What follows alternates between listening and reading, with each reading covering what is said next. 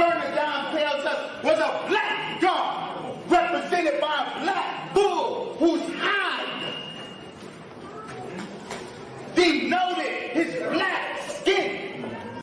Here's the picture that he showed on the screen. It's a deity El, the god El. Pay attention to the crown or the headdress, if you will. This is a picture from the front of the same statue, a little closer, and a little bit from the side here. Now, this headdress is actually the Atef crown. If you go on Webster's online dictionary, that's what it says. Atef is the specific feathered white crown of the Egyptian deity Osiris. It combines the head jet, the crown of Upper Egypt, with red ostrich feather for the Osiris cult. The Atef crown identifies Osiris in ancient Egyptian painting. If you go to Webster's dictionary, Merriam-Webster, it says Atef, hold on, a tall crown with a long feather on each side, shown in the art of ancient Upper Egypt as worn by Osiris. Okay? Here you can see Osar or Osiris with the Atef crown. This is from the papyrus of Nebket. It's actually in the Louvre Museum, and you can see me filming that papyrus on the video entitled Reality Check. Why black people ain't going nowhere. But you might as well put Afro-style reality check, it's gonna come up.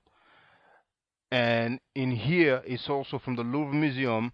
You have Osiris in the middle with the Atef crown, and the description for it, if you go on the website of the Louvre Museum and you type Royal and Divine Triad, you can do a search and you will see they mention that he is actually wearing the Atef crown. Now finally, you can compare the crowns. Okay, first you have the god of the Arabs Negroes, which first is El, but somehow, some way becomes Allah. But that's up to y'all. That's up to the doctor. And then you have the one that I showed you, Osiris. Then again, from the front, compared with another statue of Osiris, and then finally the same statue from another angle. Biblical King's Seal discovered in dump site. This is the royal seal of the King Hezekiah, and here we have an ankh.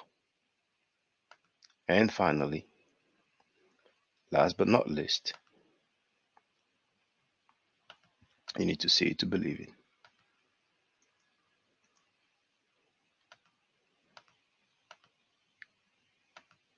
The God of the Bible,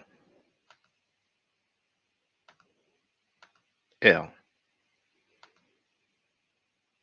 slept in his own dung and urine. This is Ugaritic Narrative Poetry, page 195. And we also have this book here, the Masriah in the Prophetic Literature, where it clearly says that El floundered in his own feces and urine.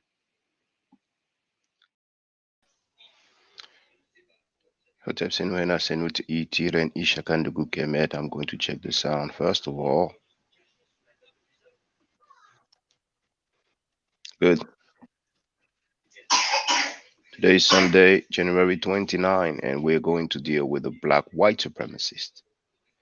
The title of this video is Negropeans are elitist, xenophobic, or just white supremacist. Now let us listen to the supreme wisdom accepted by all Pan-Africans worldwide. J'arrive, mais oui. If you know any Pan-African organizations, because apparently there aren't many, that disagree with this anti-black teaching, then let me know. But for years, for over a decade, I have never heard a single Pan-African organization that stated for the record that they disagree with this anti-black teaching.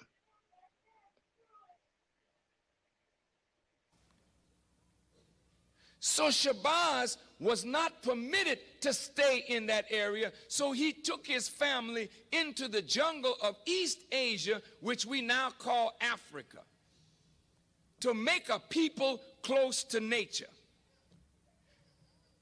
And the Honorable Elijah Muhammad said, this is the origin of kinky hair. Because we didn't have kinky hair prior to that. The hair on our head was like the hair on our eyebrows. The hair on your eyebrows straight, the hair on your head is not the same as the hair on your eyebrow. But the hair of every other people is the same as their eyebrow. Your eyebrow straight, your hair something different. Wouldn't you like the hair on your head to be as straight as the hair on your eyebrow? That's why you're so busy frying it. That's why you're so busy pulling it. Because your nature tells you that the kink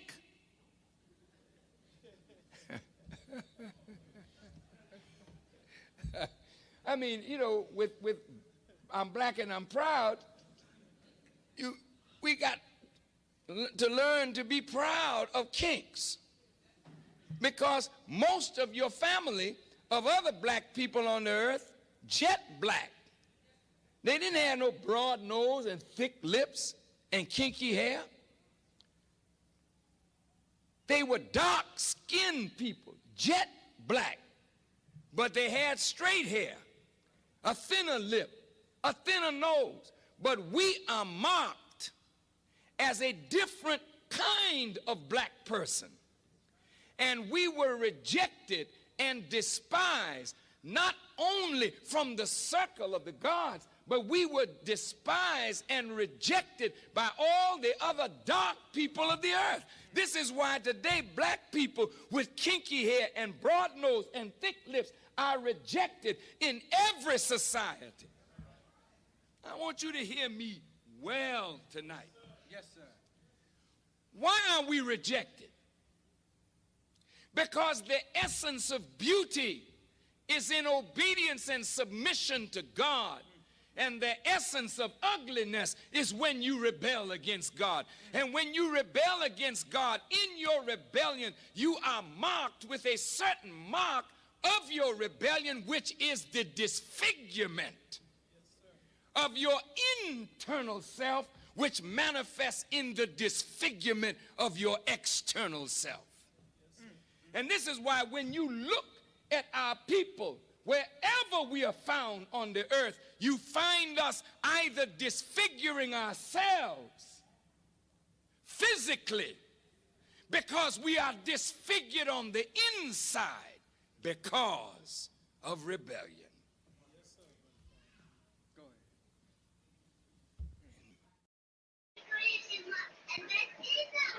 All right, now there is a guy known as Reggie Mabry. He has been around Dr. Ben, Dr. Clark, and many other scholars. That's his claim to fame, that he was acquainted with them. And just because he hates Jabari Osase, what will be the reason? Who knows? Most of the people who are observing have said that it is due to jealousy. But the hate is real. We have seen it for a good 2 years. So just because of a personal issue, hate, he has turned it into ideology. And for the record,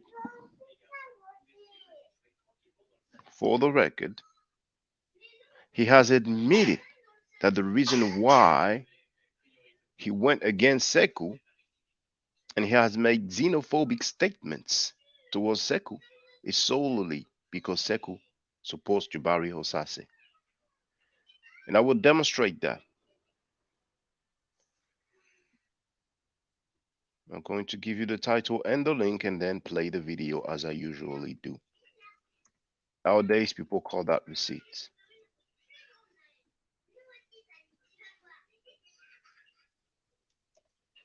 Those guys are extremely dangerous, disingenuous. You speak to them, you disagree with them, and they hate you, and then try to rally troops against you. You see here, you have the link in the chat.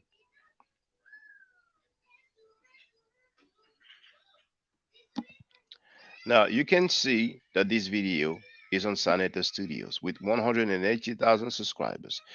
It was streamed a month ago. It has 17,000 views. The title is Shaka and Dugu Kemet Ma'at Forever. We Want All the Smoke, Dr. Reggie Garfield and Hebrews. That was before the death of Trackfield's Dagger Squad. And the timestamp right now is 2:42:30. 2 hours, 42 minutes, 30 seconds. I'm going to mute my mic and play this excerpt.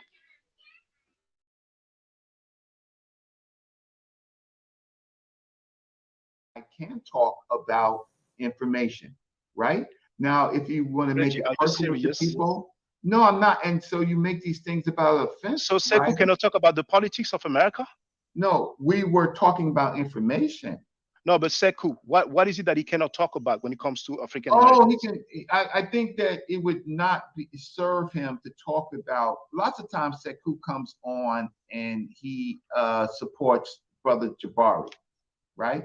That's your issue. That's what you should say. You So should say, then I I'm hate on like, Sekou okay. because I hate on Jabari and he And I'm defends like, him. no, see, you're adding. Don't you see, Brother, listen to yourself.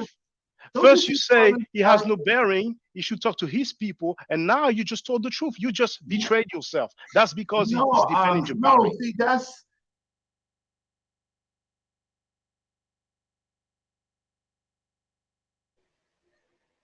So you just heard it. It's that simple. It's that simple. Now, Reggie is now managing another one of Senator's page, which is called House of Consciousness. And I think it has also 100,000, over 100,000 subscribers, you know. So really, it's a come up for him because he can put his Cash App links and stop complaining about receiving low amount of money like he has done in the past. It is documented. He has complained about somebody not sending him enough money. It's a come up for Reggie. He should be happy to manage a page with so many subscribers. This is a large platform. But for him to use his personal disagreement with Jabari, and apparently all this goes back to Jabari telling Reggie that his methodology was poor. Just because of that statement, your methodology is poor. Reggie went to war against Jabari. Reggie couldn't do it by himself, so he gathered some people around him, mainly Trackfield, the guy who lied about having a bachelor's degree in history live on air on Doggy Diamonds, the guy who said that he received a couple of $1 million, the guy who said that he was a bodyguard for Spike Lee, that he was a member of the Nation of Islam, that he was a Rastafari, that he studied biblical history for the last 30 years, the guy who used to do credit repairs. And many people have complained about being scammed by him. That dude, who is from Jamaica but accepts they have a problem when people make xenophobic statements talking about you're not from America, you have no standing in this community, you know.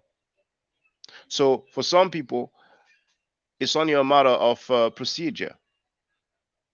You are not African American, you file the documents, you get the American citizenship, and then you're one of us is cool.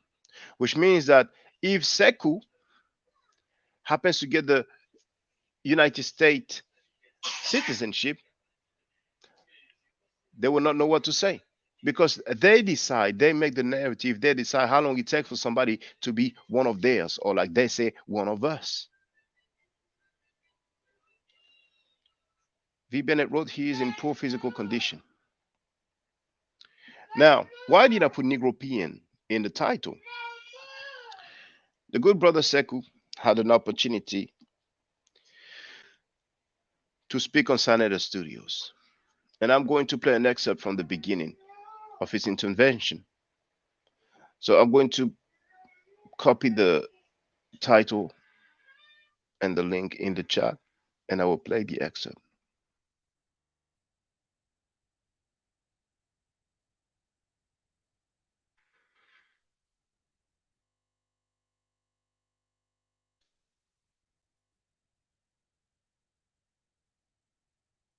For the record, I have shared the link to join the channel. Only members, only supporters of the channel can post in the chat. But I have also shared the link to get on the panel. So feel free if you want to. Don't feel like you have to. It's not an obligation. But if somebody wants to smoke, don't act like, oh, I was going to give him that work, but I couldn't. Here it is. The title is Brother Sekou Strikes Back, Intellectual Vigilance. Intellectual Vigilance. Beware of Negropean scholarship. Good morning to you, good fella Nella, and we also have V. Bennett in the place to be. Yeah, it is early in America right now. It is 3 a.m. actually. So let's see. So you can see that Sekou's video was streamed 6 hours ago. It already has 6,000 views. And let's play it. I'm going to mute my mic and play it. It won't be long. And how do I call these people? I call them the Negropeans. So I said, beware of Negropean scholarship. What is a Negropean? It's not an insult. The word Negropean is when a Black intellectual refuses to divorce from the Eurocentric idea, but all he does is to take a black paint and put it on a white idea and claim it that it is black. These people, they have what I call and claim it black paint and put it on a white idea and claim it that it is black. So you've heard clearly that Brother Sekou said that a Negropean is when a black intellectual takes a black paint and put it on a white idea and claiming that it is black. Now, this is exactly what happened with Kwanzaa. This is exactly what happened with Kwanzaa. And I'm not making this video to attack or disrespect our brother Sekou. I've actually invited him and he was there. I and others have defended him. And I'm happy and I'm thanking brothers and sisters, particularly those who are from America, that have defended him, because we cannot let what Reggie has tried to do with his other people, because it's just plain wrong. They would have never said those things to Dr. Diop, Dr. Obenga, and all the other people who are not from America, like Dr. Ben, like Dr. Ivan Van Sertima. But Kwanzaa is a plagiarism of the Jewish holiday Hanukkah. That's what it is. It's a white idea with a black paint on it. Red, black, and green paint on it. And brothers and sisters, we must learn to say to one another when we disagree with each other, so there's no surprise, so we can discuss about it. Young brothers and sisters, beware of these so-called scholars, so-called elders, part of organizations, because many times they are dishonest. Their reflex is to defend their so-called cause, but really their organization, personalities. Their reflex is to come up with excuses, no matter how silly and ridiculous they might be, just to make a talking point to defend their bad teaching and their bad behavior as well. For example, we know about the torture of black women, but people tell us that they don't care, which means that today you can go in a community and torture a black woman. If you come up with a nice black power idea, they will sweep it under the rug. Behavior doesn't matter for these people. All that matters for these people is the money. How can we make money? So they have those people that they portray, that they present, that they consider to be leaders, and you should follow them and never have any criticism, even when they torture women. People act like they want to be protectors. They're talking about we need to protect our women, but then when they are tortured, it's okay. As a matter of fact, there's even children being sexually abused, and those people don't care. It's personal. That's his personal business. That's his private life. I'm not interested. I don't care. All I care about is the information. That's what they say. And listen for yourself. Since I've been a part of this conscious community, sexual misconduct has been condemned and vilified almost unanimously. We saw the rise and fall of Dr. York. We had Hebrew Israelite, the brother by the name of Mighty Hebrew. He was convicted, I think, twice for sexual behavior against minors. He was widely condemned by the Hebrew Israelite community, but apparently forgiven by the Israelites, because I see him all over the place right now on everybody's channel. Another brother by the name of Nazi Yashavel, another Israelite, also involved in sexual misconduct with a minor. We have no idea where this brother is, but he's been sheltered somewhere by an Israelite group. Reggie has never criticized these individuals who, according to his own friend and brother, Garfield Reed, the social media name, even though that person has molested children, those people have molested children. And that shows you how ridiculous those people are. I don't know any single Pan-African organization that criticized the anti-black teachings that have shared. You think Karenga believed in Jews being originally black and that's why he felt he could plagiarize it? Well, feel free to ask him. Feel free to ask him. But since you're asking this question, good fella Nella,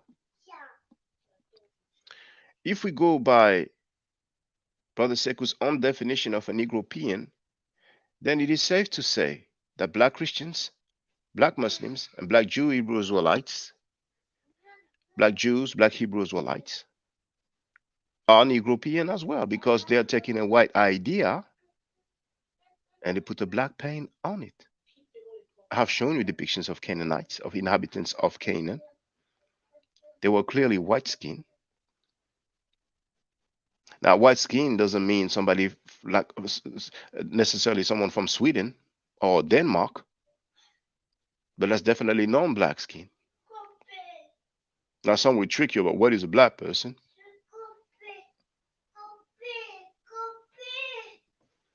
You have Amenhotep III here, for example, and all the other depictions that I've shown you from ancient Egypt. The video is called Black Ancient Egyptians, and there was Black Ancient Egyptians Part 2.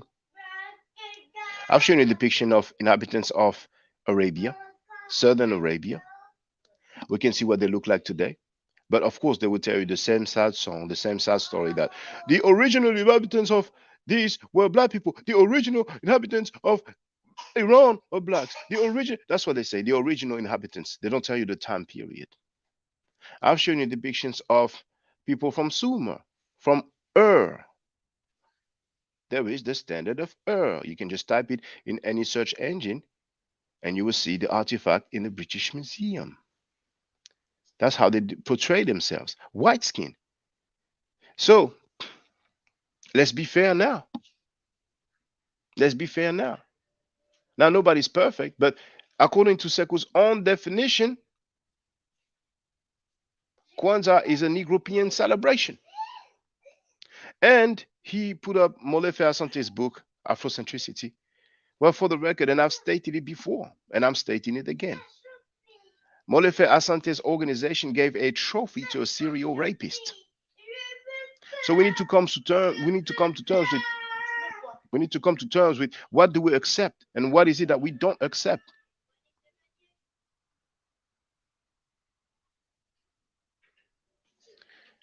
We have Sacred Infinite Energy Empress in the place to be. Greetings to you. Now let's deal with some teachings here.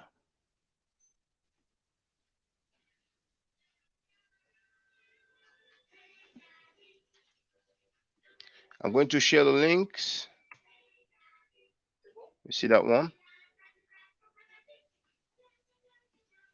What does that teaching say?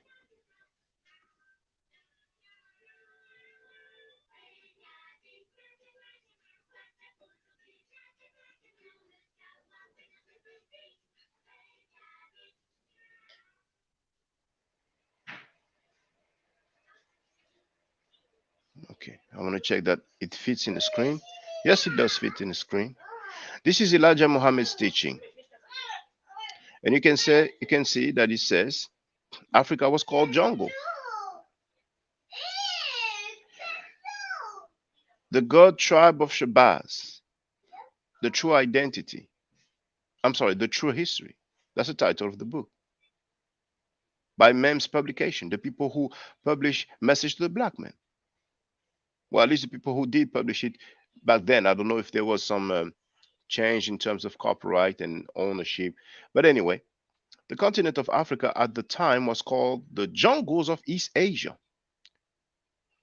Our people who are there today came from a scientist who wanted to make a people who was capable of withstanding the hot sun and could get along with the beast and other wild animals of the jungle.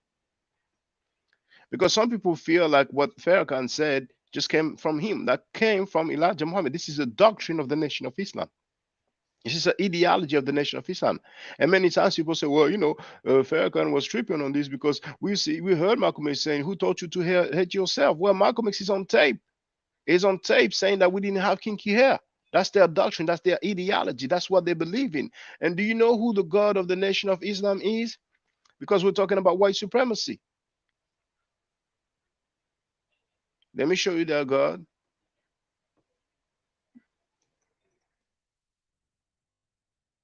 I had the page up already, but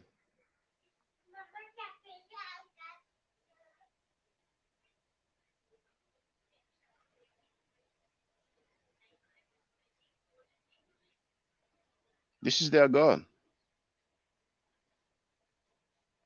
This is Allah according to the Nation of Islam, according to Elijah Muhammad, according to Louis Farrakhan, according to Malcolm X, according to Khalid Abdul Muhammad. This is their God. Now you see the picture on the left? That's when he was arrested, and he is pictured. This is a photography. This is a photograph, sorry. This is a picture. When he was arrested, and those two other guys, by the way, the Fard Muhammad is the one holding the book. The one on the left, seated. The other two are police officers. Now, can you tell any difference in terms of ethnicity between the guy seated looking at the book and the other two looking at the book as well? All three of them are white-skinned. They are not black. Now, if you want to believe that Fard Muhammad was biracial or mixed race, then more power to you. You have the right to be gullible. You have the right to be naive.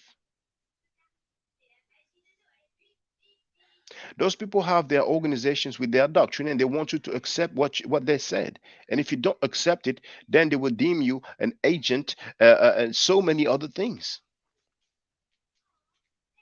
Remember the French Pan-Africans who have no problem with rapists and pedophiles. They have their so-called top scholar who showed a drawing from the Nubians, a drawing of Prophet Muhammad coming from the Nubians, and he showed that to the people and said that this is a portrait made according to the testimonies of the companions of Prophet Muhammad. I have shared that video before. I could show it to you now, but it's in French. I've shared it.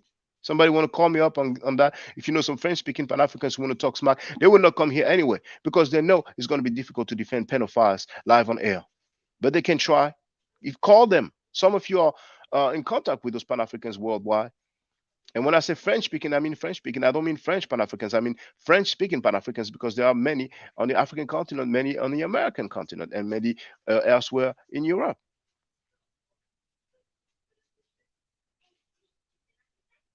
And he even said that he had a portrait of Prophet Muhammad when he was younger. That's one of the greatest lies ever told. And early, I've let people know that this is inaccurate. And they've been hating me ever since. People lie publicly. You call them up on their lies, and they hate you.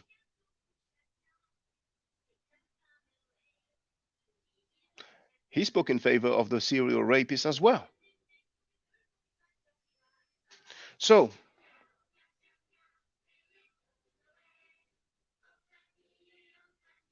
V. Bennett wrote, Shaka is like an institution because his publications are accessed and reviewed over a decade by the public. But some people don't know that. But yeah, it's been 18 years. I've been online for 18 years.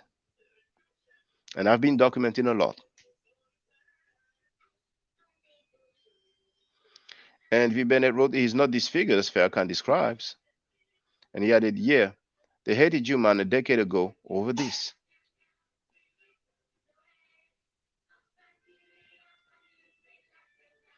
So for the record, I don't even need to share the links because I have so many. I will show you, but it all comes from this page here.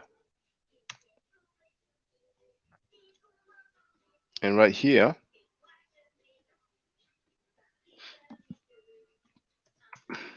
that's the page here. And all you have to do is to find the appropriate title.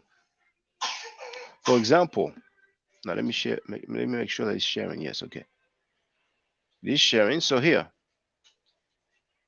Africa was called jungle. You click on it, boom, and it leads you to the place. Africa was called jungle. All right. So before I continue, we have the Theology of Time, page 92. And he says, you will never be able to convert me. No, because you should first do like the preacher in the jungle of Africa and Australia and other far-off Pacific islands, preach to the savage to hide his nakedness. This is the first preaching we give to a savage, to cover your nakedness. We don't consider Africa's people of the jungles anything for us to follow or be taught by. If you're not civilized, you can't lead a civilized person. Then same book, page 92 to 93. If you tell me to go to Africa, I will go there, but don't tell me to go there to be civilized. I'm already civilized and I'm ready to civilize Africa. Now, what else do we have? We have Africans are living a jungle life. And when I click on it, we have one of their supremacism, one of their lesson that's known as the 114, the lost found Muslim lesson number 1. And what does it say? Question 6, why does the devil call our people Africans? Answer, to make our people of North America believe that the people on that continent are the only people they have and are all savage. He bought a trading post in the jungle of that continent.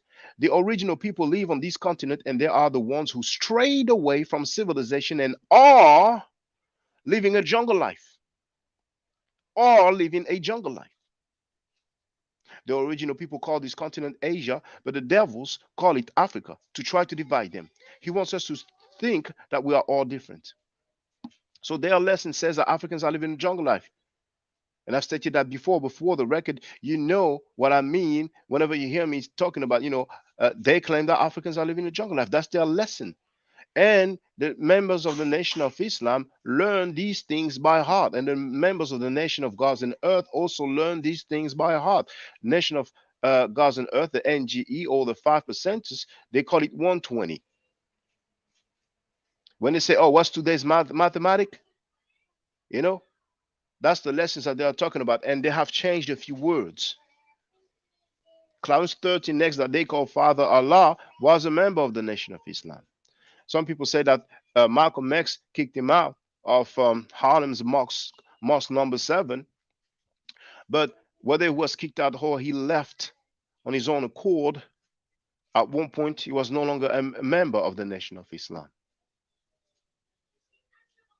So Reggie, who has a vendetta, who had the nerve to write, and I've documented that Brother Sekou started the diaspora war. Reggie goes along with Brother Onk, and I've known Brother Onk for years to defend Africa. I've known Brother Onk to go off at people who will disrespect Africa, but my Brother Onk has changed his stance recently. But on the other hand, Brother Onk has some personal issue towards Jabari because of an event that was supposed to take place. For whatever reason, the event did not take place. And ever since, Onk had an issue with Jabari. He stated that publicly. I'm talking about what's public. So it's a shame because I don't recognize the Onk that I knew for years. And I'm hoping that he will change his stance again. He has a right to change his stance. I don't mind when people are upfront. This is how I'm getting down. This is what I believe. This is what I think. Okay, okay, fine. But I'm not used to that new onk. This is a new and improved. Well, I don't know if it's improved, but it's a new onk. It's a different onk. We are surprised. Onk, please, brother. Don't let any hate or jealousy turn you into something that you have not been for all these years. It's not too late, onk. You can say my bad and keep it pushing. Now, there's another guy who is a 5%er who obviously feels superior to Africans. That guy who's been running around for years saying Kemet is dead. That guy who acts like, and he, among other followers of Trackfield, they are really butthurt because their squad is dead now. Died on December 31st, 2022. They've been acting like groupies and cheerleaders. They actually believe that their Trackfield dude will do something against Jabari. And they are capping for all the lies. They are capping for sting operation with no documentation. They are capping for a couple of millions of dollars with no documentation. They are capping for bachelor's degrees in history with no documentation. So that dude feels superior to Africans, and he and others, even when I called him out a year ago, he was like, oh, I'm just interested in West Africa. Now they're not talking that West Africa talk. Some people are disingenuous. Many people, not all, but a fair bit of people feel like they are superior to Africans. That's how they feel. And they don't want to deal with anything coming from Africa. Fair enough. Be upfront about it. So they are criticizing Jabari allegedly because of spook teaching when they are spooky. They have spooky teaching and spooky lessons. I've played Farrakhan explaining how he heard the voice of Elijah Muhammad and how he was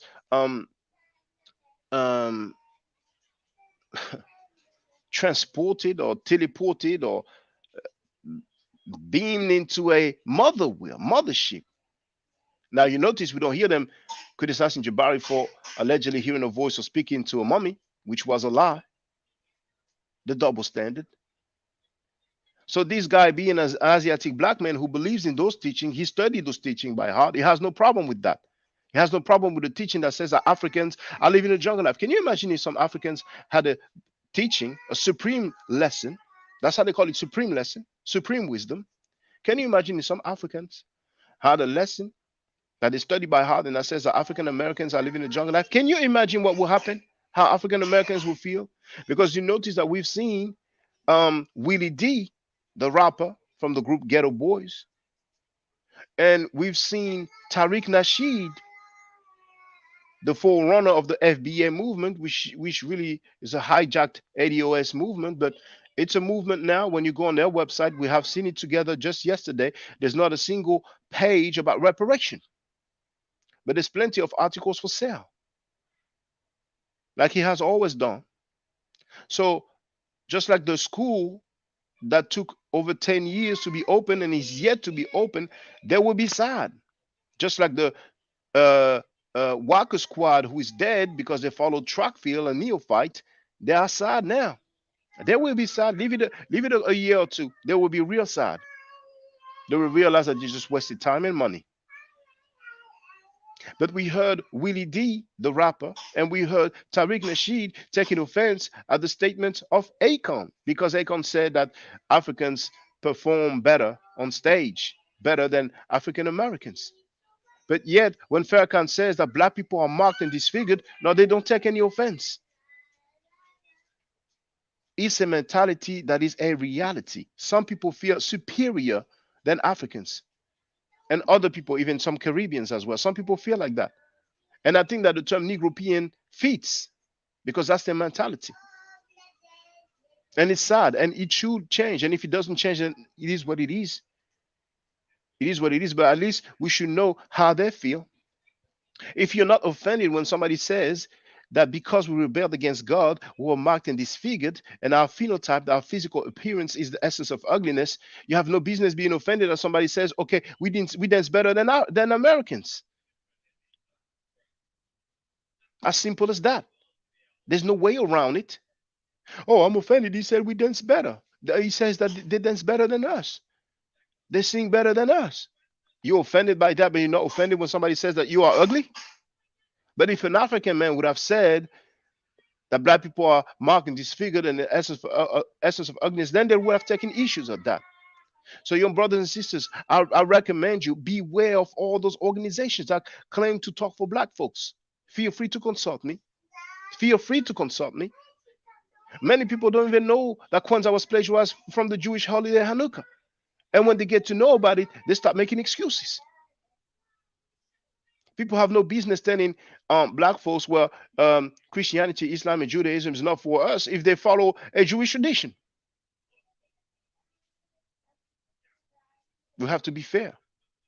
Young brothers and sisters, some people just want your energy and your money. They don't care about integrity. They don't care about truth, about facts. They don't care about science. They have an ideology. Have our crew, we're going to defend our crew and the stance of our crew. That's how they feel.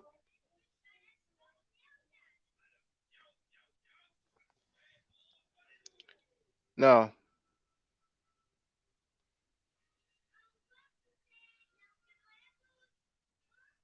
V. Bennett wrote, this is anti-African and anti-black teachings combined. Goodfella Nella wrote, I see why Wesley Muhammad ran away. Can't even prove the continent was called Asia. He threw a lot of lies and some truth. For those who don't know, Dr. Wesley Muhammad, PhD, challenged me publicly to a debate. I accepted. We spoke about it on the phone. Then he backed down. He ran. Did a Usain Bolt. I don't mean to brag. It's a reality. It's a fact. James Powell, the elder, is in the place to be. Second Infinite wrote, I believe in Unc. He get it together. Well, you know, hopefully it will be quick because it's a bad look. But that 5%er feels superior to Africans. He's disingenuous. He's been lying. Talking about Kemet is dead. Talking about we're not from East Africa, we're from West Africa. As if he's telling people, oh, it's amazing. Okay, that's a continent compared to a country. It's true. But we don't hear, oh, nothing to do with the West Coast. I'm not from the West Coast, I'm from the East Coast. That's set tripping. That's set tripping. He and others have been talking, using that talking point of we're not from East Africa, we're from West Africa. When I called him out, he's like, if it's not about West Africa or the diaspora, I'm not interested. But now they don't care about West Africa. Sekou is from West Africa, and they're going against him. The hypocrisy. The hypocrisy. Now, Reggie, people have told me that Reggie published a short on YouTube, and it found its way into TikTok to try to have people angry, mad at Sekou. But the same Reggie has not criticized Karenga for torturing black women. He has not criticized Karenga for plagiarizing the Jewish holiday Hanukkah. As a matter of fact, Brother Reggie has said that Asahimofek was courageous for plagiarizing. He congratulated someone for plagiarizing. Reggie is just losing it in front of our eyes. And the same Reggie has not criticized the dude who, according to Trackfear, was convicted twice for sexual misconduct. So you mean to tell me that we have a 56/57-year-old elder that's not going to criticize somebody for touching on babies, but that's going to criticize Sekou because Sekou supports Jabari? This is what is happening, brothers and sisters. We have documented that. This is horrible. This is messed up. This is messed up. He's going to go at Jabari, disrespect Jabari for over 2 years. Maybe it's been 3 years now, but for over 2 years. But the people who touch on babies not saying one word about it. The people who teach the Africans I live in the jungle life is not saying one word about it. The people who teach that black people are marked, disfigured, and the essence of ugliness is not going to say one word about it. And we're supposed to follow this dude? Is that wisdom, brothers and sisters? Young brothers and sisters, be very careful. Beware of these so-called black organizations. Even the people who talk about Afrocentricity. Because once again, Molefe Asante's organization gave a trophy to a serial rapist. I haven't heard Molefe Asante speaking about this teaching that black people are marked, disfigured, and the essence of ugliness. And I've heard Molefe Asante defending Kwanzaa, which is a fraud. It's a plagiarism of the Jewish holiday Hanukkah. We're going to have to come to terms with what's factual and what's not.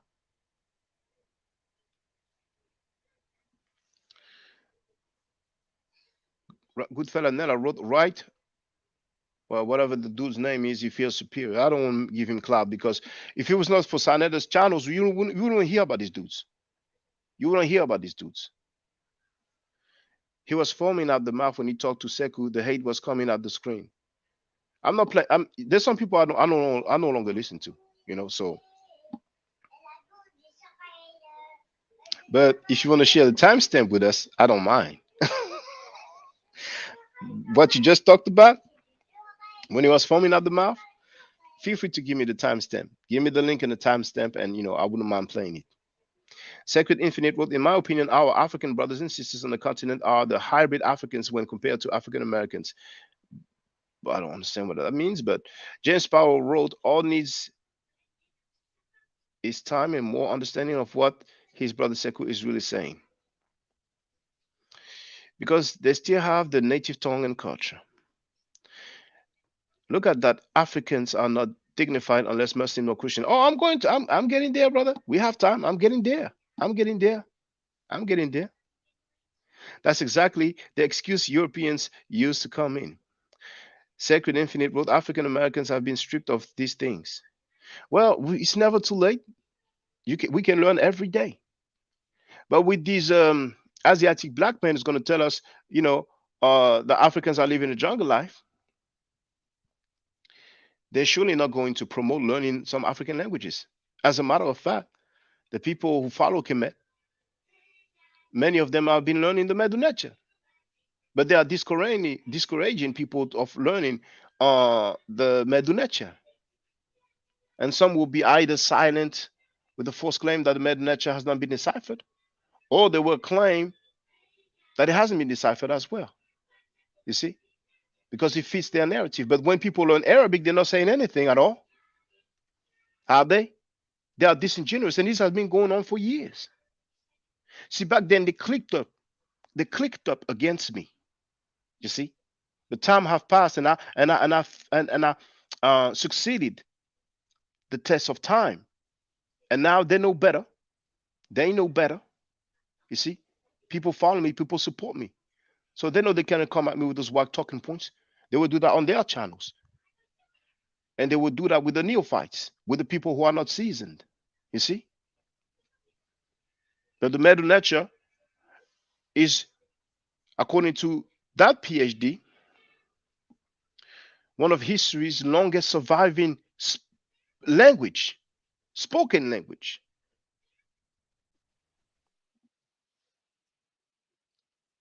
So I'm going to go to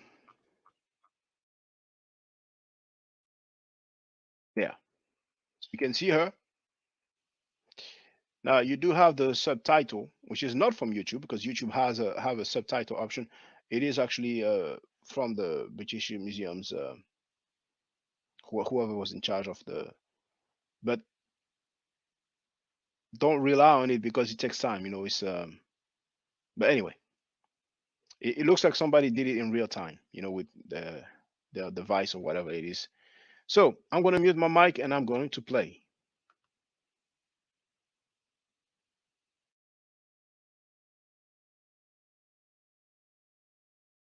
Administrative details were relied on a segment. Hieroglyphs have always intrigued people as this witness of an ancient civilization.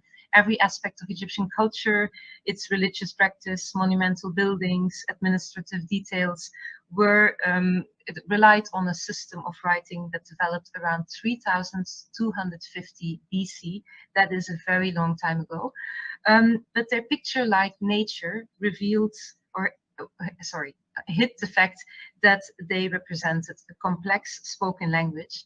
This spoken language lived on until the 15th century, 16th century, and actually in a way still until present day, because it's still used in the Coptic Church. And this makes it one of history's longest surviving spoken languages.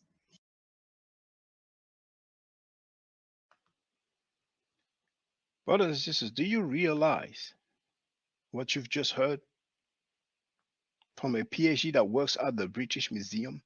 Now, if some of you don't know what the British Museum is, and feel free to go online and or Wikipedia and find out. You will see it's one of the most famous museums in the world. Probably one of the largest museums in the world as well, but definitely one of the most famous one.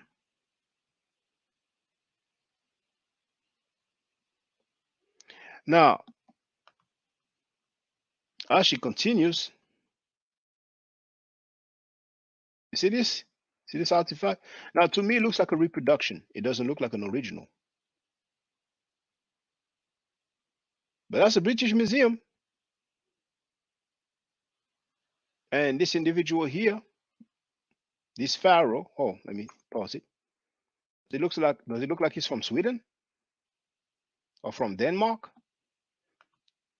It might be small, like here, right here. There. Does it look like he's from Sweden or Denmark? Or Spain or Italy? But anyway, you've heard what she said. I've actually typed, I've shared that part in my YouTube timeline. And even on Twitter, but on Twitter, I had to make it shorter because, you know, you're limited. Now, let's see if it all fits. It will not all fit. I don't think it will all fit. Yeah. So it's in two parts. That's the top part.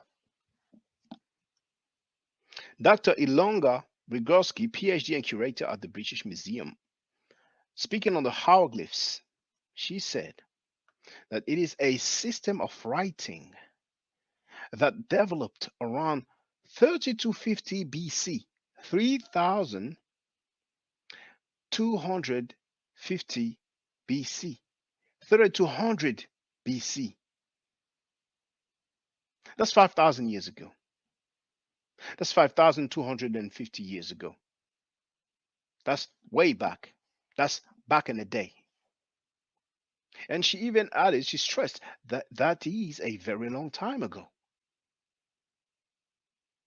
But the picture, like nature, hid the fact that they represented a complex spoken language. This spoken language lived on until the 15th, 16th century, and actually, in a way, still until present day, because it's still used in the Coptic Church. And this makes it one of history's longest surviving spoken languages. I know some of you brothers and sisters, when a black person say, you don't believe it. You won't admit it, but I know. And this makes it one of history's longest surviving spoken languages. But Pookie on the corner said, I don't understand it. It hasn't been deciphered. And people like Pookie, so they repeat what Pookie say. And one repeats it, urban legend, blah, blah, blah. He did the work. He came up with his arguments. And all the PhDs in the world, they are dead wrong. All the Egyptologists in the world, they are dead wrong. All the linguists in the world, they are dead wrong because Pookie said so.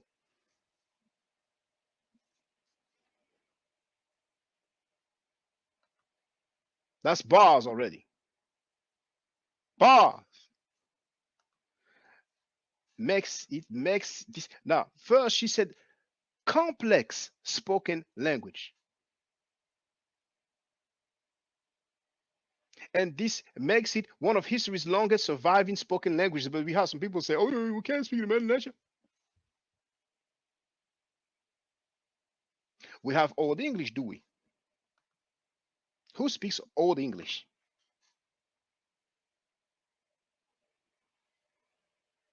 You ever went to the street and heard, you go to the corner store and the cashier says, thou hast forgotten, thou hast dropped thy monies. You don't hear that.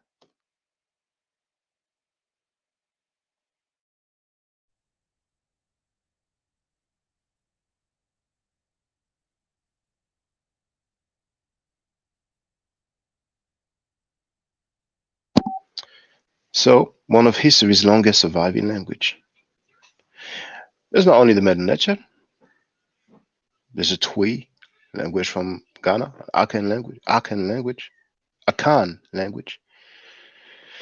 There's Kiswahili, which is some kind of Creole with a lot of Arabic influence, just like in the Haitian Creole, there's a lot of French influence.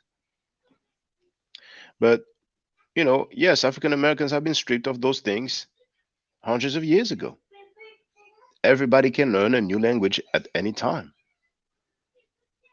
Those people have rhetoric, which is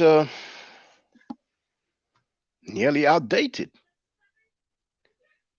I mean, yes, it's a reality, but what is stopping anybody from learning a foreign language or African language? See, brothers and sisters, you need to understand those guys have studied those lessons by heart, man. Somebody even said that some 5%ers will beat you up if you do not recite the lesson correctly. They call that a universal, to catch a universal. So those lessons are very dear to them. They were told that this is supreme wisdom, supreme lessons. So their paradigm is about Asia, mainly the Asiatic black man teaching. Now, you heard them say that we've been taking on slave names. You've heard them say that, right? But which kind of names have they taken on? The NOI. They've taken names of the same people who enslaved them as well. You have to wonder if in the 1930s, people knew that Arab Muslims have enslaved Africans. It seems that back then they only knew about the transatlantic slave trade, about the Christiano-European slave trade. It doesn't seem like they knew that Arab Muslims and non-Arab Muslims have enslaved Africans longer than the Europeans. And in some countries, they are still doing it. So who has facts? Who has facts? Now, brothers and sisters, something is very clear. It is documented, and I've shared that before. Libya gave millions of dollars to the Nation of Islam. It wouldn't be no surprise that other countries would have given them a lot of money. So they roll for theirs. Now we have some Christian apologists as well. Most likely they've been receiving money. What's amazing is that if we look at the history of quote unquote consciousness or information amongst black people worldwide, mainly on the internet, we can talk about academic circles, but in academic circles, they don't talk about the tribe of Shabazz. In academic circles, they don't talk about the 12 tribe chart. In academic circles, they don't talk about a beam of light and somebody going up in the mother wheel speaking to Elijah Muhammad when he died in 1975. So when we talk about the information or African consciousness or black consciousness, which is mainly online, years back, people were not disrespecting Kemet. But now we have these new age people disrespecting Kemet. You know, talking about incantations and nature. They were happy then. For all those years, they were happy. But they're very silent about their teachings that says that Africans are living a jungle life. And you know what's funny? Where do African Americans come from? So we're talking about the same population,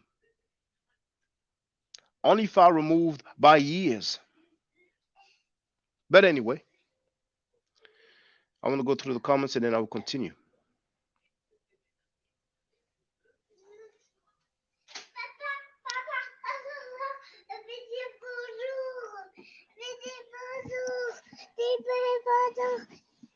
She wants to say hello.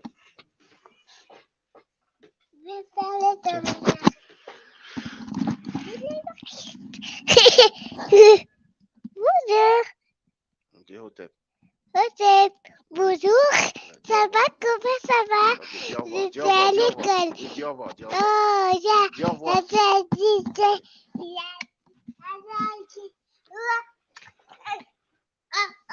C'est bon, c'est bon, c'est bon. Okay. Those who take the class know that she likes to say hello. So,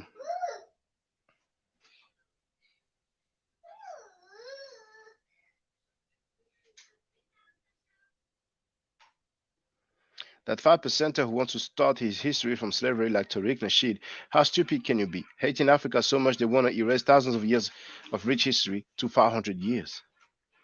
You got the clip already, Shaka, where he talked about N-word descent Sanetta. He did it again on that latest attack on Sekou.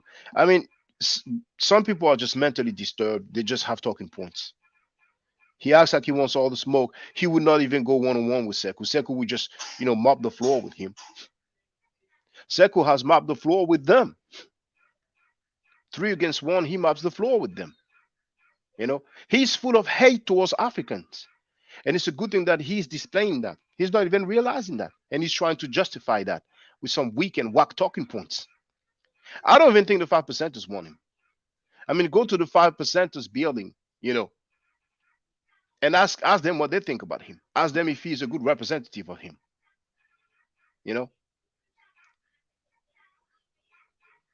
I mean,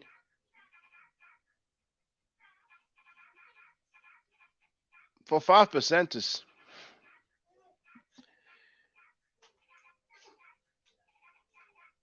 looking up to a so-called 5%er that's rolling with a Christian apologist, that's new.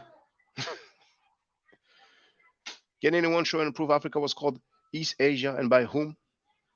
We have men to son in the place to be peace to you. And he's asking if I spoke on Seku's show last night. I've just watched the beginning, because I know that Seku is going to give them the work and the business anytime, Universal beatdown. I'm not surprised. Those guys, in terms of information, they are weak.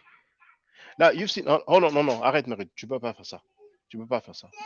You've seen every time Jabari was having a discussion with Trackfield, the Christian apologist, Trackfield will get excited, will not know how to carry himself, will lose his composure.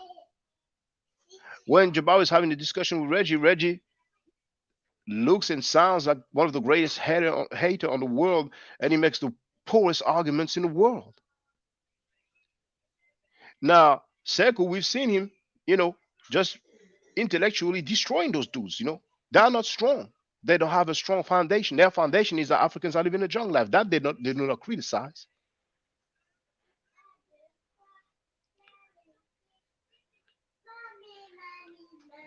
Good fella Nella is addressing V. Bennett and said they can't, brother. They just made it up to denounce Africa. Donnie Williams is in the place to be.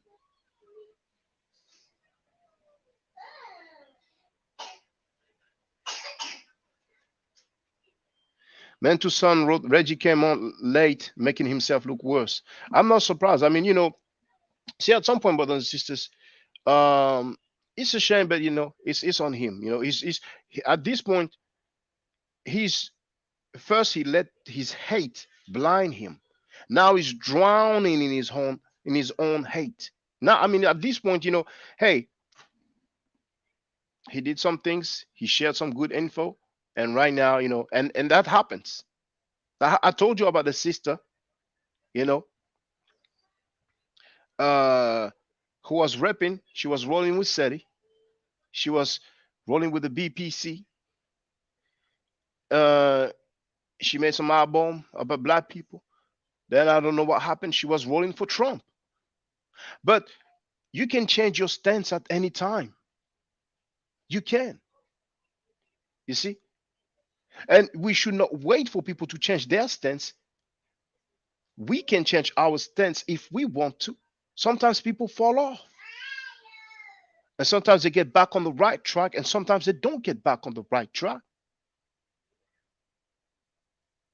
Dr. Huey P. Newton, co-founder of the Black Panther Party for self-defense. People would tell you that at the end of his life, he was into drugs, consuming or selling. And when he was killed, people said that he was over a drug deal. So in the end, he was caught up in some things, but he has a great legacy. Now, I don't know if Reggie, we would say that he had a great legacy. We could say that he shared some info, some good info at times. We could say that he was very close to the scholars that we appreciate. He was an assistant to them. But then that's what it is. The world doesn't gravitate around Reggie, and the world doesn't gravitate around me. I will go older. I might go weaker. I might start saying stuff that don't make sense. And at this point, brothers and sisters, you have to say, well, Shaka had a good run, but now, it's falling off. We're going to keep it pushing. Don't follow foolishness coming from me. If that was to happen just because you like me, you know what I'm saying? Now, as far as learning a new language, I think what holds many people back from learning is the identity crisis African Americans have. Some of them, not all of them. You see, we have a lot of people that are not part of the conscious community. They're not online kicking knowledge, but the way they live their life is what we will call Black power. The sense of belonging, having a home in Africa, is disconnected. Well, whether people feel like they have a home in Africa or not, we are Black folks. We're Black people. So we can excel. We can be great. We can succeed. We can be knowledgeable. But we should not be female cats. And those people are trying to normalizing being female cats. That's not cool. That's not fly. Now, brothers and sisters, maybe I'm wrong. Now, the one is a positive and the two is a negative. Are you against being a female cat? I'm against being a female cat. So if you're against being a female cat, press 1. If you're not against being a female cat, press 2. I'm just going to do a little check. I know it's like 3 a.m., 4 a.m. right now in New York, but we have 27 people watching. So let me see. Because maybe it's me. Maybe I missed the memo, and maybe Black folks just want to be female cat. So I don't want to be a female cat. I'm against being a female cat. So are you against being a female cat? I am against being a female cat, so I'm typing 1. Let me see what y'all type.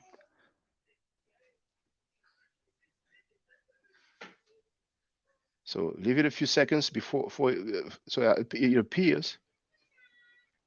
Now, Sacred Infinite Energy, yes, a female cat, particularly for men.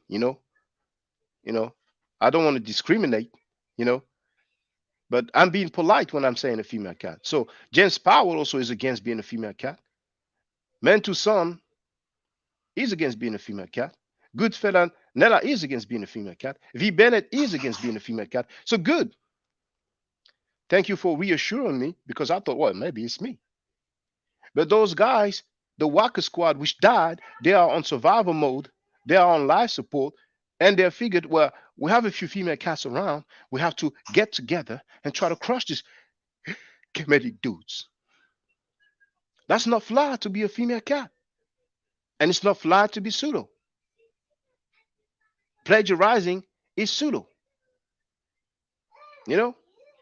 Meant to son wrote female dog too. Now V. Bennett wrote, he's not against female being female cats. You have to joke every now and then. But I want to keep this clean, because they're going to say, see, those guys are misogynistic. Those guys are... Anything they can use, they will use it against us.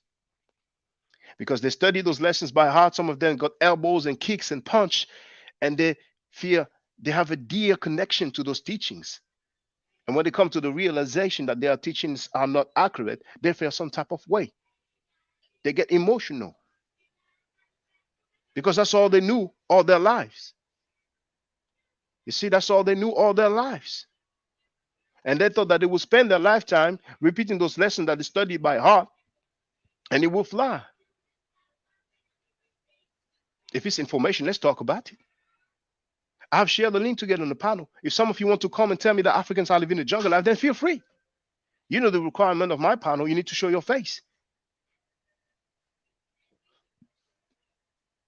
So feel free. Feel free. The link is pinned, which means it remains at the top, and you have it there. Link to get on the panel. Feel free to come and tell us and explain to us that Africans are living the jungle life. Feel free. Feel free. Even the Ku Klux Klan doesn't teach that. If they do, please show me in writing. Now, what else do we have? What else do we have?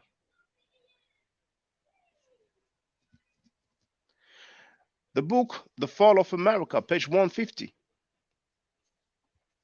For nearly 40 years, I have been preaching to the black man in America that we should accept our own, and instead of the black man going to the decent side of his own, he goes back seeking traditional Africa and the way they did in the jungle life, again, and the way you see in some uncivilized parts of Africa today. They are not using barber's tools, shears, and razors to keep themselves looking dignified as a civilized people should look. The black man in America accepts the jungle life, thinking that they will get the love of black Africa. The dignified people of Africa are either Muslim or educated Christians. There you have it. You have the right to believe in that. I disagree with that. Now, you know what's funny? When he talks about barber's tools to keep themselves looking dignified. You've seen Muslims, you've seen their beards. You've seen some Orthodox Jews, you've seen their beards. I mean, their beards.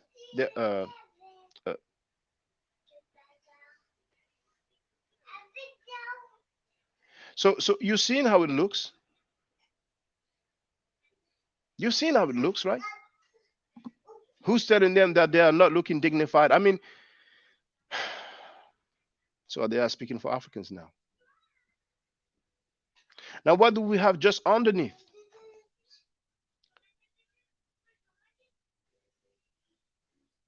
The dignified people of Africa are either Muslim or educated Christians. But Africa today does not want Christianity. Do not think that you will get a home in Africa after this war if you are Christian. To get a home in Africa after the war, you will have to be Muslim. And you know what's funny? Farrakhan has many giving speeches at churches. Most of the time, he gets paid for his speeches. And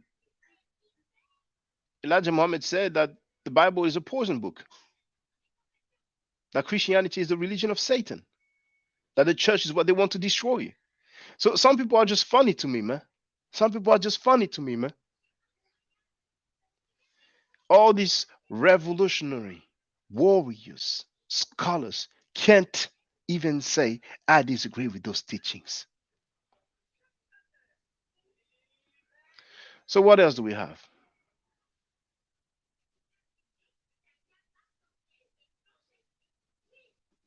Actually, let's do it this way. We were there, right?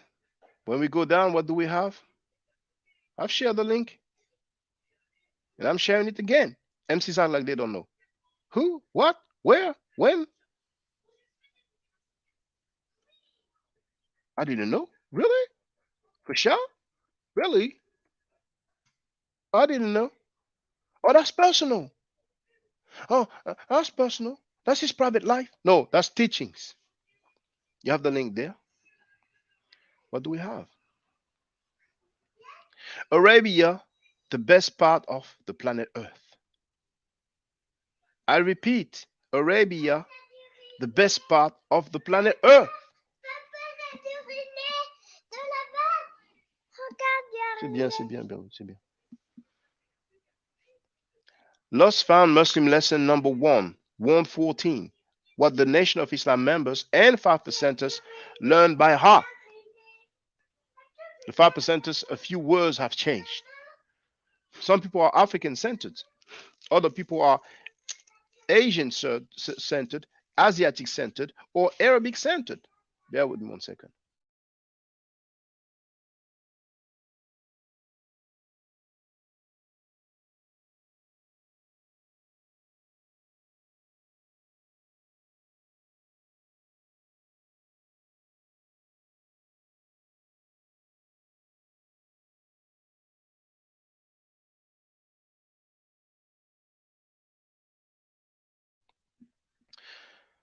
Question 1. Why isn't the devil settled on the best part of the planet Earth? Answer.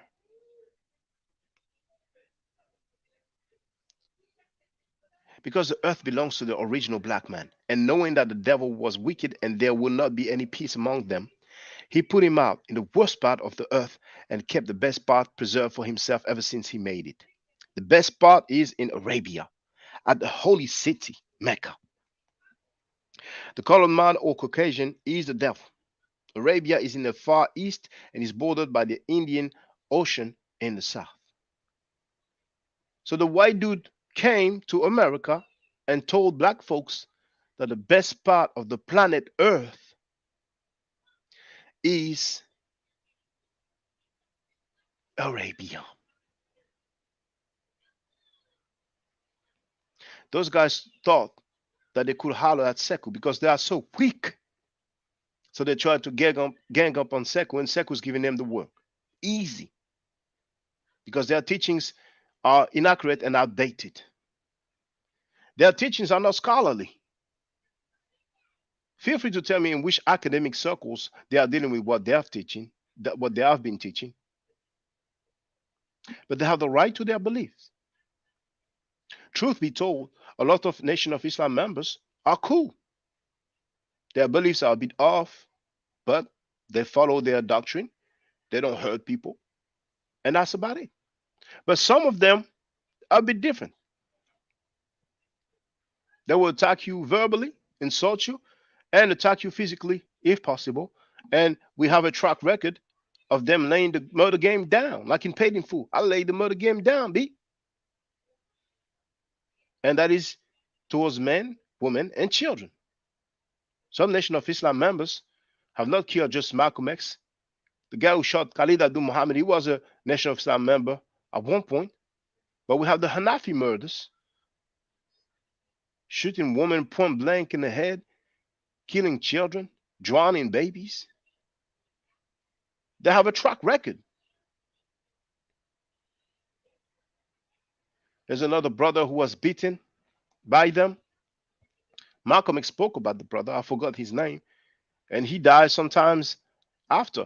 There was a journalist who went to one of the Nation of Islam's event. They beat that journalist so bad, man. If it wasn't for the police, he probably would be dead. But anyway, let's continue with the supreme wisdom. Now, the Arabs will tell them, go back to Africa. Now,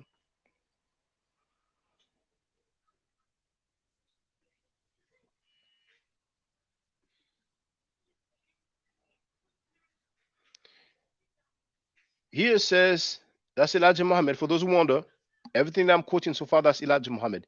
You will be hard pressed to find any Nation of Islam member that will say that he disagreed with what Elijah Muhammad said.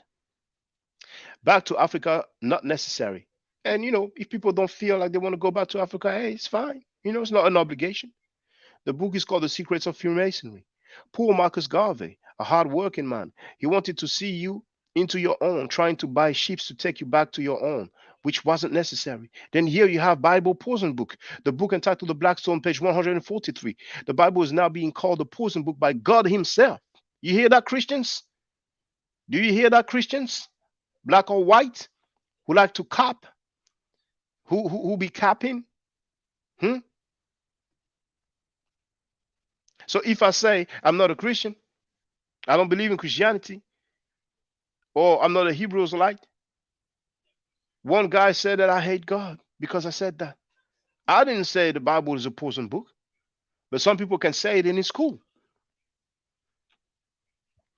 So the Bible is now being called the poison book by God himself. And who can deny that it is not poison? It has poisoned the very hearts and minds of the so-called Negroes so much that they can't agree with each other. The Black Stone, page 144. That's Elijah Muhammad. The Bible is the graveyard of my poor people. The book called Message to the Black Man in America. Holy means something that is perfectly pure, and we just can't say that of the poison Bible. The book entitled The History of Jesus' Birth, Death, and What It Means, page 54. Read your poison book, in parentheses, the Bible. The book entitled The True History of our Muhammad, your Bible is poison, double-crossing itself. Where are you, black Christians who like to cap, who want to go against Africa or Africans because you feel like we all in the same boat, CMB, we all we got? All you black Christians who say we are not Africans, we are far removed, we have our own culture. They didn't tell you that, did they? They sold you the bean pie. They sold you the final call, but they left that out, did they? They told you we are all in the same boat, right?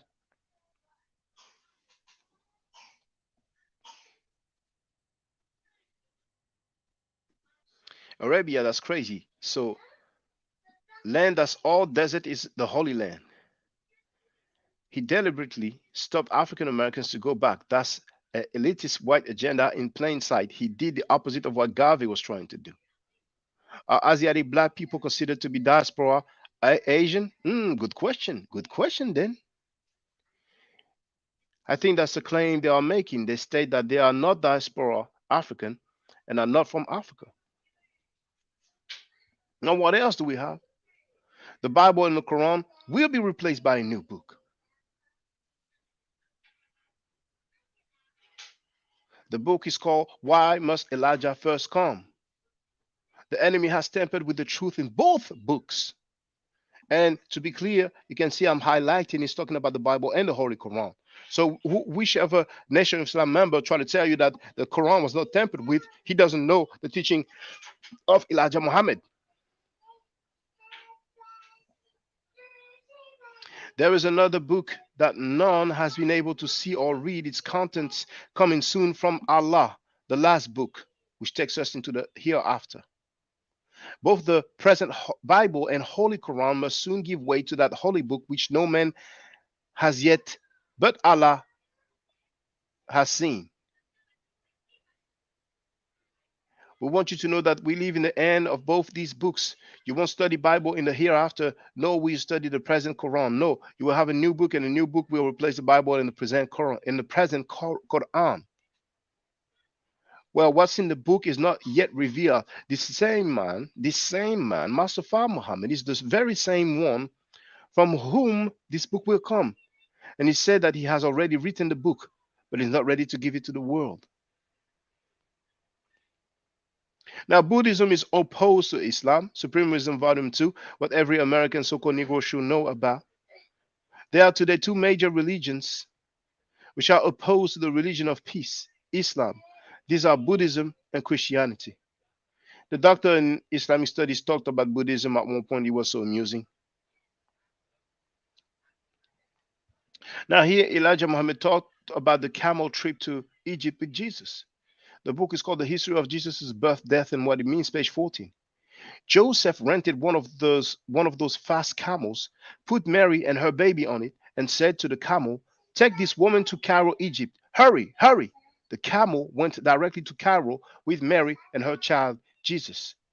So Nation of Islam members, and you remember the 5%er who is close to Trackfield, the Christian apologist, they were saying that Jabari spoke to a mummy, which was a lie. Well, here, Joseph, Jesus' father, spoke to a camel.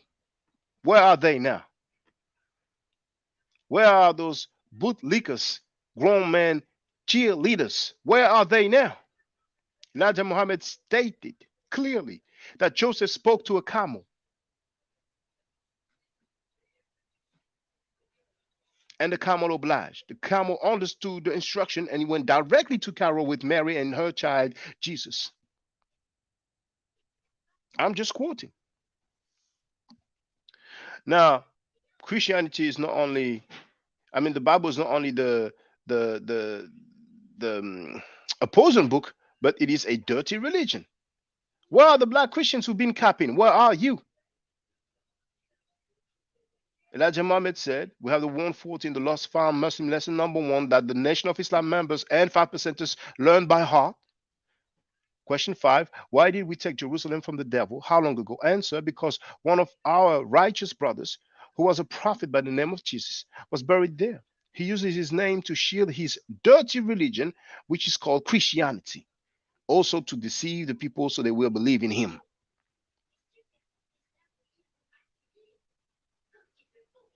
What is Christianity? According to the Nation of Islam, Farrakhan, Elijah Muhammad, Dr. Wesley Muhammad, religion of Satan. The Theology of Time, page 169, and you do have the audio of the Theology of Time. You have the lecture, so you can hear it. People have been preaching Christianity, the religion of Satan, all their lives. Where are the black Christians who've been capping? Where are the black Christian FBAs? Where are you? Hold on. Let me share the link here. So they're going to act like I was going to come up. I was going to come in panel, you know. Link to get on the panel. Now, when we say we don't believe in the Bible, they try to make us look bad. Us followers of Kemet, Shemsu Kemet, Shemsu Ma'at. They try to make us look bad, don't they? When we just say we don't believe in the Bible. All right? But some people can say that Christianity is a religion of Satan, that the Bible is a poison book, but all of a sudden that gets a pass. Brothers and sisters, you're looking at the reaction and the behavior of grown men groupies. That's what you are looking at. Grown men groupies. Grown men groupies. I have to plug my PC because the battery is getting low.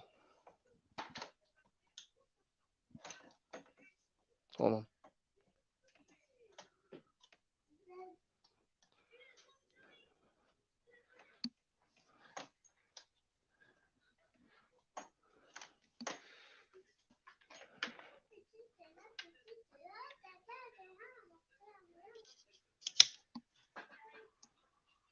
So I share the link to come get on the panel. Don't feel like you have to. That's really for the people who didn't know. If you know some black Christians, let them know about this. Use these few minutes to tell them about this. Use Twitter, MySpace, TikTok, Instagram, Facebook, email, WhatsApp, and tell them, look, man, I got something for you. And if the Nation of Islam members want to holler, they can holler. You know, come get this work or come give me that work. You know, if you want all the smoke, where you at? Where is Strackfield, the Christian apologist? Where is Richard Carrier, who talks smack about Jabari? Where is he? Where is he at? Where is about Ehrman? Where are they? Are they Scientologists too? Where is Jesse Jackson? Where was Al Sharpton? Why are they all capping for this? Can't even say, oh, I disagree. In the name of what? But we bad. We're the bad guys. The followers of Kemet are the bad guys. Just because we say, well, I don't believe in that book. But others will say it's a poison book. It's a religion of Satan. And that gets a pass. Grown men cheerleader groupies. So Shabazz was not permitted to stay in that area, so he took his family into the jungle of East Asia, which we now call Africa, to make a people close to nature. And the Honorable Elijah Muhammad said, this is the origin of kinky hair, because we didn't have kinky hair prior to that. The hair on our head was like the hair on our eyebrows. The hair on your eyebrows straight, the hair on your head is not the same as the hair on your eyebrow. But the hair of every other people is the same as their eyebrow. Your eyebrow straight, your hair something different. Wouldn't you like the hair on your head to be as straight as the hair on your eyebrow? That's why you're so busy frying it. That's why you're so busy pulling it. Because your nature tells you that the kink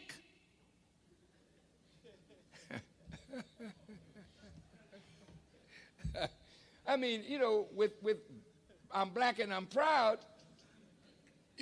we got to learn to be proud of kinks. Because most of your family of other black people on the earth, jet black.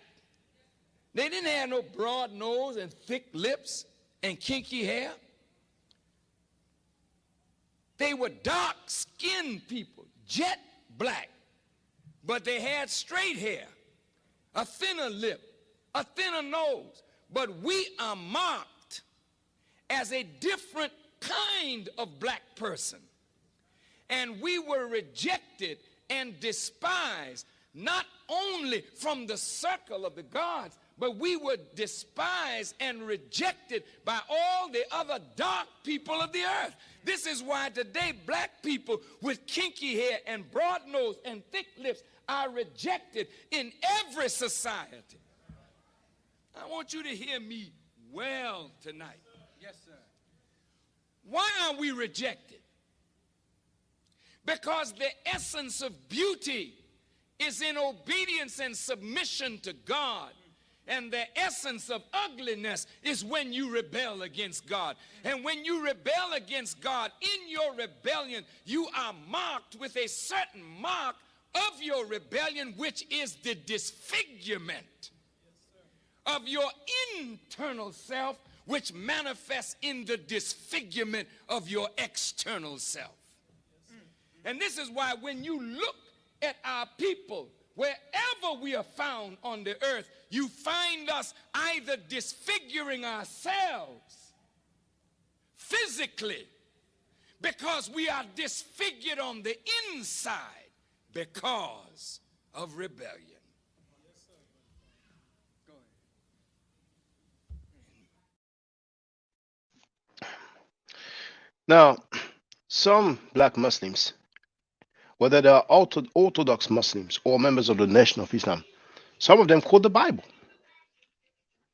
Even Elijah Muhammad quoted heavily from the Bible. Elijah Muhammad quoted more from the Bible than the Quran. I've read his literature. I didn't read every single writing from Elijah Muhammad, but I read a fair bit of it. I could even say that I read most that the average Nation of Islam member reads. Well, I read enough to crush Dr. Wesley Muhammad, PhD, by proxy, by distance. Now, where are the black Hebrew Israelites? Don't they quote the Bible? Don't they quote the Bible? Hey, what does he say about the Bible?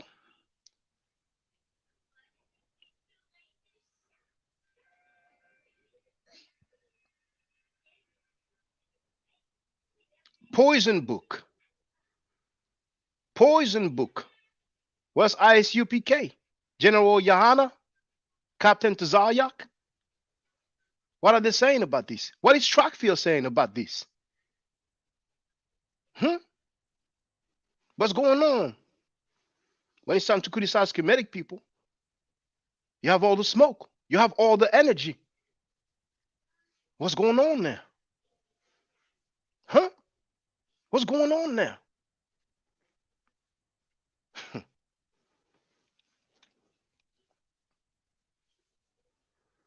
Tehuti of New Kemet wrote, this is strange because Yahushua is the Messiah in both Islam and Christianity.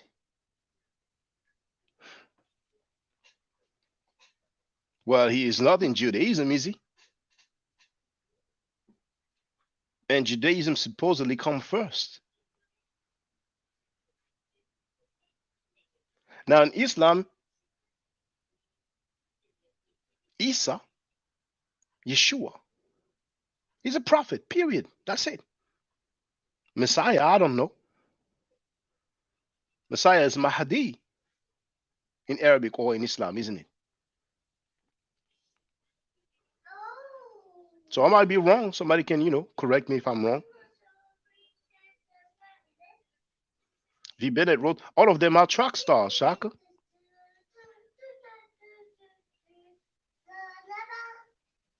Oh, the schematic guys, they don't like the Bible. I don't believe in it. Others don't believe in it. Some community people believe in it. You know what I'm saying? What are they? Why does he get the pass? They didn't know, but now they know. Let's continue. Let's continue.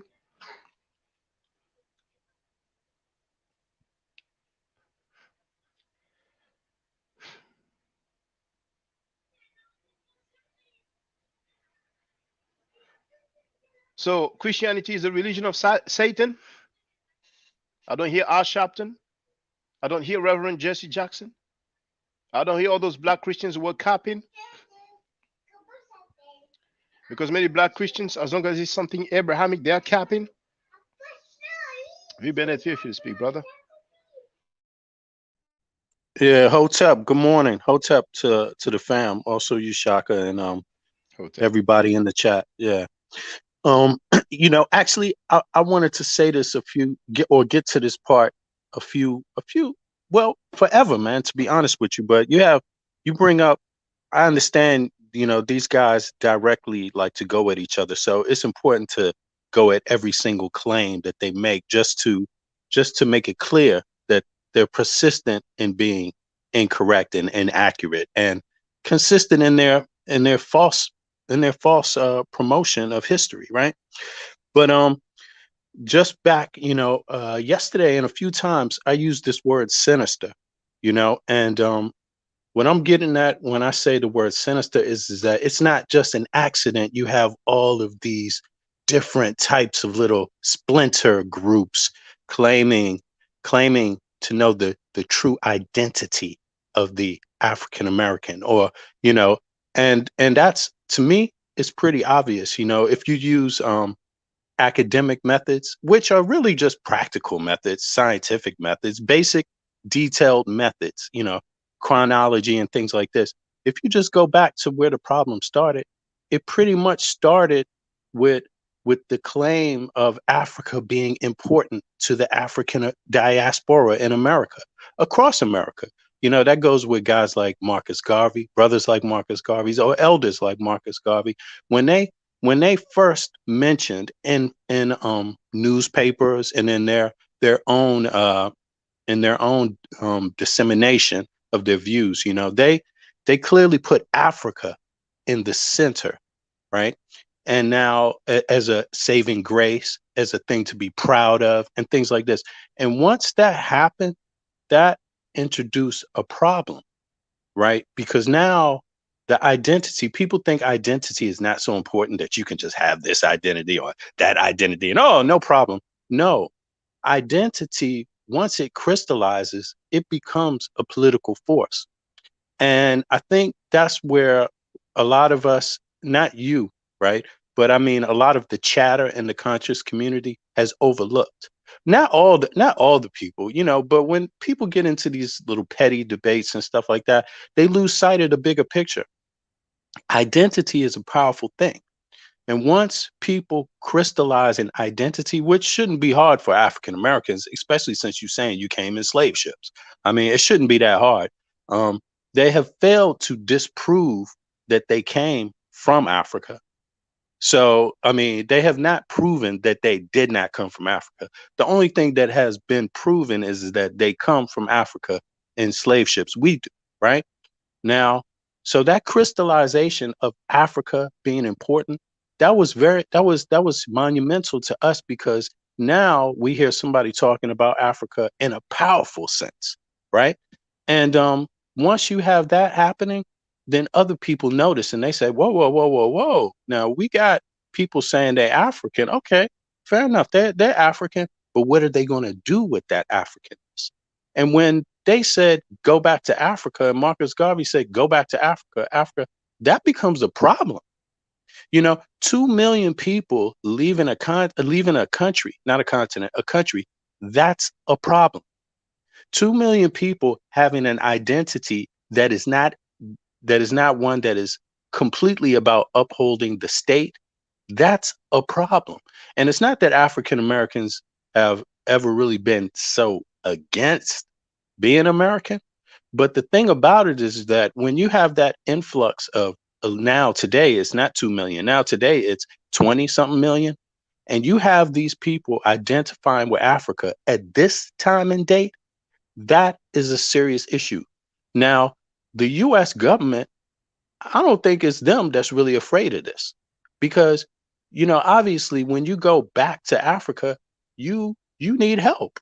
You bring stuff from which you come from with you, right? So that's not really a problem for the US government today, going back to Africa. That's not the same as it was in the turn of the century. Turn of the century, that was like, whoa, whoa, whoa. These people were fearful. But today, now that they got serious power on earth, they don't mind if you go back to Africa. So the question becomes, who is it that has a problem with these people identifying as African? For who is this a problem for? I think that's where we need to go to, not you on your programming and not, you know, but overall, the whole community needs to start asking this question: who has a problem with that? And go through that using academic means, using scientific means. It's a political, it's a political issue. So we should examine it as that. You know, identity is a very, very important thing. And I would say my view of following the last 20 years with this kind of stuff, it's personally an attack on African Americans' identity, to split them up into groups so that they don't have a clear course, so that they don't have a clear means of operation, even with each other. You see, not just with the outside world and not even just with Africans, but with each other. You got people that left Africa and leave other places in the world and build lives for themselves in other places that they find themselves in. It's not such a big deal to review this stuff, you know, but these people generally understand where they came from, and they generally do not have anything religious, or they don't have any views of the place they came from as inhuman. You know, they might have political differences. They might say this form of government our homeland has, we don't like, but they don't ever go down to talk about the root of the people in such a bad way. So I think it's purposeful what's happening. It's sinister. And I don't think we should let these people just operate this way without consequence. And I don't think we need to do anything to them. Like you said, it's not about attacking them physically. It's not about even taking them off, wiping them off of earth. It's not about that, but it's about holding them to their works, you know, and being accountable for what they're actively being a part in. And we can't just say that, oops, I didn't do it on purpose. I wasn't preaching all of this Black Hebrew Israelite stuff to hurt anybody. You can't just say, I was just a member of the NOI and I knew about these teachings and it was an accident. I didn't say anything about it. I didn't speak against it. That was just an accident. Oops. You can't keep saying oops. It has to be decisive and a decisive determination on what you call yourself, and you must stand behind it, even if it means your own destruction. So, you know, I think we should, you know, just remind people that that's where this is going. Yeah, bless y'all, and bless to the chat. Sorry, I know I've been speaking a lot, man. No. You made some very good points, because first thing, then I will go to the question you asked. But first thing, it's safe to say that most African Americans are Christians. And when I say Christians, I include the Catholics. Now, we have the NOA has been teaching that Christianity is the religion of Satan, that the Bible is a poison book. And for those who don't know, here, the Theology of Time, page 211, Elijah Muhammad wrote, I cannot give you reverence, too much sympathy. Now, obviously, I made a mistake here. There's a P missing. If I remember, I'll correct it, because this live stream will last for a little while. I have many quotes, many receipts. Because the church is what we want to destroy. I mean, Christianity, the religion of Satan, the Bible, the poison book, and the church is what they want to destroy. But those Black Christians, because they are Abrahamic, they prefer to criticize followers of Kemet rather than criticize those people who tell that their religion is the religion of Satan. That's amazing. And that's when you see grown men groupies. That's when you see grown men female cats. And I'm not calling for Black Christians to attack or insult or disrespect the NOR. But I'm saying be fair. You have all that smoke for Kemetic people. We're not saying that, are we? I'm not aware of Kemetic people saying those things towards the Bible and Christianity. You know, not as a doctrine. Now, the question that Brother V. Bennett asked is, who has a problem with us saying that we are Africans in terms of identity? Well, I have an answer for that. The Asiatic black man, the 5%er that rolls with track field. Professor Griff, here is the link. I've shared this yesterday and I'm going to play it. It's only going to be about 4 minutes. You will see how we will talk smack. Professor Griff talking smack about John Henry Clark, and Professor Griff has a problem with the term African. You see, I'm going to play it, but let me say this, brothers and sisters. I did not receive a single cash out ever since this 1 hour and 47 minutes of live streaming. I did not receive a single PayPal, and I'm thinking, well, maybe it's not interesting. $1 is cool. $1 is cool. $2 is cool. $3, $4, $5 is cool. I'm not greedy. So feel free to show support because it does matter. It does count. I'm speaking about those issues. Many people are not speaking about those issues. Many people are capping and accepting the anti-black teaching. For 18 years, I stood up against anti-black teaching, no matter who it came from. But that being said, let's listen to Professor Griff.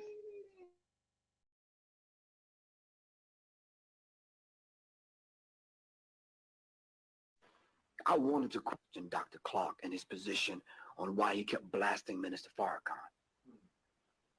But he passed on to the ancestral realm, and I never had a chance to question it. I can question his philosophy and his doctrine now to those people that still hold dear to his teachings and discuss it with them.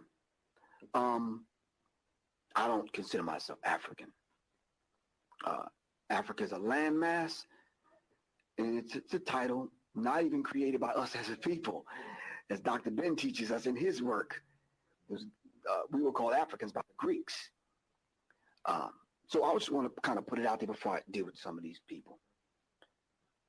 Why should I call myself, because I live in Atlanta? Am I an Atlantean?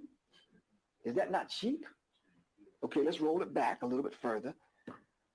I don't vote, so should I call myself a Democrat or a Republican? Okay, what else are these frivolous damn titles? I guess I'm in America, so should I call myself an American? No, am I not deeper than that? Okay, so let's roll it back. Let's go further. I'm on Earth. What am I? Should I call myself I don't know. So you follow where I'm going? Right. Okay. So let's get real deep, and then let's go speak to some of these people. If we used to start this interview over, and I said, and you said, well, today we're about to speak to Professor Griff, Minister of Information from the rap group, socially, politically, constantly driven rap group, Public Enemy. Griff, how you doing today? And I said, wait a minute, let's back up. Let me introduce myself. I'm God having a human experience called Griff. So if I say that and mean it, and I practice being God every day, as the scripture teaches, we are all gods, children of the Most High God. Are you following me? Why would I cheapen myself by calling myself an American, African, and all these other titles and labels that we put on ourselves? What higher honor can I bestow on this brother and you and these brothers here? And when I see the God, I greet him as a God. Do you understand what I'm saying? So all these other labels and titles, they don't really mean anything to me. They're probably different aspects of me that are on the fringes of what I am, but those things are cheap, man. For you to call me African, Dr. John Henry Clark, is cheap. For you to tell me that I'm not black, that I'm African, no, that doesn't speak to the essence of who I am. I can roll out a timeline and show you in ancient Kemet and pre-dynastic Kemet, Africa was nowhere in the picture. We didn't call ourselves African. African is a Johnny-come-lately new term. For me to be naming myself after a landmass, the whole earth was called Ethiopia and Asia. So Elijah Muhammad came along and said, no, we're the Asiatic black man. But then even at the end of that lesson, he said, we're gods of the universe, man. Are you following me? So don't cheapen me, man, with these. But that's just a philosophy that Dr. John Henry Clark came across with, but I totally disagree with. Now, what movie came out with this information in it? You might want to put that on pause. It may take you all a minute. Huh?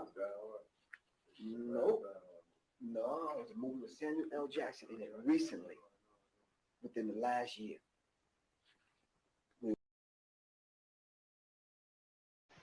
All right, so I've shared the link.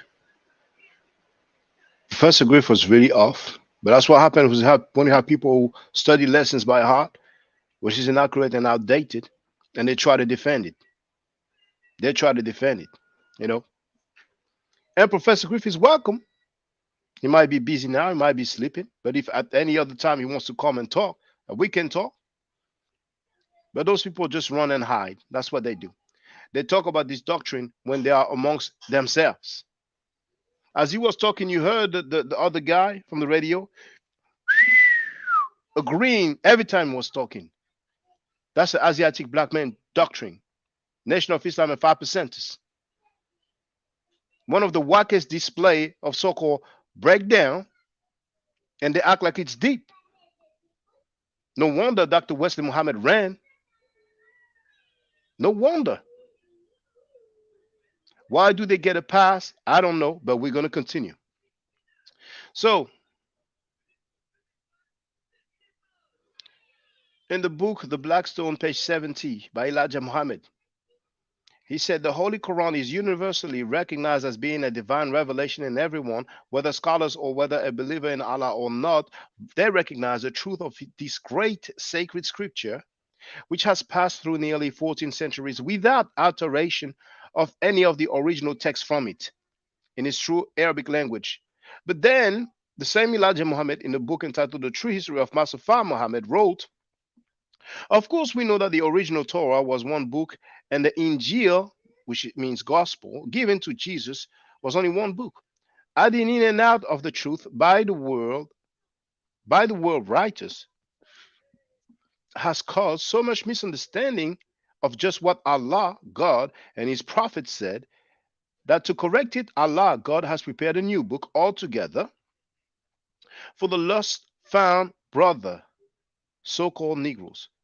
All the present scriptures, even the Holy Quran, have been touched by the hands of the enemies of the truth, the devils. These, brothers and sisters, is called a contradiction. Nobody's perfect, and it happens. But if you ask members of the Nation of Islam, did Elijah Muhammad ever contradict himself? They will say no. I challenge any Nation of Islam member to come on panel right now, or any other time when I'm live streaming and I have the link to get on the panel, and I'm going to share the link again.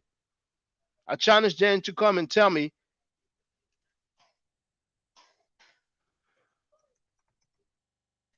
whether it's a contradiction or not. Thank you very much, good fella Nella, for that super chat, for that $5 donation. He wrote, keep going, brother. This is called a contradiction. Just like we have Christians who say there's no contradiction in the Bible. On my website, you have the address at the bottom. You go to the bottom, you have an article about the contradictions in the Bible. Some people are delusional. Now, he said that the Holy Quran has passed through nearly 14 centuries without alteration of any of the original text from it. And later on, he said, even the Holy Quran have been touched by the hands of the enemies of the truth. That is called a contradiction. That's not hate. That's not disrespect. That's scholarship. We're being scholarly with it. We're doing textual criticism. That's what we're doing right now. But you notice they're not coming, are they? They will identify the gullible people, and they will go and kick knowledge with them. As a matter of fact, like I have said, we have the conscious community. You don't hear those black Muslims from the NOI. They know their lessons will not stand against information, because their lessons are not based on historical data. It is merely beliefs, theology, religion, and a hybrid version of some previous religions at that. And those Asiatic black man movement derived from Freemasonry. In this video, like most of my videos, in the description section, you have a link that says Deception of Asiatic Black Men. You will see that the Moorish Science Temple of America, MSTA, and the NOI, Nation of Islam, those movements derive from Freemasonry. But when they want to criticize the entertainers, they say, oh, these guys are Freemason, Illuminati, and so on. Let's continue. You remember yesterday I told you about the end of the world, and I think I said 1913. So I was off with 1 year. Made a mistake, not the end of the world. Elijah Muhammad wrote in The Science of Time, when was that time up according to the word of God to me? It was up in 1914. Then why was not the judgment at that time? Why did not God destroy the wicked in 1914 if that was the end of the world? According to the past history of judgment and destruction of people by Almighty God Allah, He never did destroy them on the exact day that He had promised to destroy them. He had always been a merciful God, and He was merciful to those people in those days. He granted them an extension of time so that the world historians, writers, scientists, scholars would not charge Him with not giving them a chance to repent if they wanted to. The day of judgment is to happen after that particular time of 6,000 years ruling the black man. He is to be given an extension of time in which he have had. That extension of time runs sometimes like 50 to 60 years, but not beyond 70 years. This is what we have today. But 60 years, I think, or not before that time. But the final erasing of the race from the earth must take place now within the next 10 years. The time has come. The day we may expect it at any time. Now in green you can see my note, Elijah Muhammad died in 1975. Assuming he said that on his last day at 10 years, you get 1985. Assuming that Elijah Muhammad said that on his last day alive on earth, you add a 10 years extension to 1975, that gives you 1985. How removed are we from 1995? 38 years.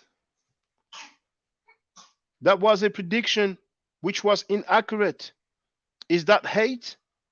Is that disrespect? Let's continue.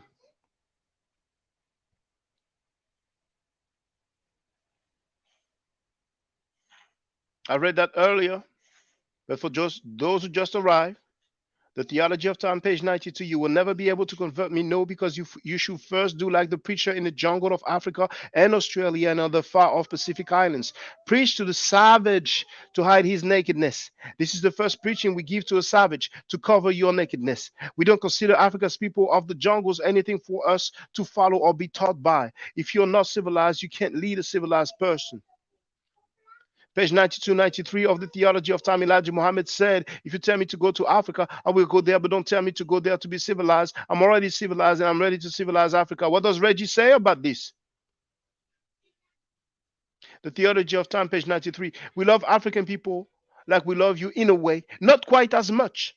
So there's love for Africans, but not quite as much, because they're being free and they let England, Germany, and other European people go over there and rob them, push them back in the jungle and take over their country. We love Africa. That's why we have our hands joined on the upper part of our paper. This is just what we want to do with Africa. We want to make Africa our brother, but Africa cannot lead us until they themselves have become perfectly civilized. That's Elijah Muhammad. They have some of their ancient teachings, but now it must be replaced. The teachings of Africa must be replaced for the new wisdom, knowledge, and understanding that is brought forth to liberate the black man all over the earth, and that knowledge is here with me. And who is the God of the Nation of Islam? This guy who came from India, this white man right there. Shaka. Yes, brother. I just wanted to say, you said something so important about that. Many people are making this claim. What does Sekou have to say about African Americans in America? But this is a clear instance of a person who claims to not be African, a person who has a whole doctrine, bothered to write a whole book, and all of this stuff is points about Africa. Now, why does he have the right? You know, that's the question here. You know, for these people like Reggie, anybody that has something to say about Sekou, they need to ask themselves, how did this book even exist? How does Elijah Muhammad or the teachings of the Nation of Islam, whoever want to claim credit for writing this, how does this individual or persons, how do they have the right? And I'm sure. I'm glad you Yeah, said go that. ahead. That's it. I'm glad you said that, because this claim that Reggie said, and Willie D, the rapper, said a similar thing. He said, you know, your Africans are going to stop talking about our stuff. He used the, you know, the S bomb. You know, I'm trying to be polite. I'm not holier than thou. Who, I just try to be polite. yeah, Willie D. and who did it first? And who started talking about who first? Well, So it's a Whitney talking point Houston? for FBA. But you see, this talking point, like Reggie said, you know, that Sekou has no standing. Hey, c'est quoi ça là? I'm sorry for shouting, but she's tripping right now. Pose ça là tout de suite. Pose ça sur la table. Pose ça sur la table, j'ai dit. Pose ça sur la table. Hold on, I'll be back. Hold on.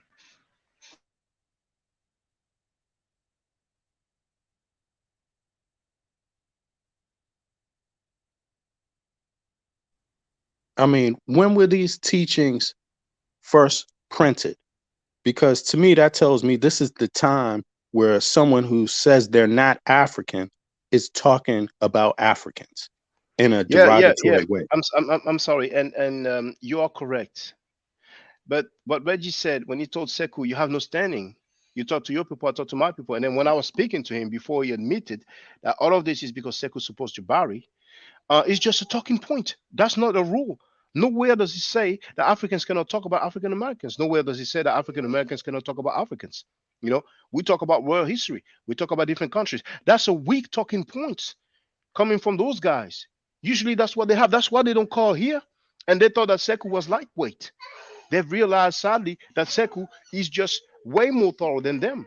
And that's why he moonwalked on them. And what did they do in response? They came up with that video to try to make African Americans hate Sekou.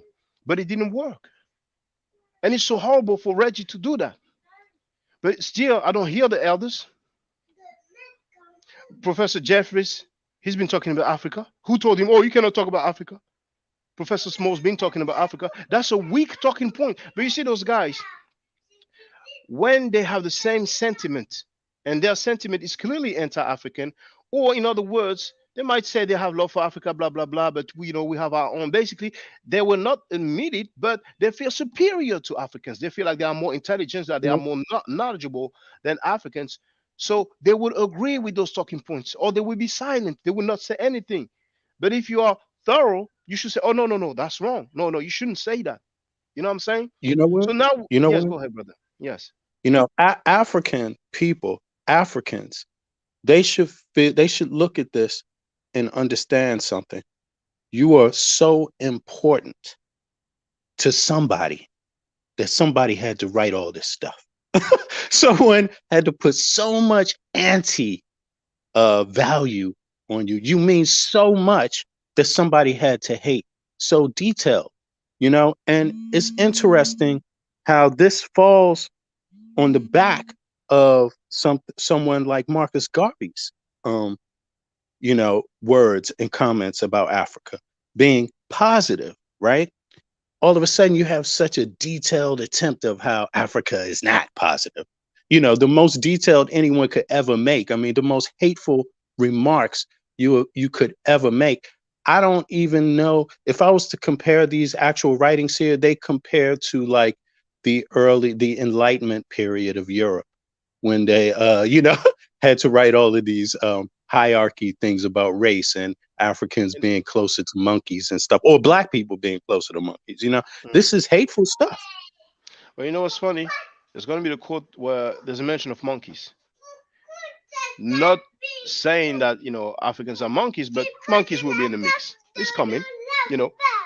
Now, those of you who know Nation of Islam members, feel free to tell them, you know. Feel free to tell them. And even if it's not right now, Feel free to share this video whenever you hear this. Now, you make a very good point, V. Bennett.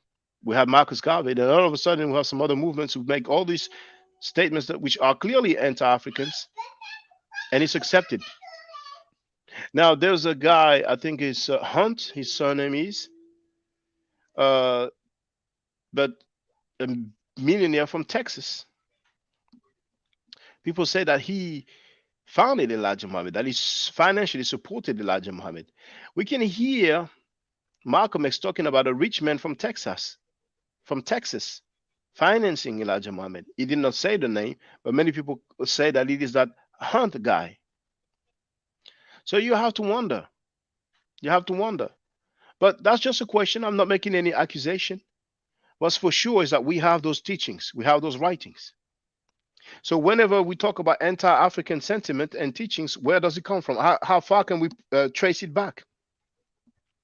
A lot of these guys felt those things, believed those things, had that sentiment, and now because of Sekou, and only because Sekou agrees with Jabari, Reggie Mabry has opened the door for all these people to come with these negrophobic or let's say anti-African statements. And as a matter of fact, they still accept negrophobic statements. Anti-black, that's what negrophobic means. And we've heard it. They have yet to say one word about this. All of this because of hate for Jabari. The Pandora's box has been opened. Reggie, you are irresponsible. Shame on you. Shame on you. Now, here, for the record, Elijah Muhammad says that he was once a Mason, and I have him on tape, also on audio. Now here, for those who wonder, that's Elijah Muhammad saying that he was hearing voices. In the book, The Science of Time, he said, God have said to me that the time has long past due for the execution of the wicked, the enemies who have misled the whole world of black man except about 10% of them.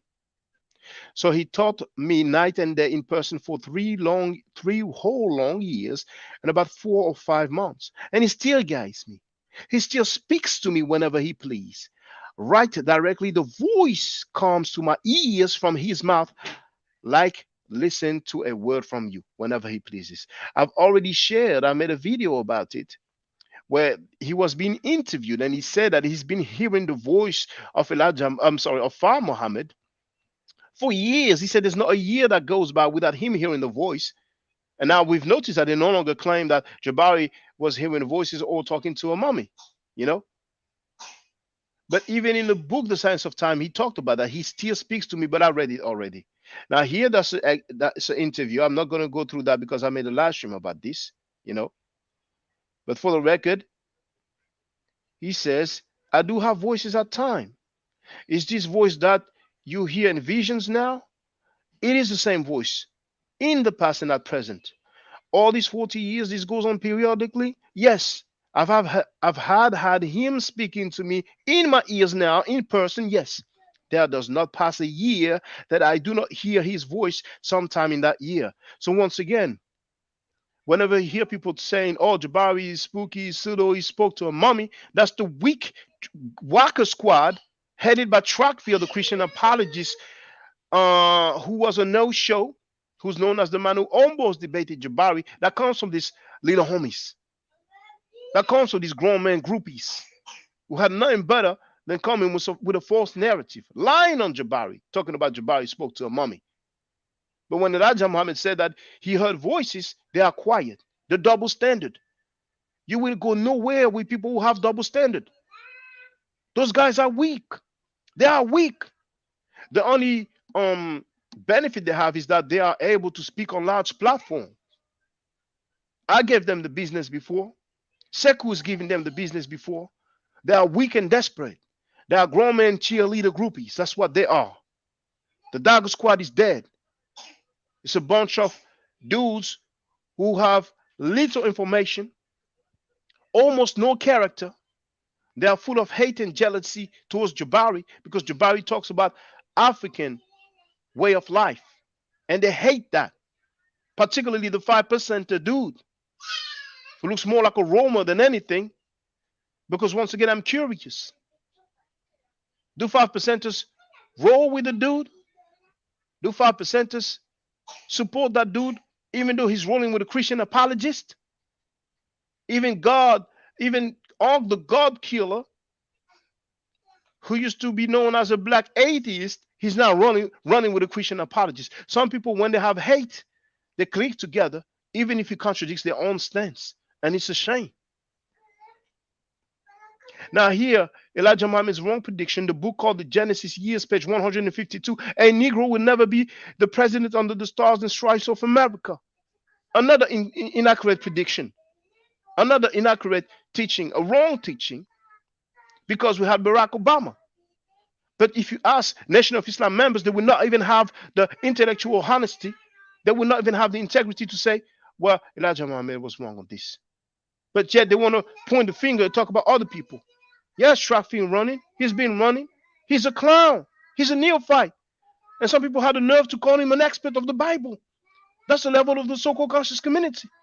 The dude said that he studied biblical history for the past 30 years. So it means that he started when he was 9 years old. Even the top PhDs, they never said they started learning something when they were 9 years old. And we have some grown men who say, well, take him up on the offer. We got in his degree. Paid the $1,800. Grown men who say that. Then you wonder why we in the mess we in. Let's continue. It depends. Yeah, feel free, brother. It it depends on how you define degree. Yeah, they will go there, but he clearly see that and you know, for those who don't know, let me play, because some of you, and I've received just one donation. Sometimes I'm like, man, it looks like our people just love spooky stuff. You know what I'm saying? Because if I do metaphysics and teach spooky stuff, teach astral projecting, alkaline water, and crystals, man, I'm gonna have so much more people and so much more donations. But true facts and reality, I mean, it's like maybe it's not entertaining enough, you know. But I will not do the metaphysics. I will not talk about astral projecting. I will not talk about alkaline water and crystals, prosperity crystals, health crystals. I will not do that. I will leave you guys to it.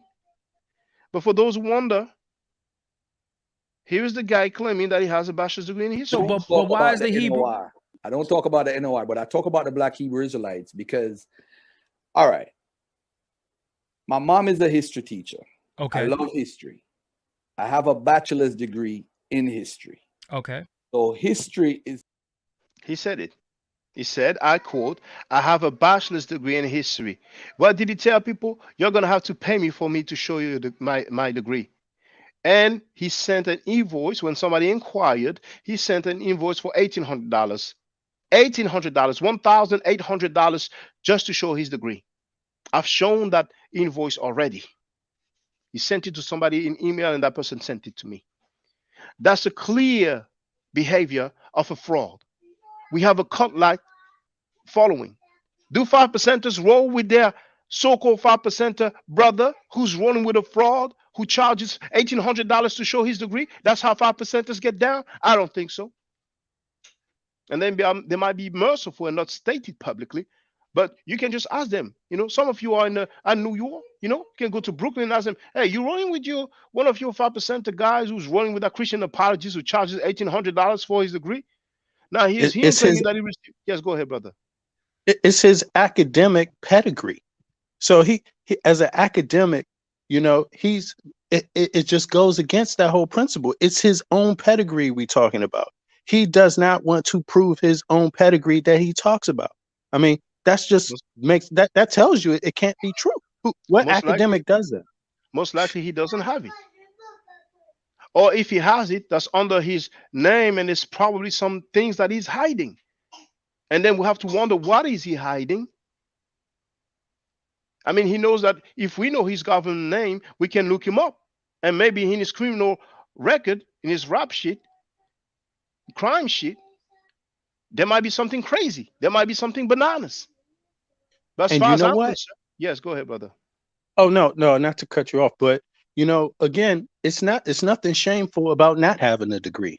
It's nothing shameful about you know, learning from others that have degrees. You don't have to have a degree to be well studied and anything necessarily. The academic part is just being applied in an institution to test your methodologies every day.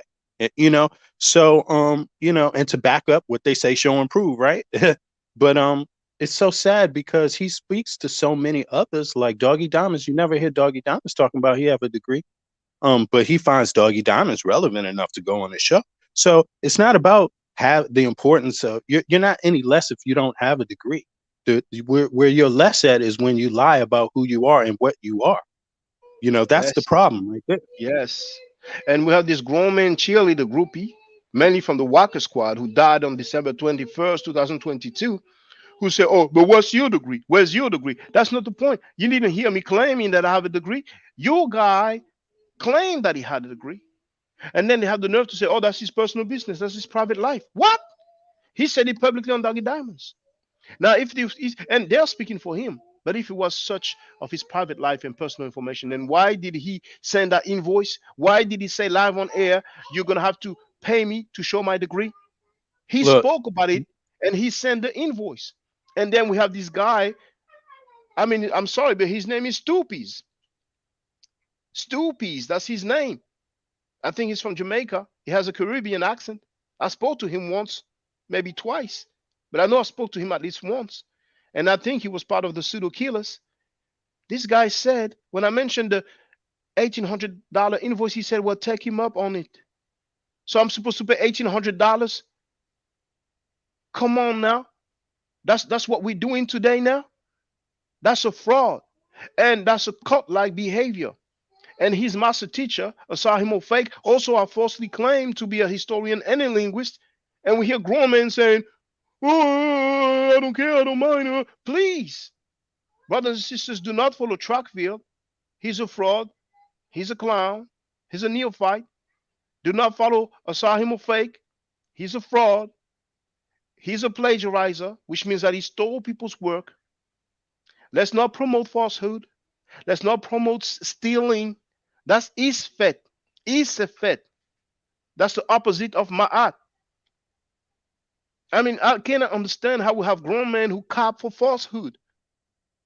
You don't have to cop for falsehood. You don't have to. We do have real linguists. Now, some of you only want to deal with African Americans. Well, Obadele Campbell, well, he used to be, you know, he probably has the citizenship of Ghana. But there's so many linguists around. People with PhDs in linguistics, just ask them. Don't ask a fraud. What's wrong with you, black man? What's wrong with you? People are grown men groupies and they're capping for frauds. Shaka, you know, also I want not to cut you off again, brother. I'm sorry, but just one other distinction.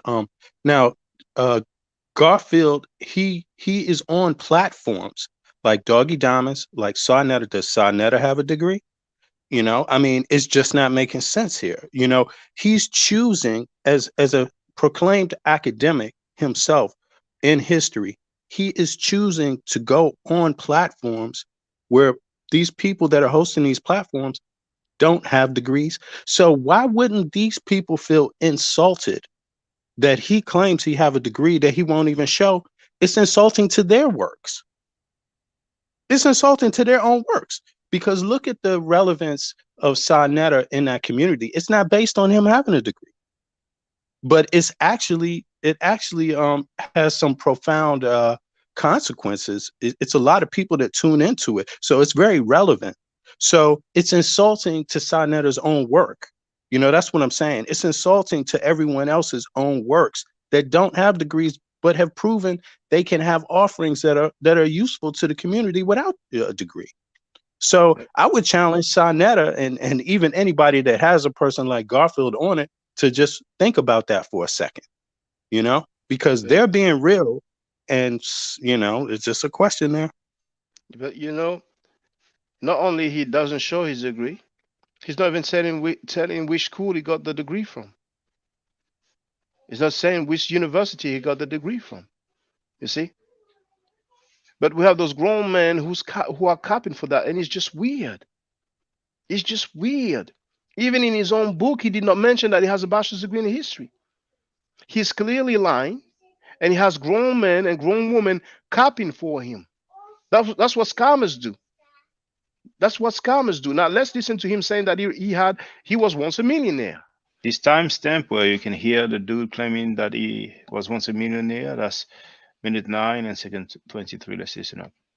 But this was like 14, 15 years ago. So he cleaned my credit. My sister had passed. And I said, you know what? Before I spend all this money, she left me like a couple million. So, and literally. You said somebody left you a couple of $1 million? Yeah, my sister when she died. Oh, so you know we cousins. You know we cousins, right? All the time. Go ahead. And he said literally. And the grown men cheerleader groupies, weak dudes, are gonna say, "Oh, that's his personal business. That's personal. That's personal." He said that publicly. He wanted people to believe that he was once a millionaire. It's better for business. It's better to attract people to do the credit repairs. That's what scammers do. That's what scammers do. They make false claims. You have so many other people who are into scamming and they claim to have credentials that they never earned. But the worst thing is that we have all these grown men groupies who are capping for this. I'm sorry. Now, let's continue.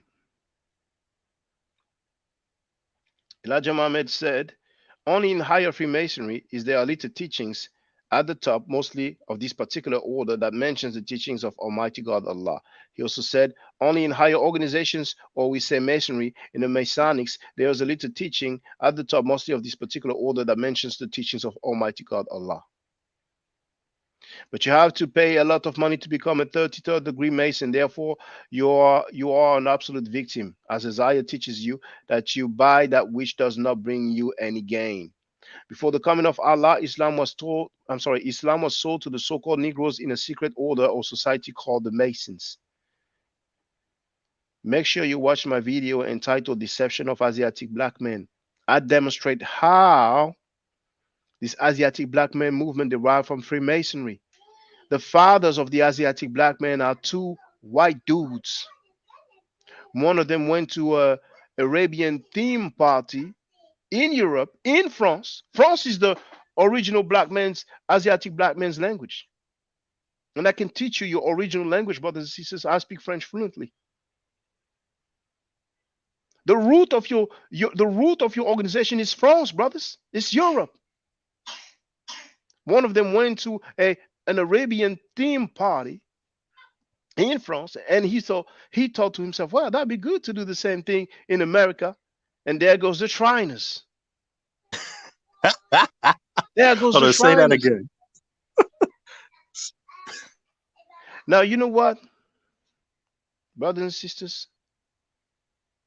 This is what I will do. Call your people. Like Chris MVP Howard says, come get that man. Some of you know Farrakhan.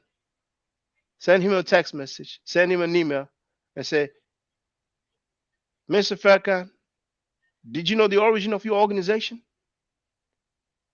All you guys who know the Moors, tell them, do you know the origin of your organization? And this is what we're going to do. This is what we're going to do. We're going to start with the God of the Nation of Islam, the white dude called Father Muhammad with his father Alfonso and his mother Baby G. That's the last stream, right? That's the description section, the description box. You click on show more, and here you have 1, 2, 3, 4, 5, 5th link. Deception of Asiatic Black Men.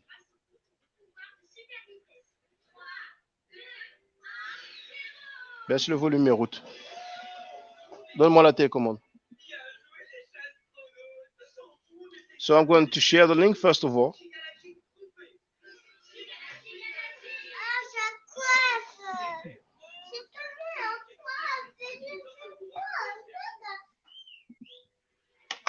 So let me share the link and we're going to listen. The fathers of the Asiatic Black Men, the Nation of Islam, the Moorish Science Temple of America are two white dudes. And you will see them.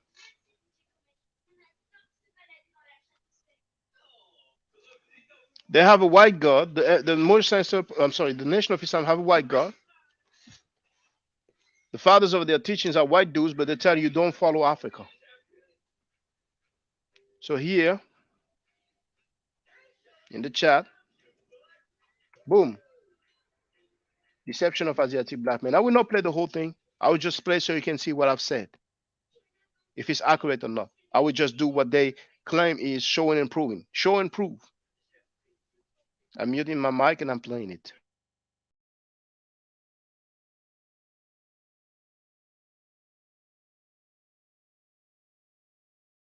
Deception of Asiatic black men. Greetings to all. I am Shaka Ndugu Kemet. We're going to start right off. Freemasonry, Encyclopedia Britannica 2012. In addition to the main body of Freemasonry derived from the British tradition, there are now a number of appendant groups that are primarily social or fun organizations, which have no official standing in Freemasonry, but which draw their membership from the higher degrees of Freemasonry. They are especially prevalent in the United States.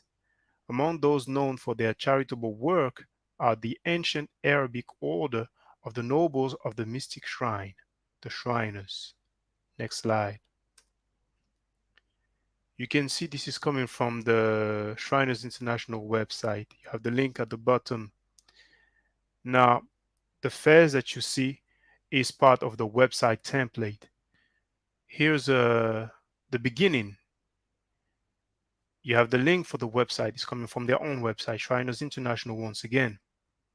It says, in 1870, a group of Masons gathered frequently for lunch at the Negropeans cottage on 6th Avenue in New York City. At a special table on the second floor, a particularly fun-loving group of men met regularly.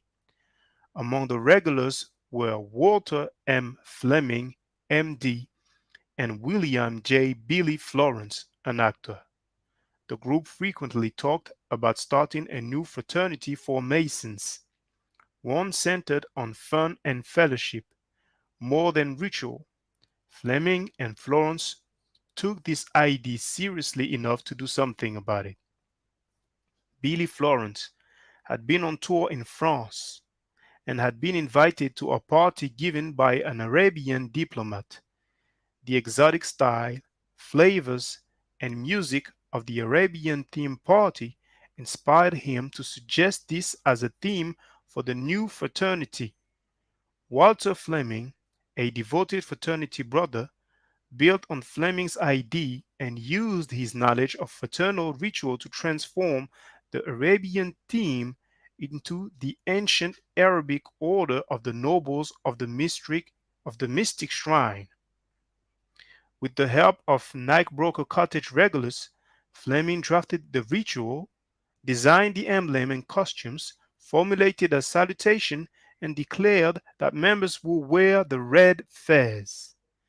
The first meeting of Mecca Shriners, the first temple chapter, established in the United States, was held September 26, 1872. Next, the fez is one of the most recognizable symbols of Shriners International and was adopted as the Shriners' official headgear in 1872. Named after the city of Fez, Morocco, the hat represented the Arabian theme the fraternity was founded on. It also serves as an outward symbol of one's membership in the fraternity, much like the white arpon worn by Masons as a symbol of their brotherhood. The fez is worn only by Shriners as a symbol of their membership in his unique fraternity. Today, the fez is worn at Shriners' function, in parades, and at outings as a way of gaining exposure for the fraternity. Members customize their fez to show their allegiance to their temple. Look closely at the fez and you will also learn other important information about its wearer, such as membership in shrine clubs, special roles within the organization, and much more. Each fez is custom made, and a Shriner may own more than one fez depending on his activities and memberships. Next, the emblem on the front of the fez, the crescent and scimitar, is an important part of the fraternity's theme and is representative of the characteristics embodied by the Shriners. The scimitar stands for the backbone of the fraternity, its members. The two claws are for the Shriners' fraternity and its philanthropy. The Sphinx stands for the governing body of the Shriners. The five-pointed star represents the thousands of children helped by the philanthropy each year. The emblem also bears the phrase Robur et Furor, which means strength and fury. Next, all Shriners are Masons, but not all Masons are Shriners.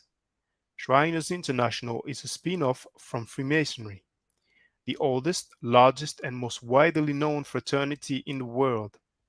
The Freemasonry dates back hundreds of years to when stonemasons and other craftsmen gathered after work in shelter houses or lodges.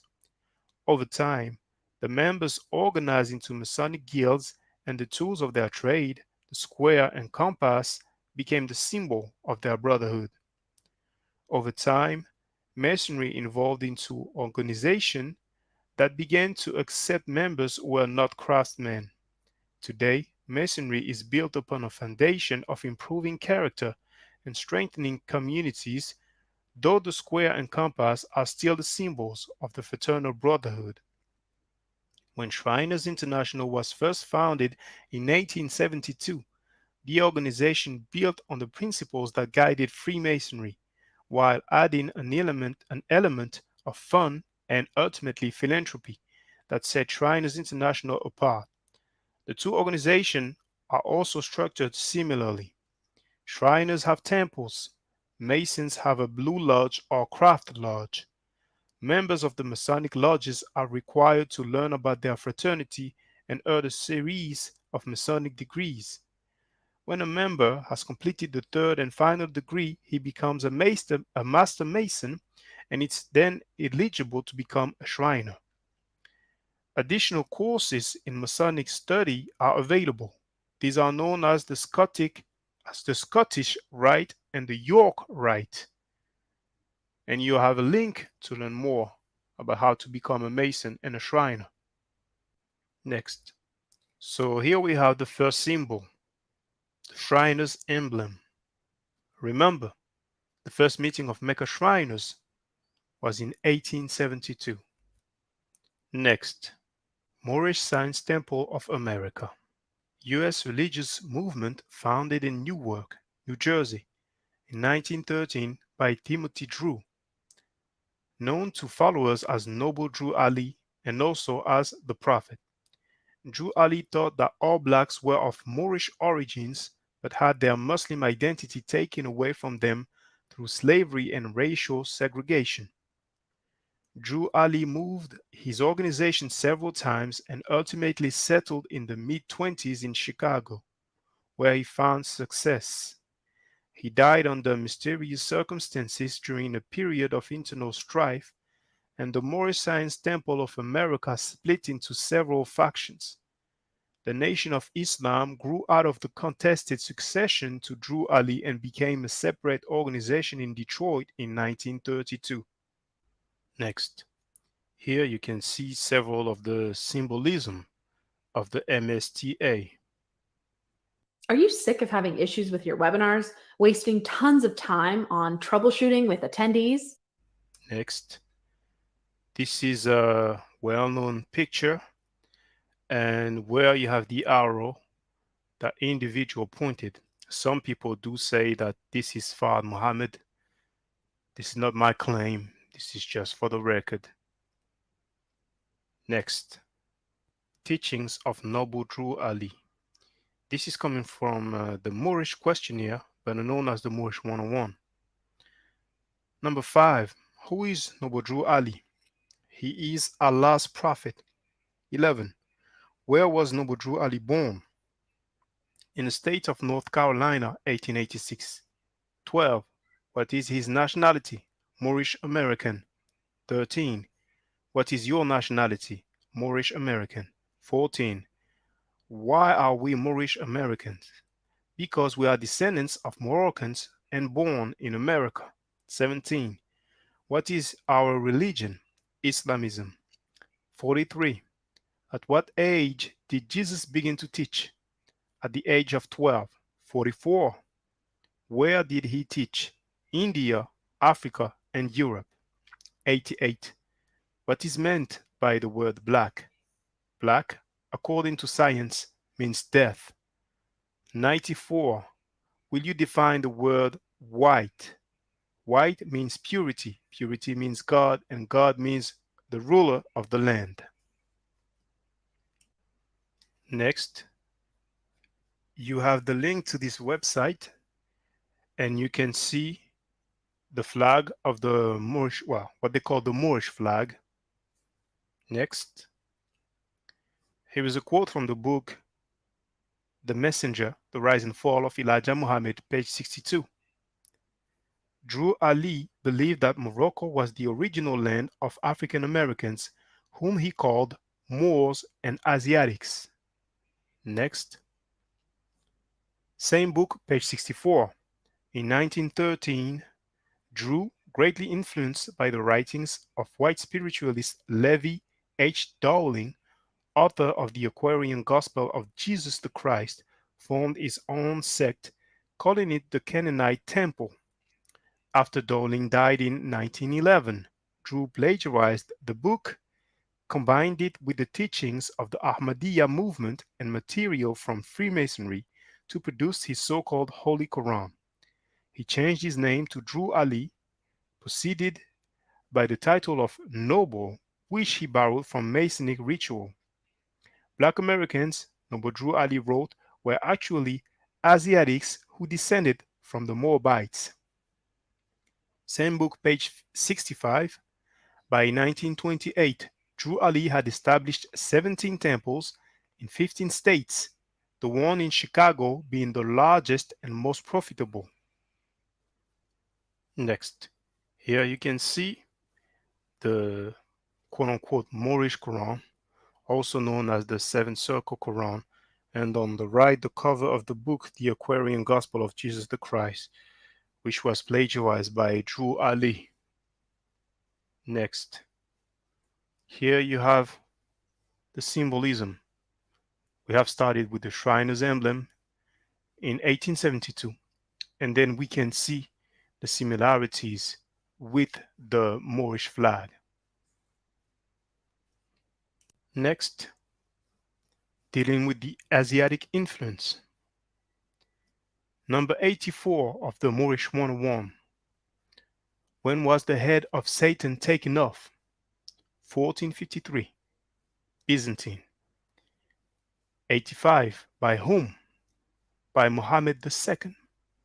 The Encyclopedia Britannica 2012 tells us about Mehmed II, Ottoman Sultan from 1444 to 1446 and from 1451 to 1481. A great military leader, he captured Constantinople. Now Constantinople, from the same source, largest city and seaport of Turkey. It was formerly the capital of the Byzantine Empire. Now dealing with the title Bey, common to the Moors, comes from Turkish Bey, Old Turkish Beg, Arabic Bey or Bey.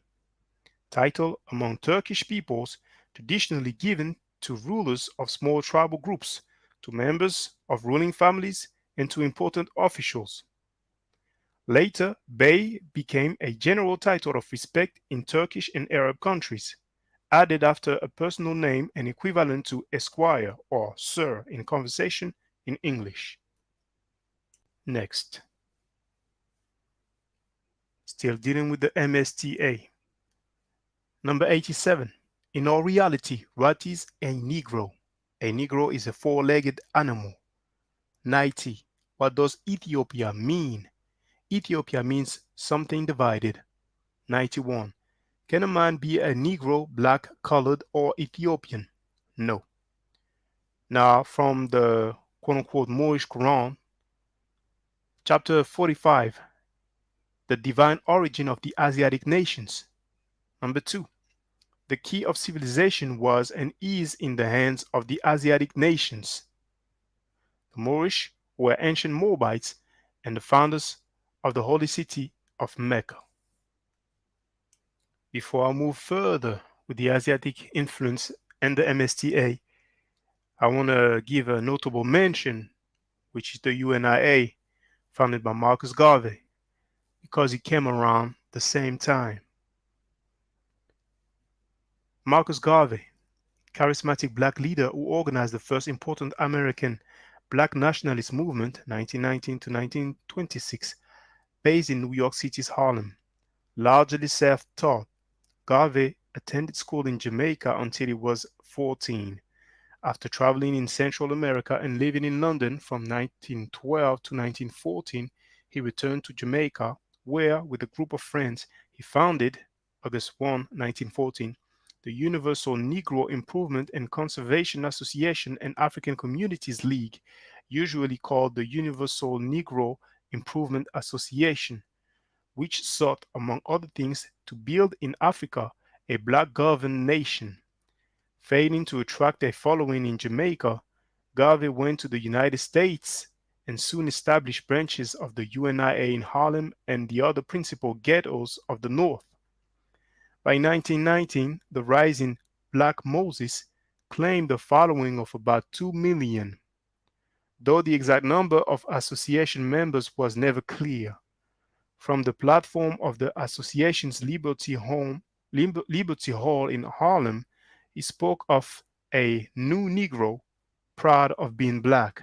His newspaper, Negro World, told the exploits of heroes of the race and of the splendors of African culture. He thought that blacks would be respected only when they were economically strong, and he preached an independent black economy within the framework of white capitalism. To forward these ends, he established the Negro Factories Corporation and the Black Star Line, as well as a chain of restaurants and grocery stores, laundries, a hotel, and a printing press. He reached the height of his power in 1920 when he presided at an international convention in Liberty Hall with delegates present from 25 countries.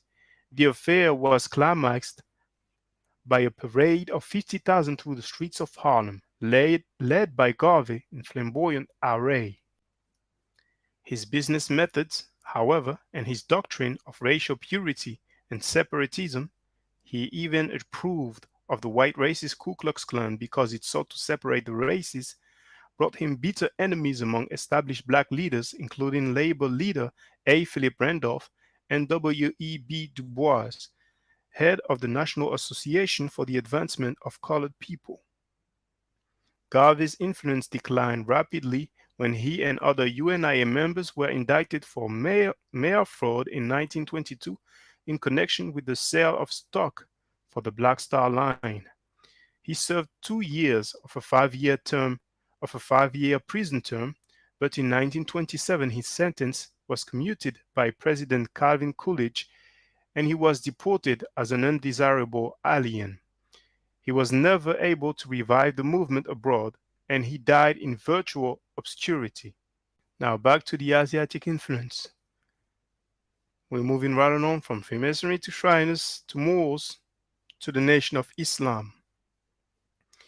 Here you have a picture of Elijah Muhammad wearing the fez, and in the middle, this is taken from the book Sheikh Dawood versus W.D. Fard, which is available online.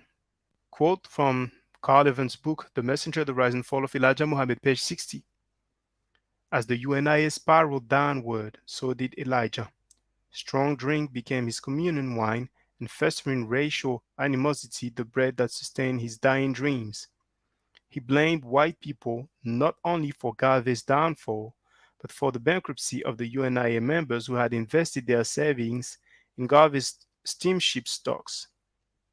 Like a million other lost souls, Elijah wandered from organization to organization seeking spiritual fulfillment. One of his first expeditions was into the esoteric world of Freemasonry. Since the mainstream Masonic organization, the ancient Arabic order of the nobles of the mystic shrine of North America was all white, Elijah enlisted in the all-black ancient Egyptian order of the nobles of the mystic shrine of North and South America. The Black Shriners, as these Freemasons were known, were a large bureaucracy with a virtually impenetrable hierarchy. Next, you will hear from yourself Elijah Muhammad saying, confirming that he was once a Mason. Once I was a Mason too. Until I became a Muslim, I was a Mason. This is not just a deck of cards. This is a collection. From the same book. Once I was Once a Mason. Self Elijah Muhammad saying, confirming that he was once a Mason. Once I was a Mason too. Until I became a Muslim, I was a Mason. Next, quote from the same book, page 62. Repentant, Elijah again promised to quit drinking and to give Clara back the proud man she married. As part of his spiritual quest, he attended meetings of a local temple that called its religion Islam and whose members were called Muslims. The founder of the temple, he learned during his first visit, was a strangely dressed man by the name of Noble Drew Ali. According to the temple's teachings, Drew Ali was the seal of God's prophets, despite the word of the Holy Quran, the book that Orthodox Muslims accept as a direct word of Allah. As did Muhammad of the 7th century, Drew Ali produced a holy book, this one called the Holy Quran of the Moorish Science Temple of America. Page 65. While he had never personally seen nor heard Marcus Garvey deliver a speech, Elijah did attend a lecture given by Drew Ali in Detroit and was profoundly impressed. He was soon among the thousands of blacks who joined the Moors.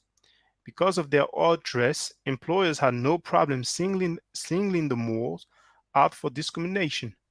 The maroon fezzes, which men were required to wear at all times, and the goatees were a dead giveaway. As Moors held themselves superior to white people, their religious beliefs frequently resulted in hostile encounters on the streets and in the workplace. Next, comparing teachings of Drew Ali with those of Elijah Muhammad.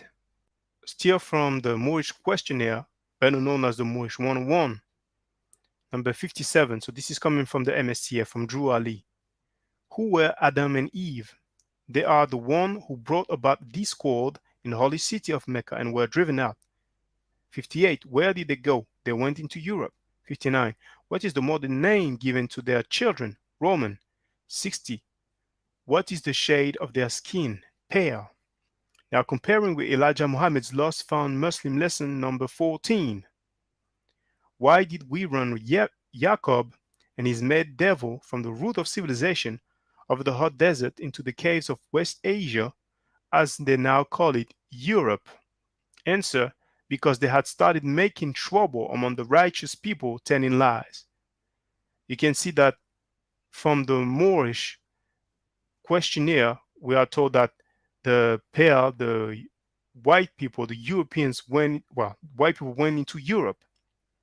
And also on Elijah Muhammad's lesson, we are told that they went they ran out Jacob and his mate devil, meaning white people, into Europe.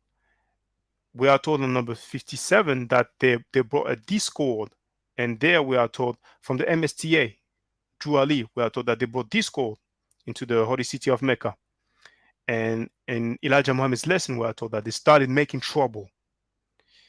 Also in Elijah Muhammad's book entitled The Black Stone, page 176, this took place in the 2000 years before Moses, when God drove the white men out of the paradise of the garden. It only means the Holy Land of Arabia. They were in Persia, over there in the valley of the Euphrates River. When they drove them out, they went across what is known as Syria, Lebanon, into Turkey, and into the hills and mountains of Europe. So once again, we are told about the holy city in Mecca. If you look at number 57 from the MSTA, from Drew Ali, and there we are told from Elijah Muhammad, the Holy Land of Arabia. And same again at the bottom, you can see that they went into the mountains of Europe. Just like you told on number 58 from the MSTA, where did they go? They went into Europe. Next. Teachings of Drew Ali compared to those of Elijah Muhammad once again. Drew Ali, Moorish 101, number 36. What does the name Jesus mean? Jesus means justice. Elijah Muhammad, the Black Stone, page 2. It means this, that Jesus being buried, that name Jesus means justice here. Exactly the same quote. Now, Drew Ali from the quote-unquote Moorish Quran, chapter 45, the divine origin of the Asiatic nations. Number 2, the key of civilization was and is in the hands of the Asiatic nations. Elijah Muhammad, Supreme Wisdom 110, the student enrollment. Number 1, who is the original man? The original man is the Asiatic black man. So we have the Asiatic nations and the Asiatic black man. Next, still with the Arabic influence, we're dealing with Arab money. The great gift of our Libyan brothers by Messenger Elijah Muhammad, reprinted from the May 19, 1972 edition of Muhammad Speaks newspaper. We, the Muslims, want the world to know that we thank the Libyan people and their government for the great surprise in loaning us nearly $3 million in cash. Here, we will see Khalid Abdul Muhammad talking about the time when Gaddafi gave $5 million to Farrakhan. To your best of your knowledge, could you explain to us what you know what the $1 billion was offered for? I'm sorry? To the best of your knowledge, could you explain to us what the $1 billion was offered for? To the best of my knowledge, I can, because from the beginning I was involved. I'm responsible by God's grace for Minister Farrakhan and Brother Muammar Gaddafi meeting. When I was married to my son Farrakhan's mother, we took our own money and went to Libya, the Libyan Arab Jamahiriya. We went to Libya. We stayed there 3 months to get a meeting with Brother Muammar al-Gaddafi. We had our letters and all of our correspondence in English on one side, translated in Arabic on the other side. We went to every office, every government building, every military office. We went all over, and we hung in there. We took audio tapes, videotapes, and looked for those who had the American system or the dual system to play the videos of Minister Farrakhan. We did everything to get a meeting between Minister Farrakhan and Brother Gaddafi, because Minister Farrakhan had sought a meeting with him years back. And when he arrived in Libya to meet with Gaddafi, Gaddafi's plane was taking off. There was a miscommunication and something had happened and they missed each other.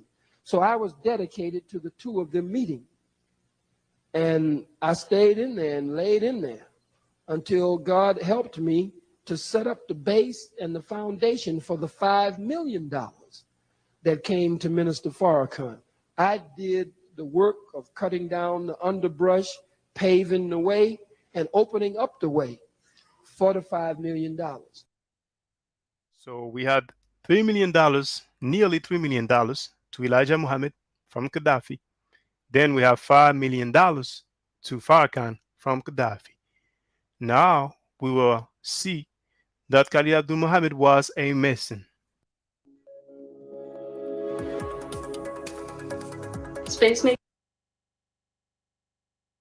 We would like to present to some and introduce to others a man that need no introduction. He's a man that has been initiated into the degree of his apprentice, passed to the degree of a fellow craftsman, and raised to the sublime degree of a master mason, walked into the lodge of perfection where perfect men were at council, and from this point walked on into the consistory and crowned the sublime prince of the royal secret of the 32nd degree, king of the harborn friends of the desert, trying to find rest in the shade of the oasis, washed in the pool of Mecca, kissed the black rock of Jephthah, and stepped back on the square and declared himself a man of noble birth.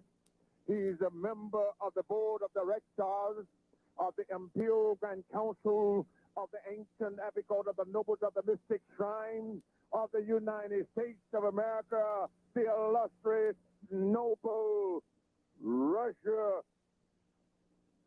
Dean.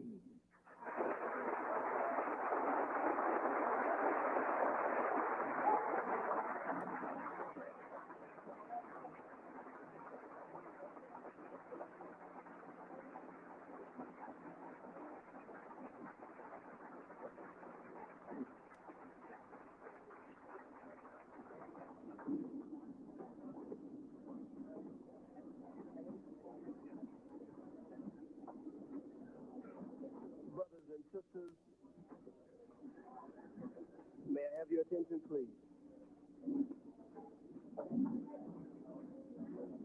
Brothers and sisters, in Islam, we are taught by the Honorable Elijah Muhammad to begin every important event asking for the divine blessings, asking for the divine providence of Almighty God, and to begin every important event in His name. And I can find no other event more important than this Founders Day banquet, and to begin in the name and asking for His divine blessing. So in the name of Almighty God Allah, and in the name of His Christ and His messenger, the Honorable Elijah Muhammad. And we thank that God Allah for coming as it was written and prophesied that He would come, seeking that which was lost.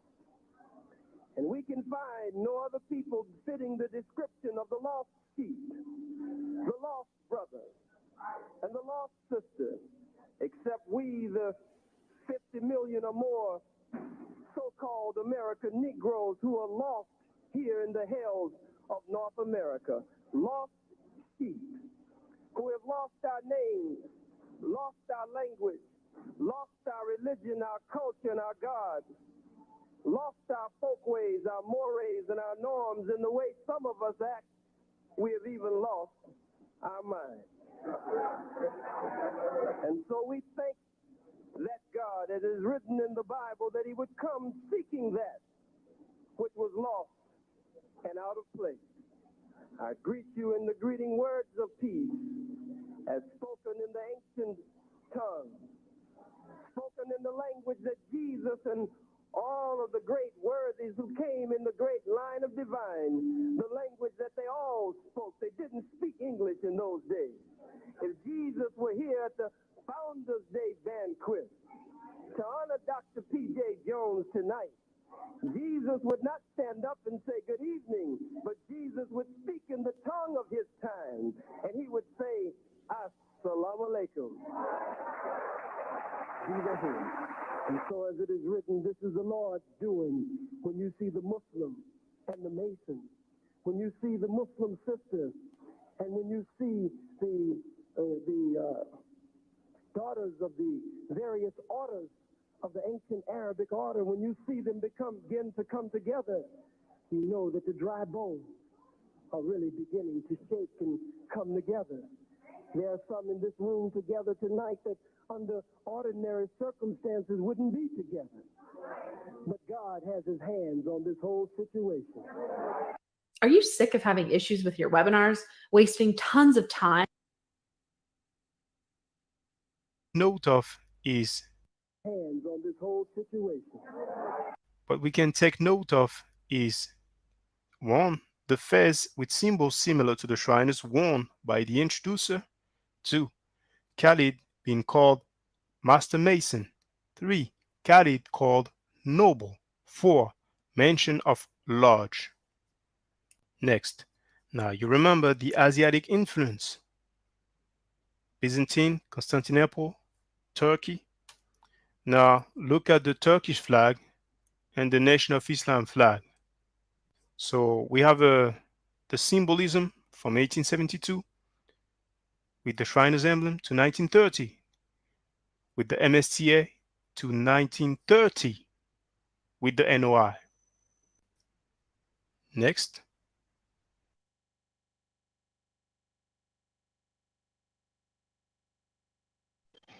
Okay, people are free to continue. I've shared the link, but let me show you again who the fathers of the Asiatic black men are.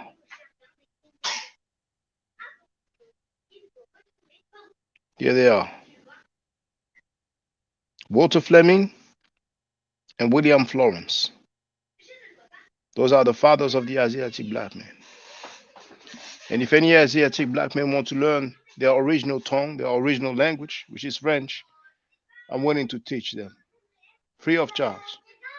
Every time I'm live streaming, you can go on the chat and ask the questions. You could get on the panel. Some of you like to say peace, God. That will be paix, Dieu in French.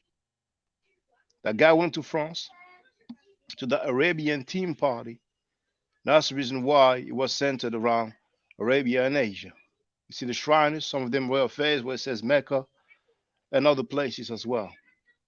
Now, if you would have went to an Indian Team Party or Scandinavian Team Party, then those Shriners, the Shriners would have come up with other symbols and other words from different languages. It's just a coincidence.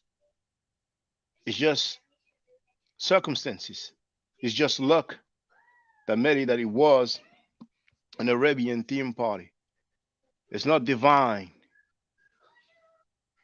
It's just a coincidence. Now, I don't know if Bennett is still there, but I will go back to this. No, I'm here, brother. I'm here. I'm following you. And you did correct by going back to the beginning to establish that point, you know, because that's exactly what I was getting at in terms of the relationship between identity and people trying to form an identity for a specific or particular actions in the future. You know, these things, action and identity, go hand in hand. So I think you illustrated that point, bro, very, very clearly and in detail. And I don't think they're going to question it.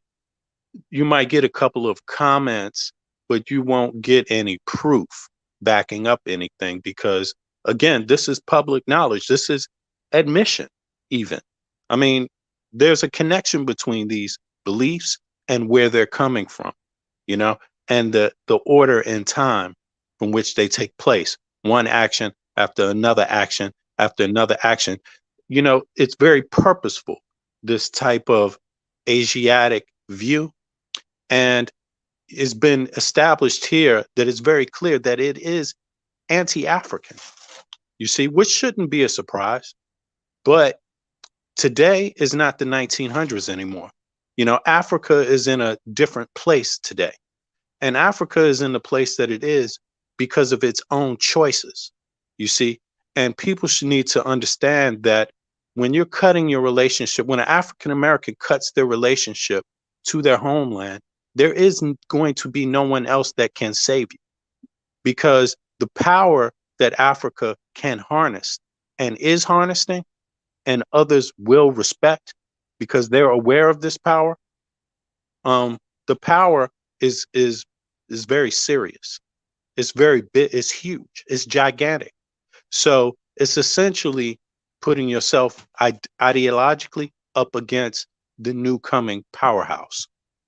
So that's really what's going to happen. And when you take on this identity, you're putting yourself in the company of white supremacists. You know, that's what you're doing. So the people that will be there to save you, it will be the white supremacists only, because you have taken yourself away from Africa. You know, and that's how it's going to play. That's how I see it, bro. I mean, it's a serious thing. These guys may think it's a joke. A lot of them are basically hustlers, and that's why they laugh at everything that they do, think everything is a joke. But people are going to come to reckon with this in real terms, you know? So go ahead, my brother. And Saracen said it back then, showed, if I'm not mistaken, some connection between Freemasons and the Ku Klux Klan. You know, I think it has something to do with the Scottish Rite. But don't quote me on that. You know, try to see if it's on his channels. He has two. He has General Seti and Saracen Seti. But I think he did show a connection. And the Masons did not even want black folks. And that's why we have, I think it's called the Priest Hall Lodge. But first, the Masons did not want black people. So black people, they wanted to be down so much that they created their own Masonic organization. So identity, yes. We're dealing with some identity crisis. We have black Hebrews who lied to, claiming that black people put forth these religion, this belief system, and these writings as well, even to the point of claiming that King James was black, you know? So let's continue here. Now, Elijah Muhammad himself said, and that's from the book The Black Stone, page 44, that their God, Father Muhammad, had enrolled and studied in the California University. Their God went to the university. He lived with a white family out there while he was going to the University of California. How long he went to this university, I don't know, but he said that he did go to this university and enrolled there and other universities. Elijah Muhammad himself said that his God, Father Muhammad, had studied every educational system in the civilized world and that he could speak 16 languages and write 10 of them. Now, if for anybody that makes sense that a God will speak 16 languages and write 10 of them, if that makes sense to you, then more power to you. To me, it doesn't make sense that God will only speak 16 languages and write 10 of them. It means out of the 16 languages that their God knows, there's 6 that he cannot write. Now let's continue.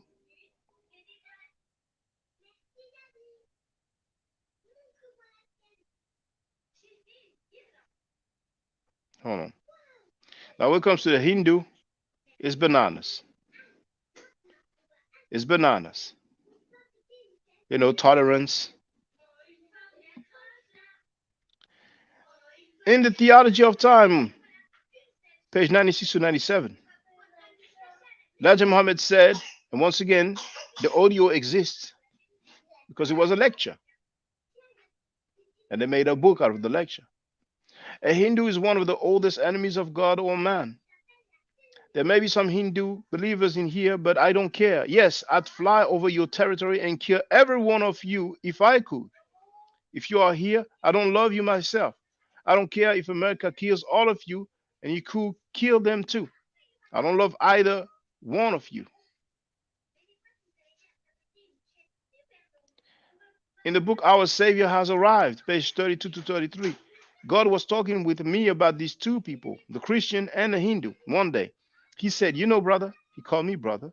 He said, there is a law among us, a ruling. He said, if the Hindu and the Christian are walking together, he said, kill the Hindu first, because the Hindu is more poison than the Christian. And he is. Now here, on the book The Black Stone, page 107, Elijah Muhammad said that Islam must dominate the whole entire religious world. The Holy Quran plainly warns us that the messenger has brought to you the truth and the true religion, that it may overcome the religions, all of them, of all of them, which means to tell us that Islam must dominate the whole entire religious world, regardless of what religion you may have or what God you may have been worshiping. They like to say that followers of Kemet are romanticizing. But here they are saying clearly that Islam must dominate. Elijah Muhammad said that Jesus and Moses spoke Arabic in a book called The Black Stone, page 142. Originally, the Torah, Old Testament, was given in 2000 BC to Moses, who spoke ancient Egyptian Arabic. And the second half of the New Testament was revealed to Isa, Jesus, who spoke both Arabic and Hebrew 2,000 years ago. Now, if the Arabic language was in existence in 2000 BC, please let me know which language says that. Now, Christians will love this. Jesus is a fornication child. In the book The Black Stone, page 237 to 238, Elijah Muhammad wrote, they do not know the birthday of Jesus. No one knows it because being persecuted by the Jews, Joseph and Mary feared the death of not only their newborn baby that they were bringing to birth, but even feared for their own lives for committing the act out of wedlock. So all of you who believe that it's a miraculous birth, that is some sort of spirit from God that brought forth the birth of Jesus Christ, that's in great disagreement with the teachings of Elijah Muhammad. It's a result of fornication.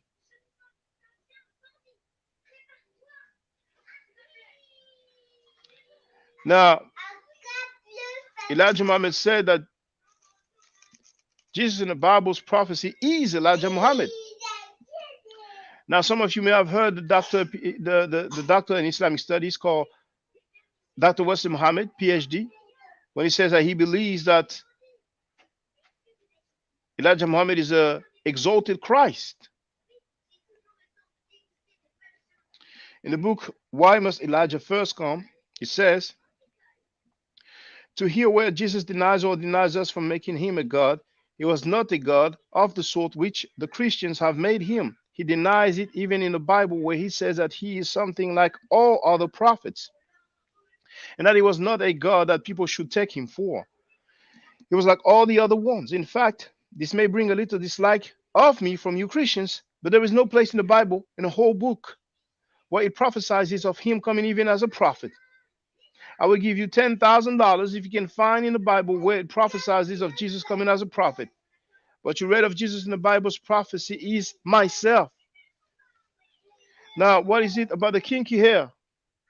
You heard Farrakhan, Louis Farrakhan talking about the origin of kinky hair. It says, and the Honorable Elijah Muhammad teaches us is the origin of kinky hair. Well, this is the book, the Message to the Black Man in America. Once again, Message to the Black Man in America by Elijah Muhammad, who said, the origin of our kinky hair, says Allah, came from one of our dissatisfied scientists 50,000 years ago who wanted to make all of us tough and hard in order to endure the life of the jungles of East Asia, in parentheses Africa, and to overcome the beasts there. But he failed to get the others to agree with him. It took his family and moved into the jungle to prove to us that we could live there and conquer the wild beasts, and we have. So maybe we have some biologists, scientists of all sorts, who could tell us if that is indeed the origin of kinky hair. I've heard that black people were first on the planet Earth. I've heard that Africans were the first humans on planet Earth. It's safe to say, safe to presume and assume that they did have kinky hair. So that would be the first hair, the initial hair on the planet Earth. But here we have a different doctrine. Can I insert something there? You raised a good point. What it sounds to me like, according to their doctrine, the first people on Earth didn't. See, according to their doctrine, they're saying that it's because of the curse. So unless the curse was there from the very beginning, nobody had kinky hair, according to them. I'm just saying, you know. Well, we've heard of Issa Farrakhan, and for those who just arrived recently, it's only 3 minutes long, so let's listen to it. So Shabazz was not permitted to stay in that area, so he took his family into the jungle of East Asia, which we now call Africa, to make a people close to nature.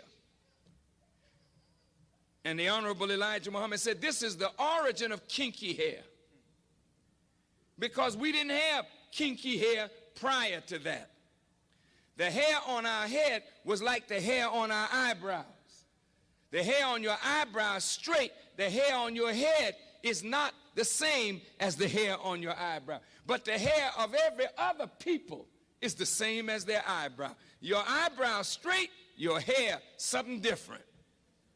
Wouldn't you like the hair on your head to be as straight as the hair on your eyebrow? That's why you so busy frying it. That's why you so busy pulling it. Because your nature tells you that the kink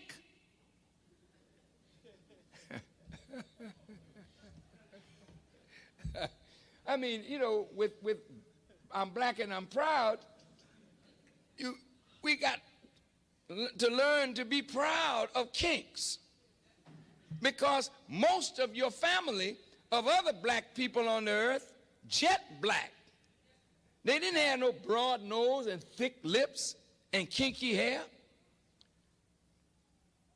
They were dark-skinned people, jet black. But they had straight hair, a thinner lip, a thinner nose. But we are marked as a different kind of black person. And we were rejected and despised, not only from the circle of the gods, but we were despised and rejected by all the other dark people of the earth. This is why today black people with kinky hair and broad nose and thick lips are rejected in every society. I want you to hear me well tonight. Yes, sir. Why are we rejected? Because the essence of beauty is in obedience and submission to God.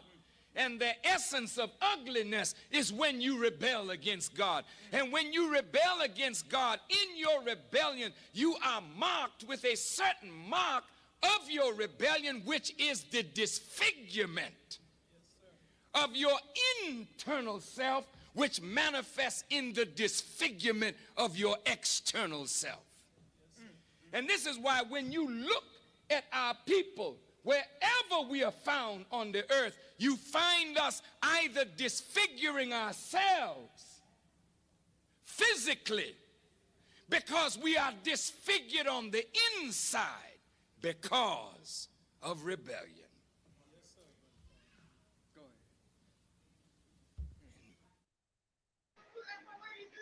All right, so let's continue. Shaka. I read, yes, feel free, brother. I mean, this to me, this is just it's a spin off of the Curse of Ham, basically. It's in a, you know, whatever they want to call their organization, whatever type of doctrine they have. This is a spin off of the Curse of Ham. But what makes it even more interesting is that when he said that rejected from the circle of God, that sounds like, you know, implying like the devil was a kinky haired person, because who was rejected in this whole Abrahamic, you know, if you want to go by that, who was rejected from the gods, the circle of gods? The circle of God, a lot of people don't know that actually Elijah Muhammad thought that there were 24 scientists. They had several gods. They were polytheists, you know. And indeed, I agree, it's like a spin-off of the Curse of Ham. You know, it's similar than the Curse of Ham or Curse of Canaan. And here's the link in the chat. And once again, let's compare the two. Because in the Curse of Ham, it's not in the Bible, but we have, you know, the Talmudic writing. And there they're breaking down. And they also say that it's because of what happened between Ham or Canaan and his father, Noah, who got drunk like hell. And that's how the kinky hair or nappy hair came about. You see? So I want you to see something. First of all,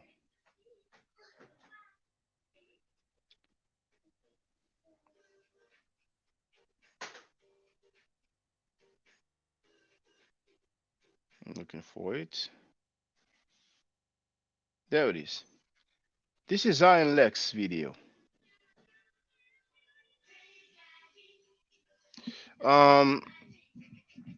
Now, maybe it was a post on his YouTube timeline.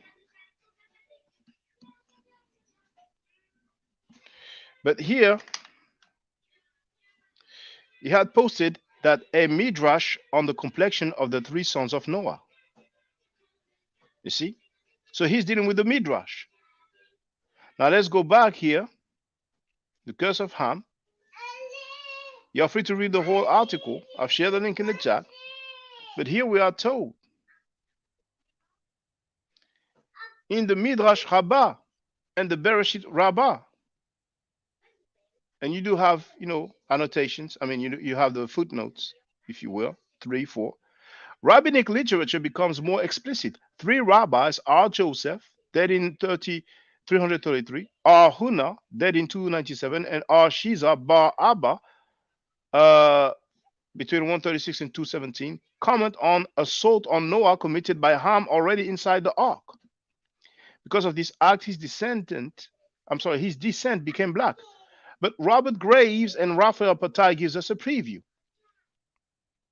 And that's from the book, The Hebrew Myth. Now I can no longer engender the 4th son whom I would have gave the order. Your children shall serve you and your brothers. It has to be Canaan, your firstborn, that they shall take as slave. And since you have made me incapable of doing bad things in the darkness of the night, the children of Canaan will be born ugly and black. You remember Farrakhan said the essence of ugliness? Also, because you have stretched yourself to see my nudity, the hair of your grandchildren will curl so that it turns nappy. And the eyes will be red. Also, because your lips have joked about my misfortune, yours will swell. And you heard Farrakhan talking about, a thinner lips, a thinner nose. And since you had a lack of respect for my nudity, they will go around naked, and the virile part extend ignobly. So whenever people say it's a spin-off, are they wrong? And it's ironic. It's ironic here because it's very clear that the hatred, these are not Kemetic beliefs that we're talking about here. We're hearing one from the Nation of Islam, right? And then we're hearing one from where's the curse of Ham from? Well, the curse of Ham or the curse of Canaan, that comes from the Bible. But then we have the exegesis, from the Talmud or the Midrash Rabbah. The same thing that Zion Lex used to prove a black ethnicity of Ham and his descendant. That's what he says about black people. Now, exactly. Now, the Nation of Islam obviously don't believe Zion X. And here's the interesting part. Neither are a Kemetic belief anyway. There's no Kemetic hand in this. And that's their teaching. That's their doctrine. That's their scriptures. When people say, oh, you don't believe in the scriptures, we heard Professor Griff, when he was throwing shade at Dr. John Henry Clark, he mentioned the scriptures. And the scriptures he mentioned, he quoted from the Bible.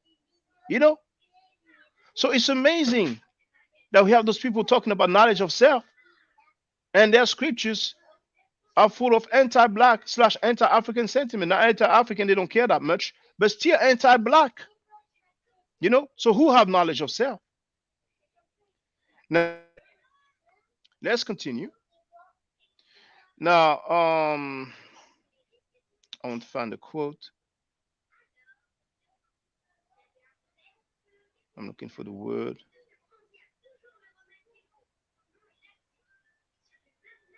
Hold on.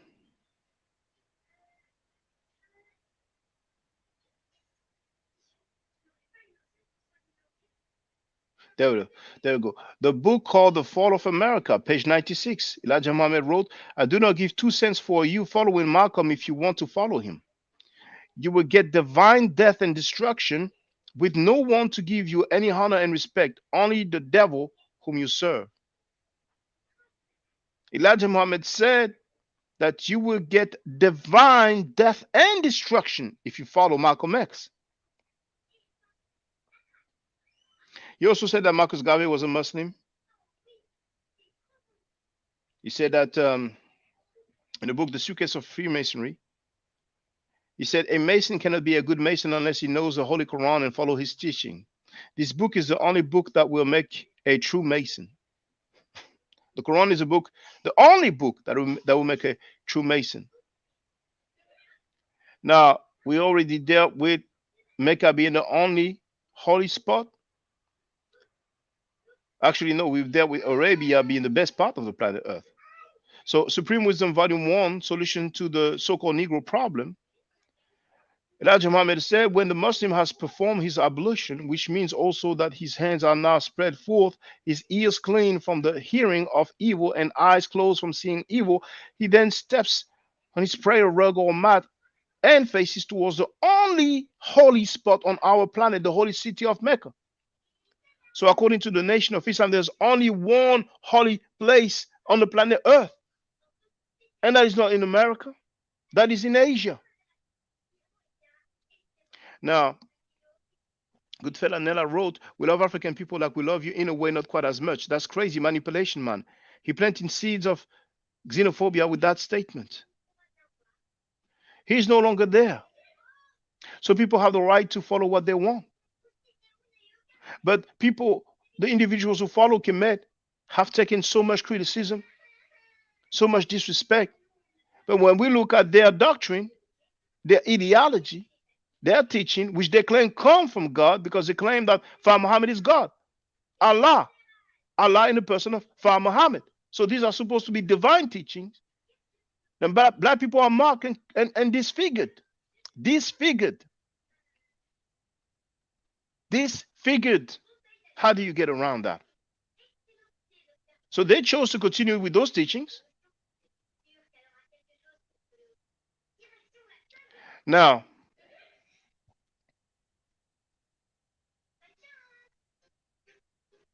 Elijah Muhammad said that non-black Muslims will destroy themselves.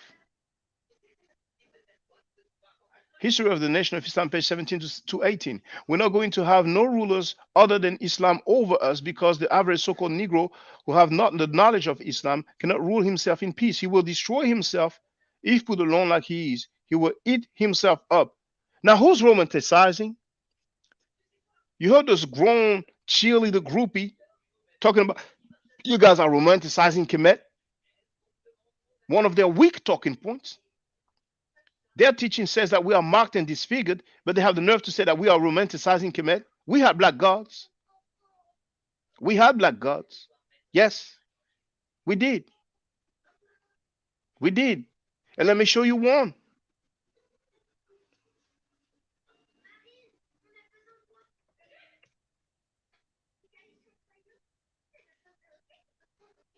I'm looking for it right now. Maybe I need to put jet black. We see it from the Louvre Museum.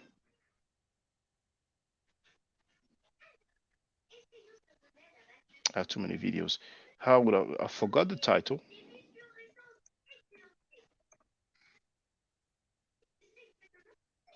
I cannot find it, but I've shared it before. There's an artifact. There's a papyrus, actually.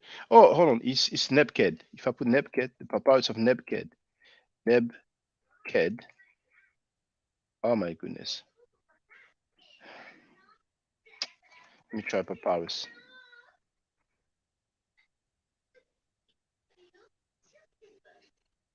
I'm looking for it. Oh, there it is. Now, that's in French. I have a video in English, but I don't want to take too much time, so you will have the French version. I'm going to share the link, and we're going to see.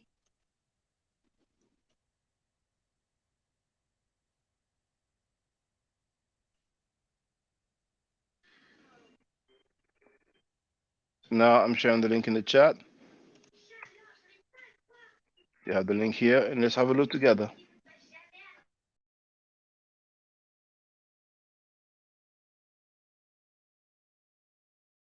Bon, là, il y a écrit livre des morts. C'est très intéressant, ça. Livre des morts. Le terme original, en fait, c'est Peret Mheru. D'ailleurs, c'est un peu plus long. Il y a quelques mots avant. Je les connais, frère, les mots avant. Reine, je sais pas quoi, Père Mheru. Bref, moi, je les connais pas. Mais on dit communément Peret Emheru. En fait, ça peut se traduire, ou Peret Emheru, ça peut se traduire par sortie au jour ou sortie à la lumière.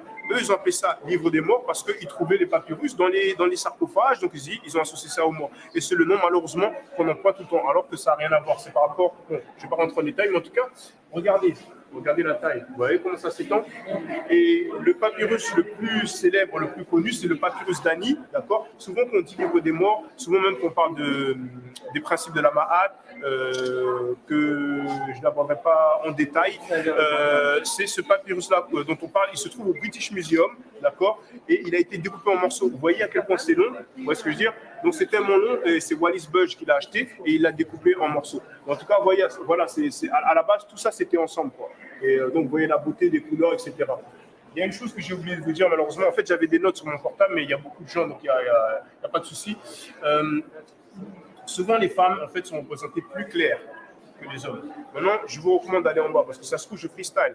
En bas, vous voyez là où il y a les trucs de guerre, les haches et puis l'arc. Quand on continue la visite vers la droite, il y a des vases en albastre, il me semble. Mais bref, vers là, vous regardez en bas, et il y a écrit que communément, ils utilisaient la peinture jaune pour les femmes et l'ocre rouge pour les hommes. Donc, c'était plutôt une habitude, peut-être il y a une signification symbolique, ça, je ne sais pas. Mais c'est bien de tenir ça en compte, parce que certains pourraient faire l'argument que, oui, bon, ok, les Égyptiens, ils sont bruns, ils sont soit. I'm going to cut the chase. You've seen the original on video.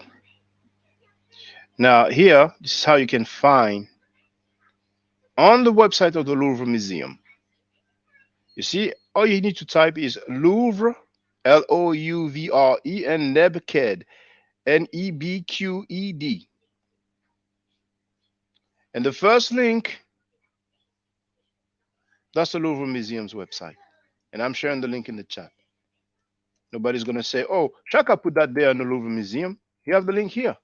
collections.louvre.fr/en/ARK:/53355/CL010003125. And if I make it larger, boom.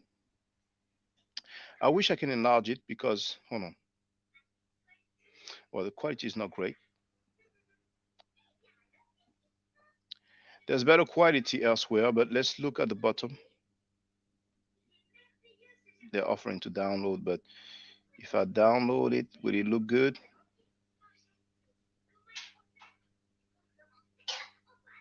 What's the same? Because obviously it was taken. They've taken a picture of the large part, so that's why we don't really see in details.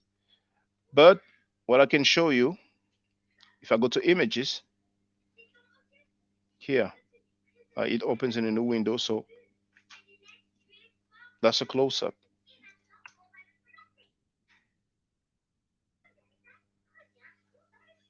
See this, brothers and sisters? Here we have his name. When you have the throne and the eye, that's we have an ad now. Okay. Oh, I'm sharing this thing, by the way, but this link is not from the Louvre Museum. If you want to see the original artifact, I've already given you the link.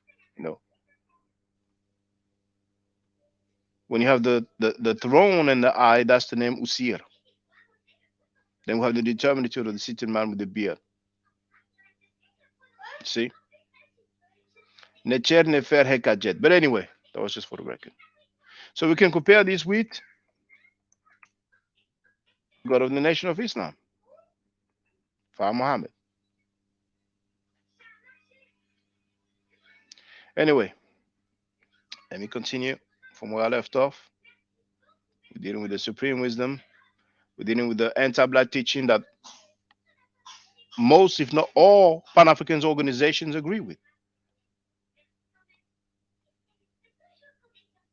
So, Elijah Muhammad taught that Pharaoh said Allah Akbar, or others would say Allahu Akbar. In the book The Science of Time, Elijah Muhammad wrote, he visited Egypt with many judgments until it brought Pharaoh to his knees in the Red Sea. And at last, when he was swallowing water, drowning, he opened his mouth and declared Allah was God in these words, Allahu Akbar, Allahu Akbar. And Allah remembered him for declaring and bearing witness that he was the greatest and not Pharaoh. And today his body is preserved in Egypt, there to show you the man who opposed God. Show you his body there in a museum somewhere in Egypt. They are holding his body. They have found his body, and it is his body. Now, first of all, if any linguist says that the Arabic language was spoken during the time of Pharaoh, many people claim that it is Ramses II, the Pharaoh of the Exodus, which will be sometimes like around 1300 BC, 1200 BC. If somebody wants to, some linguist states that it was spoken as a language, I'm interested. If somebody wants to say that it was spoken in Egypt, I'm interested. And if somebody can show any quote from a PhD that says that some pharaohs spoke Arabic, I'm interested as well. I'm very interested as well. Let's continue. Polytheist nation of Islam's temporary God with expiry date. The book, the Genesis years, page 365. Well, we all know that there was a God in the beginning who created all things, and do know that he does not exist today. But we know again that from that God, the person of God continued until today in his people, and today a supreme one, God, has appeared among us with the same infinite wisdom to bring about a complete change. The Blackstone, page 20, Moses had a God, all right enough, but that God was not the equal of this one. So I say we have the best. The Blackstone, page 284, the first God did not fill the space with stars and planets as you and I see them today, according to the teachings of God in the person of Father Muhammad, who answers the description of the God coming in the last days in his work, comparing with the prophets who taught him. In the book, the Blackstone, page 285, and also in the book called Our Savior Has Arrived, page 96 to 97, Allah in the person of Master Father Muhammad, to whom praises are due forever, taught me that there are not any gods who live forever. So many Muslims will tell you that God is eternal. God was always there. You see? And some of them were capped, because some Orthodox Muslims who are anti-African, they were capped. But with this, it's a bit strange. Just like it is strange to have an atheist rolling with a Christian apologist. But sometimes people click together, regardless of ideologies, for a common purpose. And apparently the common purpose is to deter people from African science, from African teachings, from African ways of life. Their wisdom and work may live 6,000 or 25,000 years, but the actual individual may have died within 100 or 200 years, or the longest that we have a record of around 1,000 years. So the longest time period for a God, according to Elijah Muhammad, is around 1,000 years. There is no God living who was here in the creation of the universe, but they produce gods from them, and their wisdom lives in us. The Theology of Time, page 235, the creator of this heaven and earth in which we live, he died. Who's capping for that? Not only the Dagger Squad is dead, the God who created the heaven and earth, he's dead. He's dead too. He died. He's gone. He's no longer here. That's the teaching of Elijah Muhammad. That's the teaching of the Nation of Islam. You can ask Farrakhan. You can ask Dr. Wesley Muhammad. You can ask all those people capping for the Nation of Islam. The God who created Adam and Eve, he died. He's dead. Let's continue. The Blackstone, page 286. The wisdom of each God, according to what Allah, God in the person of Master Father Muhammad, to whom praises are due forever, taught me, has a cycle of 25,000 years. Once every 25,000 years, another God will be given a chance to show forth his wisdom to the people. This has been going on for many trillions of years, according to his teachings to me. And some of these Asiatic black men, they like to criticize Kemetic people for having several gods. Yes, it was polytheistic, like in many ancient cultures. But some people came and said, oh, there's only one, and you can get down and lay down. The choice is yours. Even in Arabia, they have several gods. Some of them are mentioned in the Quran, Al-Manat, Al-Uzza, and so on. And in the Bible, you heard about Baal and many others. But if you ever heard about a Nation of Islam member criticizing you because in your doctrine or teaching or religion there's several gods, well, guess what? Their God changed every 25,000 years. You see? A cycle of 25,000 years. Once every 25,000 years, another God will be given a chance to show forth his wisdom to the people. So they are polytheistic. But if you read in the Quran, there's only one God. To the Nation of Islam, they are not Orthodox Muslim. It's a hybrid form of Islamism. Besides, in the Quran, it says he begets not, nor is he begotten. And I think it's in Surah or chapter 112. He begets not, nor is he begotten. But the Nation of Islam teaches that Father Muhammad had a father called Alfonso and a mother called Baby G. Muslims call that shirk, association. And I was told that's the greatest sin, to make partners with Allah. Allah doesn't have any father, nor any mothers, nor any sons, nor any children. So they call that shirk. And I was told that's the only sin that Allah will not forgive. That's the only sin that will not be forgiven by God. Right? Contradictions. Yes, it's full of contradictions. The track feeling is 5% Asiatic black men. They're going to sweep that under the rug because they hate Jabari so much. And they want people to follow Jesus. Just like Paul, who had a vision of Jesus and was blind and did not eat nor drink for 3 days. They have the nerves to try to make fun of people who follow Kemet. Please, be humble. Be humble. Sit down. Be humble. Sit down. Now, the Theology of Time, page 55. Elijah Muhammad said in the calendar of our rule, once every 25,000 years, we change gods. You change God like people change their cars. In the book, The God Trouble Shabazz, The True History, Almighty God Allah said that once upon a time they wrote history for 35,000 years. In the Theology of Time, page 55, we, the Nation of Islam, our scientists, our gods, they don't need a navy. He said our gods, polytheists, polytheistics. Don't let them criticize you for having several gods when they have several gods too.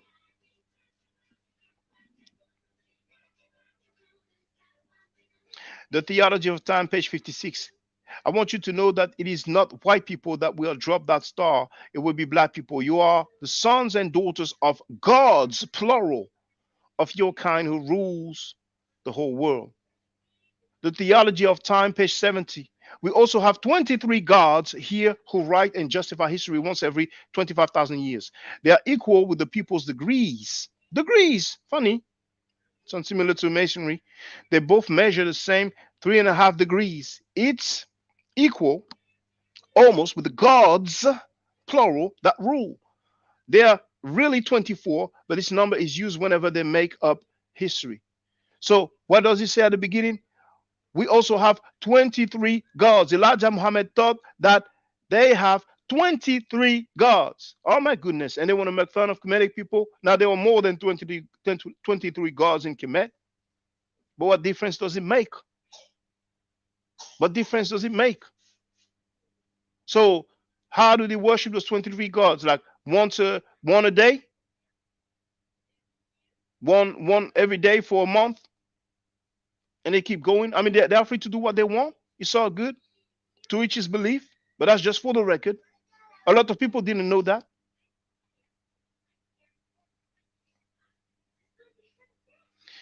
You heard I told you about monkey in the mix? In the book, The Fall of America, page 60, Elijah Muhammad said, they do not like you coming into the block, beating your wife or girlfriend and drinking in front of their houses. No decent and intelligent person likes this, whether he is white as snow or black as the ace of spades. You can go to the jungle and the pygmy will not want this.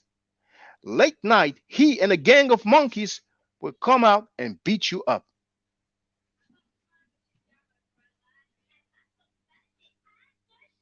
That that should be deciphered more. What do they mean exactly? That's a very interesting statement. You know, a gang of monkeys will beat you up, because it's not just the monkeys. It's like they're saying someone's going to beat you up. So what is, I don't get it. What is that part about, actually? You know, it sounds like he might almost be describing something that they're experiencing currently when they make that type of comment, like a gang of monkeys will beat you up. I don't get it. Well, it's clear as day. Elijah Muhammad simply said that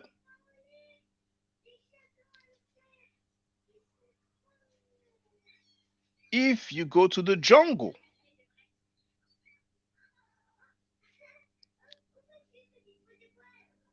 the pygmy will not want this. And what is he talking about? He's talking about beating your wife or girlfriend and I get drinking it. in front of their houses. Right. So And he he's says that no calling the decent and pygmy monkey. intelligent people will like this. Yes. And he says that if you go and beat your wife or girlfriend drinking in front of their house, is basically being loud, making noise.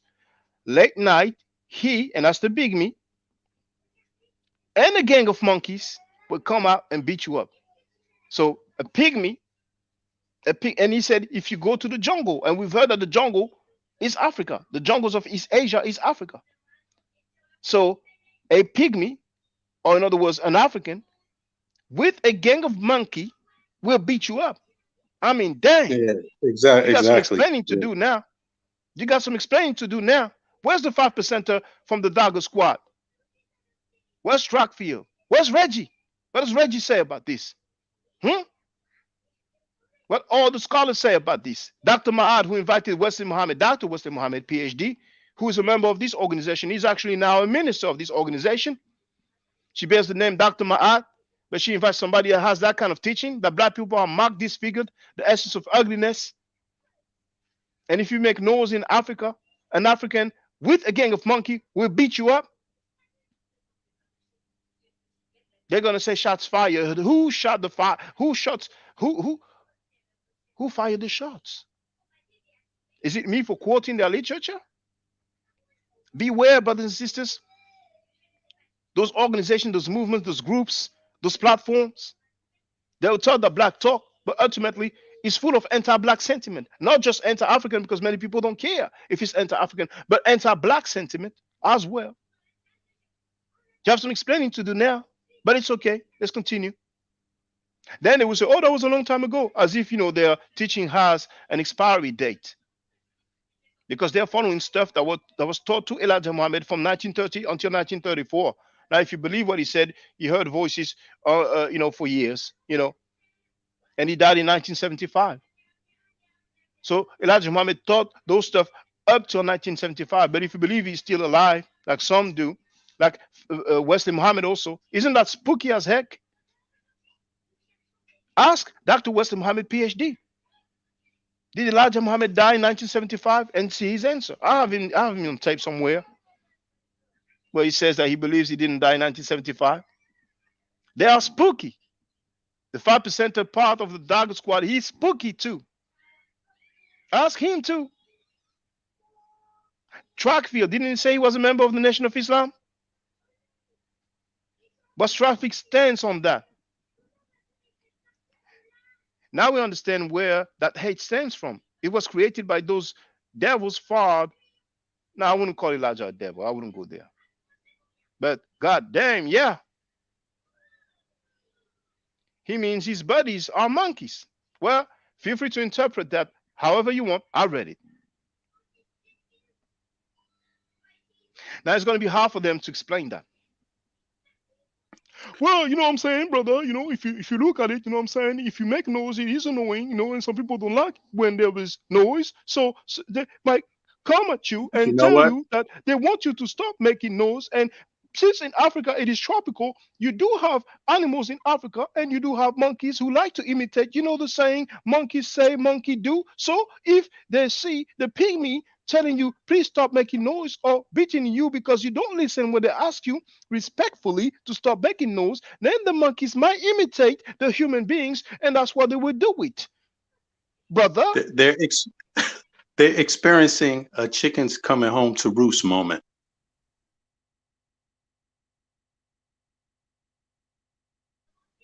It's their teaching. Is this your teachings? Are those your teachings? Man, please. Let me continue. Now, it's about the Quran that will be replaced by a new book, you know. Oh, reverend is the devil's name. Now, Jesse Jackson is a reverend, isn't he? And Al Sharpton there is a reverend as well, isn't he?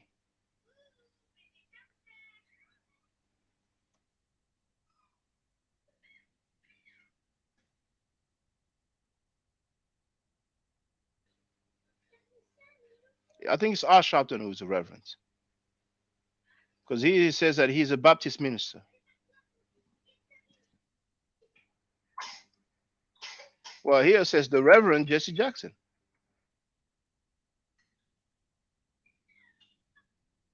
Interview Reverend Jesse Jackson, American Archive. So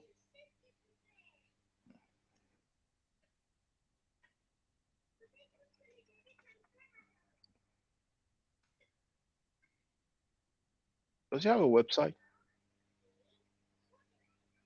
Britannica.com.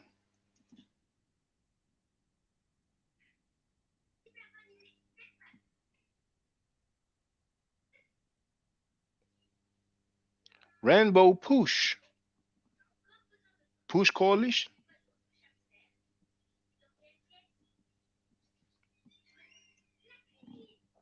Takes time to load. It load. Taking quite some time. I have a good internet connection. I'm going to try to open it in. Okay, there it is. So, the biography of Reverend Jesse Louis Jackson. I didn't even know he had the same name as Faircon. That's his middle name, though. So, what about Al Sharpton?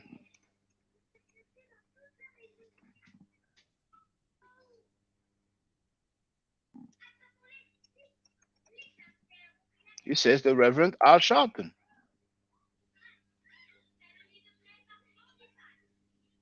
Kwanzaa and Hanukkah. Okay, now religion. Okay, does he have a? If he has a website, it will be listed there. They have external link. Well, apparently not.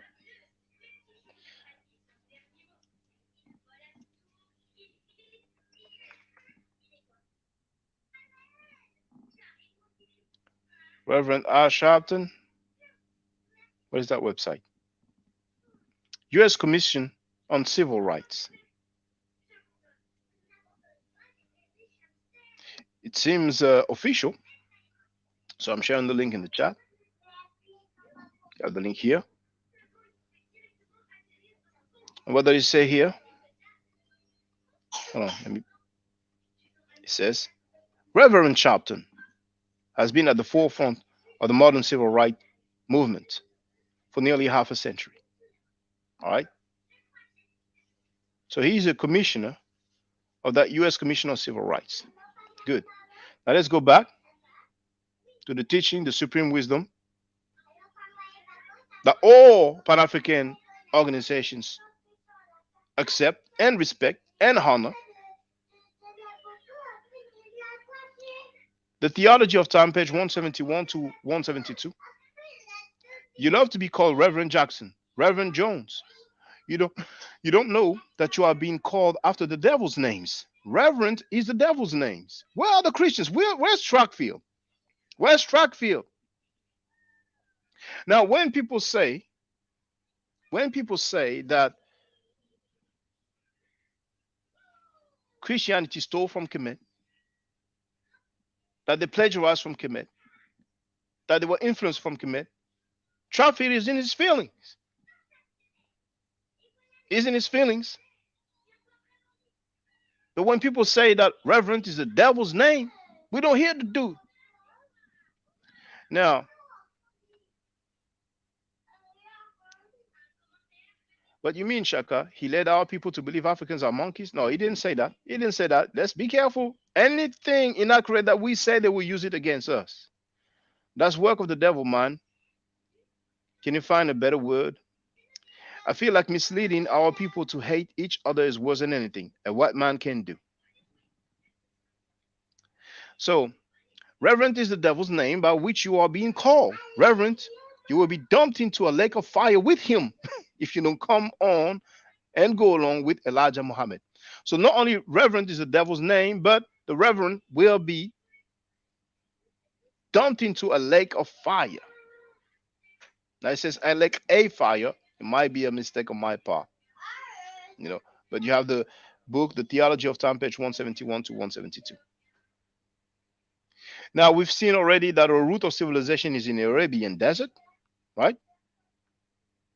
Now here, the source is the lost found Muslim lesson number 1, known as the 114, that 5%ers and Nation of Islam members learned by heart, including the 5%er part of Trackfield's Waka squad that died on December 31st, 2022.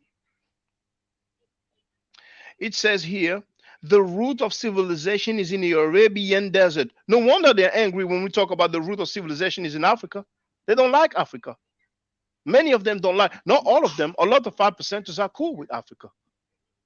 But you have some people who are roamers, who are spooky, who roll with some Christian apologists, who have no decorum. They don't like anything that has to do with Africa.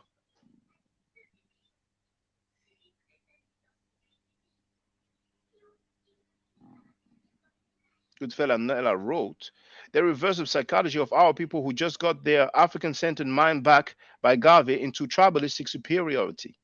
Man, he said that with some linguistic acrobatics, we can see through it now. The root of civilization is in the Arabian desert. And they will be invited on different platforms, even platforms of people who bear Kemetic names. How many times have they invited followers of Kemet in their platforms? Some people are so groupie-like. They will go on all those platforms, but how many times have they invited Kemetic people on their platforms? How many times have Wesley Muhammad invited some Kemetic people on his YouTube channel? How many times you've seen Kemetic people or followers of Kemet in Mos Maryam or any Nation of Islam temple? Now you've heard that with Freemasonry or the Shriners, they have temples. It's funny, the Nation of Islam have temples as well. Shaka. Yes, brother. Can I interject here? Or not interject, just to comment on that. There's a lot of Masonic stuff coming up in what you're reading, right? In their beginnings, right? In their formation, how they formally approach things, right? Well, they do, just to be on the Masonry topic, for example, they do have a philosophy that does not prohibit them from plotting against others on multiple levels, playing the good and the bad cop at the same time to create chaos, only so they can slip in. And it's justified. It's justifiable in those kind of teachings, trickery, for example, right? And so, I just wanted to say that it's not outside of the practice of Masons, because the way they organize is based primarily on control, and control by whatever means, seeing control as the most important thing to sustain. How you sustain it, it comes second, So different Masons, they see how you do something differently. They may not all agree on how and what you should do, what actions you can't do. But generally speaking, the game is control. So if they have to create 2 or 3 different groups to go out there and fight over the same thing, it's confusion. It doesn't necessarily mean they believe any of it, right? Now, they got hierarchies. You see what I mean? So what the minions go out and do may not be, it won't profess what the hierarchy's goals are, but it will assist in some sort of sideways manner. And that's good enough.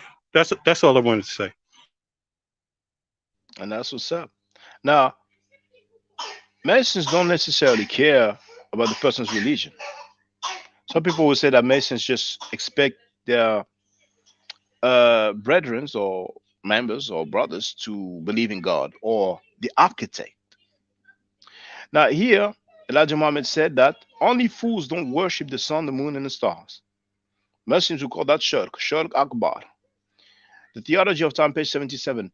If I told you that I don't want that sun, moon, and star flag, and I would rather have the stars and stripes, I will be making a fool of myself, because you could easily tell if whether I liked it or not, for I'm already living under the sun, moon, and stars. You worship them. One would have to be a fool who doesn't worship the sun, moon, and stars. So, members of the Nation of Islam worship the sun, moon, and stars. At least Elijah Muhammad did. And you'll be a fool if you don't worship the sun, moon, and stars. Why in Kemet they had Ra, which is the sun? Let's continue. Now here we're going to deal with the tolerance of the Asiatic black men. The Genesis years, page 132. Islam is the true religion and the only way to success. But we are romanticizing Kemet, aren't we? The Genesis years, page 144. Islam is the only true religion of God, Allah. But we are romanticizing Kemet, are we? Aren't we? The Genesis years, page 162. The true religion of God is Islam, and others will not be accepted. This is Pan-African teaching. Which Pan-African organization disagree with that? Same book, page 210. Stop going to church. Where's Trackfield? Where's Richard Carrier? Where's Reverend Jesse Jackson? Where's Reverend R. Sharpton? Where are all the black Christians? The majority of black people in America are Christians. Where are they? Is your hate for Africa so much, so strong, that you will still accept this teaching that goes against your own religion? We've already read that according to those teachings, the Bible is a poison book, that Christianity is a religion of Satan, that the church is what they want to destroy. But here they're saying, stop going to church. But all the hatred that they have towards Africa, by extension, they place it towards followers of Kemet. That's more than unfair. That's illogical. Goodfellow Nella wrote, he did everything to dissociate Africa to history. Now the root of civilization is Arabia. Wesley Muhammad knew you would bring that up in the debate. That's why he knew that I would bring that up, and many other things. I mean, he knew he had to look good. It would have been such a bad look, man.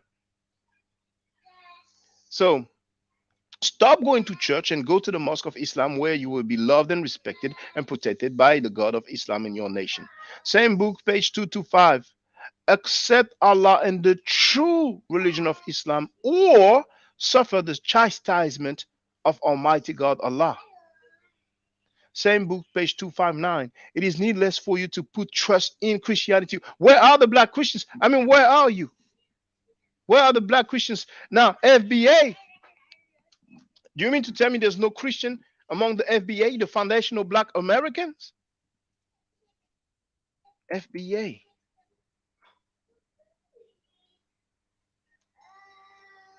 FBA.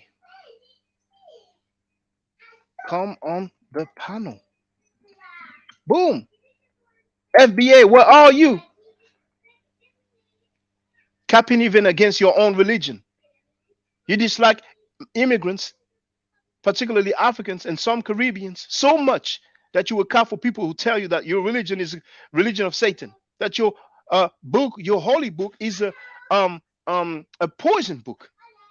And people who tell you to stop going to church, and that if you don't accept Islam, you will suffer the chastisement of Almighty God Allah. Where are you, FBA members? Foundational Black Americans? You mean to tell me there's no Christian foundational black Americans? Is that what you mean to tell me? You make a lot of noise on your channels, on your platforms, on your chats, on your comments. Where are you? Bring that smoke. Bring that smoke. Where are you? Grown man groupies? Capping with some whack ideology? Not even based on science? Where are you? They're going to say, oh, it was too early. Now, we are Sunday. Many people don't work on Sunday. But it's all good. I know why you're not here. Ask your leader, Tariq Nasheed, to speak for you then. It's God's day of rest. Yeah. They're going to say I was at church, actually. You know. Now, you can come. Hey, you know what? FBA members, you can come later on. You can come later on. You know how it doesn't have to be today. I'm live streaming on a very regular basis. So do your homework and then come back to me. Attends, attends. Hold on 1 second.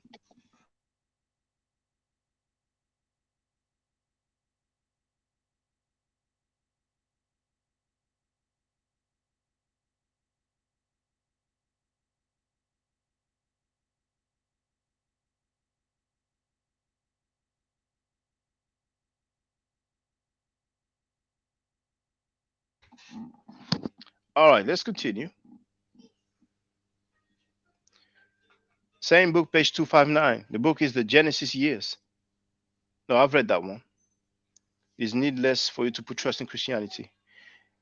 Same book, page 287. Don't tell us that you have unity and peace in a white race religion called Christianity. Man, you don't even have unity and peace. They're talking about peace, love, and unity. They say we need to unite. Isn't what the conscious community say? We need to unite. You are divisive. We need to unite. Elijah Muhammad said clearly, don't tell us that you have unity and peace with the white racist religion called Christianity. FBA, that's a bad look. It's going to be hard to come back from that. It's going to be very difficult. You can try to do a hybrid version of Christianity and Islam. You can try to, like Chris MVP Harris says, you put something in the shaker. Here you go. It's going to be difficult. It's going to take time. Same book, page 353. They, the devils, also know that Islam is the true religion of Allah, God, and that God will make it overcome and vanish all other religion. And this is the time that ease will take place. I've put sick because that's how it was written in the book. Same book, page 439. We cannot successful sick, that's how it was written, unite under any other religion. We cannot unite under any other religion. Where are the spooky Asiatic black men who talk smack and say that we romanticize Kemet? Where are they? Where are those conscious community members who say, oh, you guys like to romanticize Kemet? Where are the Hebrew Israelites? Where are they? Capping under the banner of FBA sentiment, feeling superior to Africans because of a geographic location. Since when intelligence is based on somebody's geographical location? Are there any studies documenting that if you are on the Western hemisphere of the globe, or let's say if you are in North America, for whatever reason, you will be more intelligent? Is there any scientific studies? Is it peer reviewed? Even if it's not peer reviewed, can we see it? Any scholars said that? Any PhD said that? Where does that come from? Xenophobia, that's what it is. That's what it is. Our Savior has arrived, page 2. Slowly but surely, the Spirit of Allah is making manifest to the black man that the church and its religion called Christianity is the chain that binds the black man in mental slavery. Oh my goodness, mental slavery. Where are the FBA Christians? Where are the non-FBA Christians? This melting pot, this conscious community, CMB, we got. We're in this together. Where are you? Mental slavery. Christianity, mental slavery. But what you want to do is go and criticize the followers of Kemet. You look whack. You look weak. Same book, page 21. No black people who accept Christianity will ever be free. Where are the black Christians? Where are you? Where are you?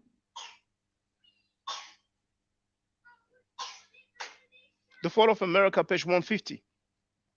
For nearly 40 years, I have been preaching to the black man in America that we should accept our own. And instead of the black man going to the decent side of his own, he goes back seeking traditional Africa. And the way they did in the jungle life, and the way you see in some uncivilized parts of Africa today. They are not using barbers, shears, and razors to keep themselves looking dignified as a civilized people should look. The black man in America accepts the jungle life, thinking that he will get the love of black Africa. Black brothers and black sisters wearing savage dress and hairstyles will not get you the love of Africa.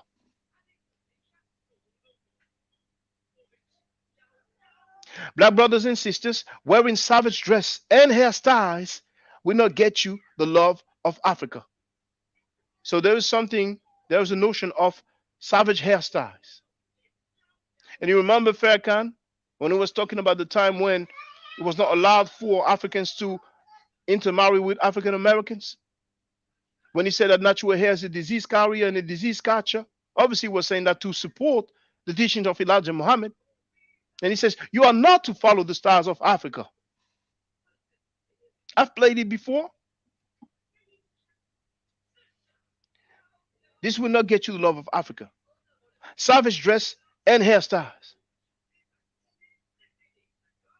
Oh my goodness. Dr. Ma never wore any savage dress or African dress. I bet she didn't know about that, did she? Let me see the chat.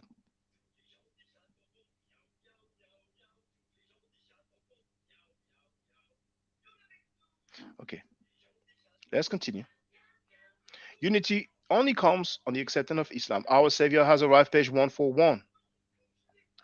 Allah, God has to unite us. We, the black people in America, must unite. Who? The black people in America must unite. But unity only comes on the acceptance of Islam. Where is Brother Reggie? Reggie, where are you? You sleeping? You know those people when it's something inconvenient? They act like they didn't see. They act like they didn't hear. Or they would say, this is more important. Our people are dying. Well, a black man was just killed by who? FBA. Did you hear Tariq Nasheed talk about that? I checked on his channel. I didn't see anything. He's going to wait for another event where an African or immigrant or Caribbean is involved, and he's going to criticize that person based on his geographic location.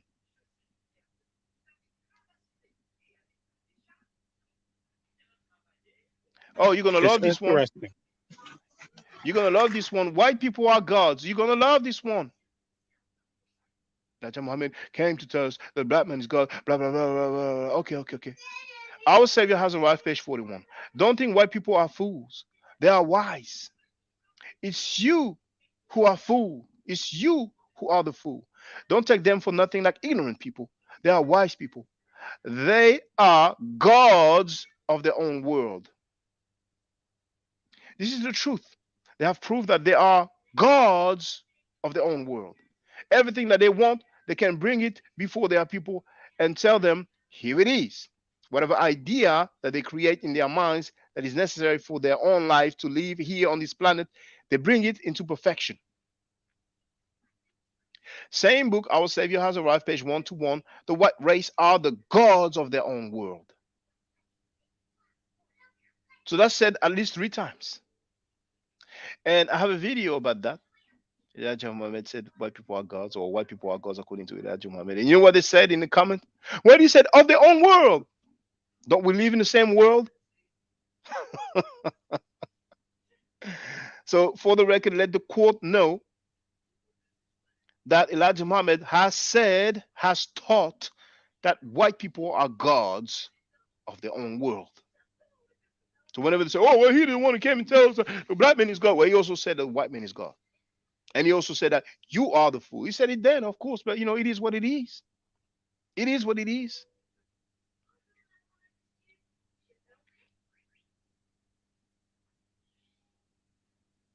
Okay, I'm done. If you want to get on a panel, feel free. But I think I'm going to, put an end to this live stream anyway because it's been 4 hours. So if some Nation of Islam member, if some xenophobes, if some FBA, if some anti-Kemet people, anti-African people want to come and break down what we went through, make excuses for it, defend it, you are free to do so. Do it now. If you are busy now, you can do it later. Shocking. Yes, brother. You know, I think what's one thing that popped up in my head listening to this, right, is that they want this particular group to unite, but they seem to be vacillating on uniting for what? What is the purpose? At this, like, it becomes unclear to know if they're uniting with what people like Osama bin Laden, right, for example, or if it's like for themselves in America, right? Or, you know, who is it with? But when you make so many statements that are anti something, it becomes obvious that the uniting is not for them, right? So they become very confusing in terms of the goal, especially when they, you know, what is the goal? What's their goal? What's their overall goal? It doesn't seem to emerge out. You know, they say unite, but then they also suggest contradictory things to unite for. So they become very confusing. You know, I'm not surprised of that, but I think that's where they land at. That's something very important for them to prove. Like, what are they uniting for specifically today in 2023? What is their goals, so everybody can know what they stand for? And because they always go back. Excuse me, I'm in the grocery store. They always go back and claim that, oh, this is what we said 20 years ago. You know, that you could understand why that is, but no, we don't, because everybody has to reaffirm in 2023 what they stand for. You see, every year you reaffirm it. And so far, they seem to be missing in action, to be honest. All of them. I'm not saying just the NOI. I'm talking about the Moors too, right? I mean, what is it they want? What do the Black Hebrew Israelites want? Do they not want anything to do with Africa except being a leader in Africa? Is that really how they see it? Or do they want to, when they say they're leaders, does that mean they're working together with Europeans to be leaders in Africa? Does it mean they're working together with Asians to be in Africa? What do they want? You know, brother, you done started something unintentionally. You mentioned the Moors. And I've shared the link in the chat. Now, this is the Moorish questionnaire, also known as the Moorish 101. So, and the other point I wanted to say is, again, there's no Kemetic hand in the Kemetic people didn't go out there and say, oh, you know, these Israelites, boo-hoo to them. You know, these Arabs, boo-hoo to him. Guess what? Those Europeans, boo-hoo. Where is it in the Kemetic teachings that they're going out there saying, in order to have our conglomerate, in order for us to have our society, we have to rule over you? Where is it? That's what I don't get. Where are the Kemetic teachings that say Europeans, Caucasians are evil? Europeans, Caucasians, where is the anti-anything in their teachings? That's what I'm trying to figure out, because these people that don't seem to like Kim, they seem to have an awful lot of reasons why they hate. And they are free to come and let us know. But what we're seeing is that their doctrine is all over the place. It's all over the place. See, good fella Leonard wrote, reading this hurt my spirit, brother. You know? Now here, question 30. And that was before the Nation of Islam. Question and answers, you know. All those things are so similar in so many ways. Question 31. What is the modern name for the Moabites? Moroccans. So somehow, some way, you know, the Moroccans is a modern name for the Moabites. I don't know scientifically in terms of scholarship which PhD would agree with that, but you know, the conscious community don't really care that much about PhDs, you know. They care about what sounds good. They care about wordplay. And they also value the information of somebody. And you notice that term, information, the information, based on somebody's geographic location. And you've heard Reggie when he told Sanada, you're not sticking with me. And Sanada told him that he was wrong about disqualifying circle based on his geographic location. And he said, Sanada is not sticking with me. Sanada replied, I'm sticking to the information. Now, question 43. At what age did Jesus begin to teach? At the age of 12. Where did he teach? India, Africa, and Europe. So, can show by somebody, just some Moorish person, member of the Moorish Science Temple, or even non-temple Moor, who is a follower of Drew Ali, can you show me where, which scholar, which text says that Jesus has taught in India and Europe? Some will argue that he taught in Africa because he went there to seek refuge and he was an order from God, and Egypt being the land of evil because of Pharaoh is strange. But anyway, that's what is written in their theological writing. So they might argue, well, he was teaching there. He went there as an infant. You can believe that he taught there. I don't even know where that is written, but they will come with something, some metaphysical writing. But I'm not aware of Jesus teaching in India, let alone in Europe. Now, you're going to see something. Where is the Garden of Eden? In the land of Canaan, in the city of Mecca. Do you remember when Elijah Muhammad's teaching says that Arabia is the best part of the planet Earth? The root of the civilization is in the Arabian desert. Isn't that funny? Isn't that strange? The Garden of Eden is like a paradise, isn't it? And it is in the land of Canaan, in the city of Mecca. So Mecca is not exactly in the land of Canaan, but hey, it's not that far. Still Asia, though. Now, who is guarding the holy city of Mecca to keep the unbelievers away? Angels. What is the modern name of these angels? Arabian. Angels are Arabian. Mecca is the only holy spot, according to the nation of Islam, who are Asiatic black men. And according to other Asiatic black men who preceded the nation of Islam, the modern name of these angels are Arabian.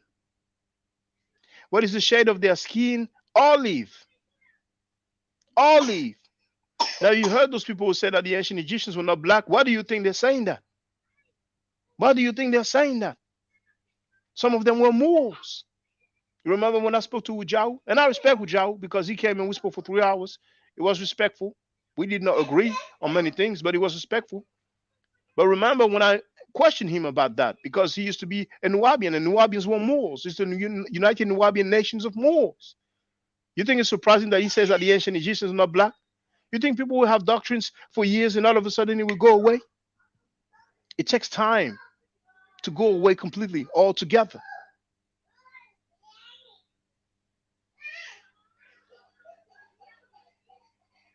Now you're going to hear something. Question 86. Name some of the marks that were put upon the Moors of Northwest by the beast, Satan, in 1774. Negro, black, colored, and Ethiopia. In all reality, what is Negro? A Negro is a four-legged animal. Lord Abba, where are you? Lord Abba, where are you? A Negro is a four-legged animal. That started early. That started early. What does the word colored mean? Colored means anything that has been painted, stained, varnished, or dyed. What does Ethiopia mean? Ethiopia means something divided. Now, it doesn't mean burnt face. It means something divided. Then we have people who talk about Haile Selassie, who talk about the oldest Bible is from Ethiopia, who talk about the Nebuchadnezzar, I'm not sure how to pronounce it, Kebra-Nagast, who talk about the Queen of Sheba, what I'm saying? She got down with Solomon, and we have the descendant from Solomon, blah, blah, blah. Can a man be a Negro, black, colored, or Ethiopian? No. Can a man be Negro, black, colored, or Ethiopian? No. Why? Because man is made in the image and after the likeness of God, Allah. What title does Satan give himself? God. That's strange. Question 94. We'll define the word white. White means purity. Purity means God, and God means the ruler of the land. I did not even know they were teaching that until I saw Sarsutin said his documentary called The False Teachings of the Moorish Science Temple of America. And we've seen what happened with said he had a gang against him. But feel free to be Bennett. Yeah, you know, basically, I think, you know, most of these people, right? I won't call them brothers and sisters because, I mean, they express hate towards other African Americans when they don't follow that doctrine and their own doctrine, you know, just by virtue of being African. You see what I'm saying? Just by virtue of having anything close to Africa that's looked and revered, right? Now, I think what they about to have politically, what we watching, is a reckoning here, you know. And the thing about it is that they need to understand that they made a mistake, that they have been fooled and been victims themselves of some highly organized people that view them as being less, right? To the point where they would unleash this type of confusion on them. And I think they have a choice today when they see Africa rising. Africa's not going to rise because of any strange things. It's rising because it has the manpower, the resources, right, that allow them to trade. Now, the trading terms are changing. Just like everybody's been saying, yeah, you know, the white man going to fall, Europe's going to fall, and all this stuff. Yeah, okay. But it looks like they've been preparing well for some type of thing, right? You know, they've been planning and organizing and in every way possible. It seems to me like all they got to do is do better trade, right? Now, I mean, it seems to me that's where it's going.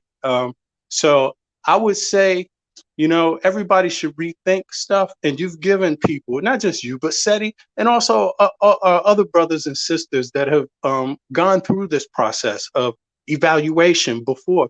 Every day is a new day to just repent, you see, and do something that makes sense in some kind of way that we function today on earth, you know. And in that way, we have historians, we got human rights, right? We have a lot of different institutions and things we can lean on to do that. But aligning yourself against Africans is sure suicide. And not because Africans wish us suicide or wish us death. It's just because you can't help some people, bro. You can't help everybody. You know, you can help those that want to be helped.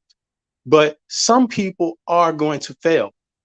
For anyone to win, someone has to lose. And it would just be a daggone shame if it have to be diasporans because of what we have been through. You see what I mean? It's particularly Africans in, well, anywhere. I don't want to mix it up because you could be diaspora in Asia and get hell. You could be one in Europe and get hell. You could be one in America and get hell, you know? So I don't want to make one sound better than the other, but it would be a shame for any diasporan to be a loser in a situation that now is set up for you to win. It's basically an opportunity to win right now for Africa and African people. There is no Africa without African people. You know, they go hand in hand. So, you know, it's just a shame, brother. I don't want to stop you though. Keep going. Oh, I'm actually done, you know, and I agree with you. But the thing is that what we are realizing is that those teachings, you know, they've been there for a while, and it is centered around the Abrahamic belief system. You see, and those people, they uphold those teachings. They make justifications for these teachings, and anybody with a sane mind can see that it is just plain wrong. But Radio 1, feel free to speak. Welcome. Yes, peace, brother. Peace. Can you hear me? Loud and clear, brother. Feel free. Yes, peace, brother Shaka. Please, peace, V Bennett. Yeah, Hotep, brother. Radio 1. Yes, peace. Yeah, Hotep. Yeah, I was listening to your slides, and man, like I know now I remember glancing at that a couple times where Elijah Muhammad mentioned all those things, and yeah, but what caught my eye was when he mentions um you know, black people can only unite and be empowered through Islam, you know, and Ethiopia means something divided, you know, the negativity towards the word Ethiopia, Negro, you know, you know, and that's, and like when I see stuff like that, you know, that, I mean, that just makes me realize, you know, how much of a joke these groups are, man. I mean, like, I mean, they will, and that's why, you know, like that's why I want to have the conversation about identity, because I mean, because these guys, man, they're constantly coming at us, you know, about, you know, claiming Kemet, claiming Egypt, and all it is hearsay, you know, and hate, you know, and you know, in the support of the Abrahamic, you know, faith and religions, you know, and that's why, you know, when I teach Ethiopia, you know, I teach the original Ethiopia. You know, I don't deal with the Ethiopia that's mentioned in the Bible, you know, because I feel that that's the reason why, you know, a lot of our people that, you know, especially over there like in Dagger Squad, they feel so negative towards those terms. You know, and it's like, man, like, you know, what will be the proper term to define ourselves? Because it's like all these terms, whether it be African, Moor, you know, Ethiopian, you know, all of those terms have some type of, I mean, what, except Ethiopian, you know, but like African, Moor, Israelite, you know, terms such as that, you know, it has some type of connection to, you know, to our Islamic and Christian oppressors. You know, like say like if we call ourselves African, you know, at the same time, the North African is also identifying themselves as African. You know, so I mean, should we come up with a term where we can distinguish ourselves from, you know, from our Islamic enemies, you know, and from our Christian enemies? You know, that's why, you know, when I deal with these guys, you know, I mean, it seems like the number one problem with these guys is just failure to comprehend, and yeah, lack of comprehension and just total ignorance, you know, because, and that's why, you know, I have no problem claiming to be Egyptian, because look at what we against. I mean, if we claim to be Egyptian, you know, Kemetic, you know, these guys, they have nothing to refute it. We have no contestant. All we have is this from these guys, man, is opinion, hearsay, and Islamic and Abrahamic nonsense. You know, so how you going to hate on me for saying that, you know, I'm Egyptian, I'm Kemetic, you know, but you have no problem of these Hebrew Israelites claiming that they're Israel, Islam, you know, claiming that they're Moors. I mean, it's crazy, man. I mean, and You make an interesting point. Now, I don't claim that I'm Egyptian, and I think it might be better for us to just claim that we're following Kemet or following Ma'at. It would not be an easy task to demonstrate that we come directly from ancient Egypt. So I don't make that claim. But the people who claim to be Israelites, nobody's giving them that same heat, saying you're not from Israel, you're not from Canaan. You know? yeah, indeed, and like our claim is stronger because, you know, they have no, they can't even prove that the Israelites existed. You know, and also like, Okay, now if they're saying that we have no proof, to prove that we're Egyptian, the question I'm asking them is, what proof do you have to say that we're not? What proof do you have to say that the modern Egyptians are the Egyptians?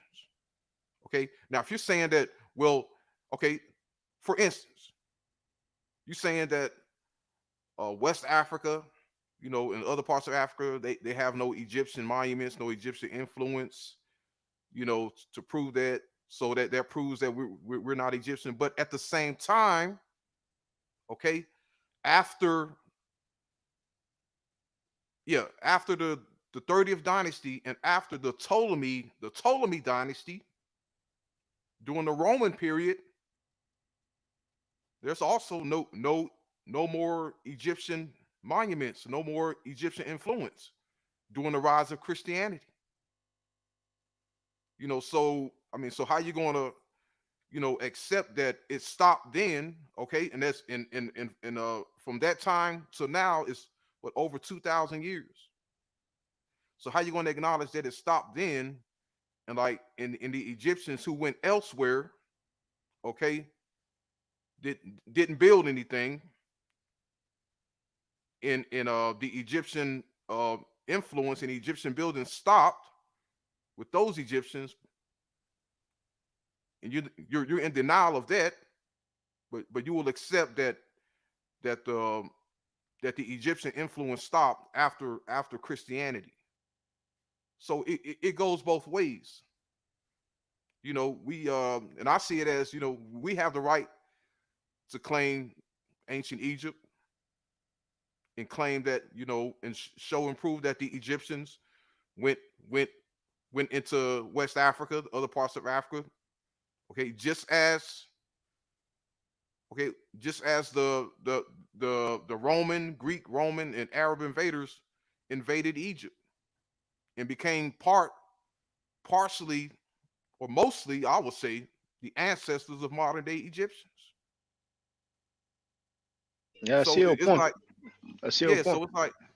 it's like we it has a lot to do with denial of real history. But These guys. I really understand your point. But it's good for us to make it easy for ourselves, and we have the right to choose. Like some people choose Yoruba tradition, Ifa. Some people might choose some belief system from the Congo or South Africa, or Vodou, Benin, Togo, or whether it comes from Haiti or some Caribbean islands. Some people call it, Santeria. So we have the right to choose, to follow Ma'at. We have the right to choose Kemet as a model. But when we start claiming, if we claim, okay, we are the ancient Egyptians, or we descend from the ancient Egyptians, then they're going to use that against us, going to make they're going to focus on that. You know what I'm saying? So I think it's better to make it easier for ourselves, because what unites them is the Abrahamic narrative and its derivatives. And we have seen today more so than for the last few years that I've been live streaming on a regular basis. And some of those things I've talked about, a decade ago, is that those people have anti-black and anti-African teachings. They have a disdain for Africa and Africans. And the number one reason why they don't like Kemet is that biblical narrative of the Exodus story. Pharaoh being horrible, Pharaoh enslaving the Hebrews. It's psychological, Yeah. But religion gets a pass. Religion gets a pass. Like the saying goes, if you speak to an imaginary person, people say you're crazy. If you speak to a few imaginary person, it's called a religion. It gets a pass. So we have to adapt, but we have to be selective. I really don't like so-called Kemetic people or followers of Kemet who are cool with all those teachings and all these organizations that's going against us. And when I say us, I mean followers of either Kemet or some traditional African ways of life. It's time to be selective. They might interpret what I'm saying as saying, well, this guy is causing division. He's not even one of us. They can say whatever they want. What I'm saying is, let's not go for something that is anti-black. I would say let's not go for something that is anti-African, but some people when they are not in Africa, they don't even care if something is anti-African because they don't identify or respect Africans. But at least let's not go for something that is anti-black. And we have clearly went over some teaching that is anti-black. It's just all over the place. Plus, claims that, Joseph spoke to a donkey and told the donkey to take Mary and Jesus to Egypt, and donkey understood and did that. You know what I'm saying? And that Pharaoh, before he drowned, said Allahu Akbar, when I'm not even sure if the Arabic language even existed at that time. And even if the Arabic language existed at that time, was it spoken in Egypt? Was it even spoken by the Pharaoh? What evidence do we have for that? But they accept all that, and they have the nerve to label us spooky. They have the nerve to do that. But when we do some textual criticism, that's what we find. And they have the nerve to say, you guys are romanticizing. And when I was inside at the studios, and we had the teenager Yara and other people who were talking about slavery in Kemet, and I kept asking for reference, for text, they wouldn't have any. So the only way, the only area, the only place where we know this narrative is coming from the Bible, the Exodus story, right? Yeah. He was talking about, I've said, I'm not aware of that. Please show me. He said, oh, you guys romanticizing. You cannot romanticize. And that's something that they love to say. Well, show us the text before you want to say we are romanticizing.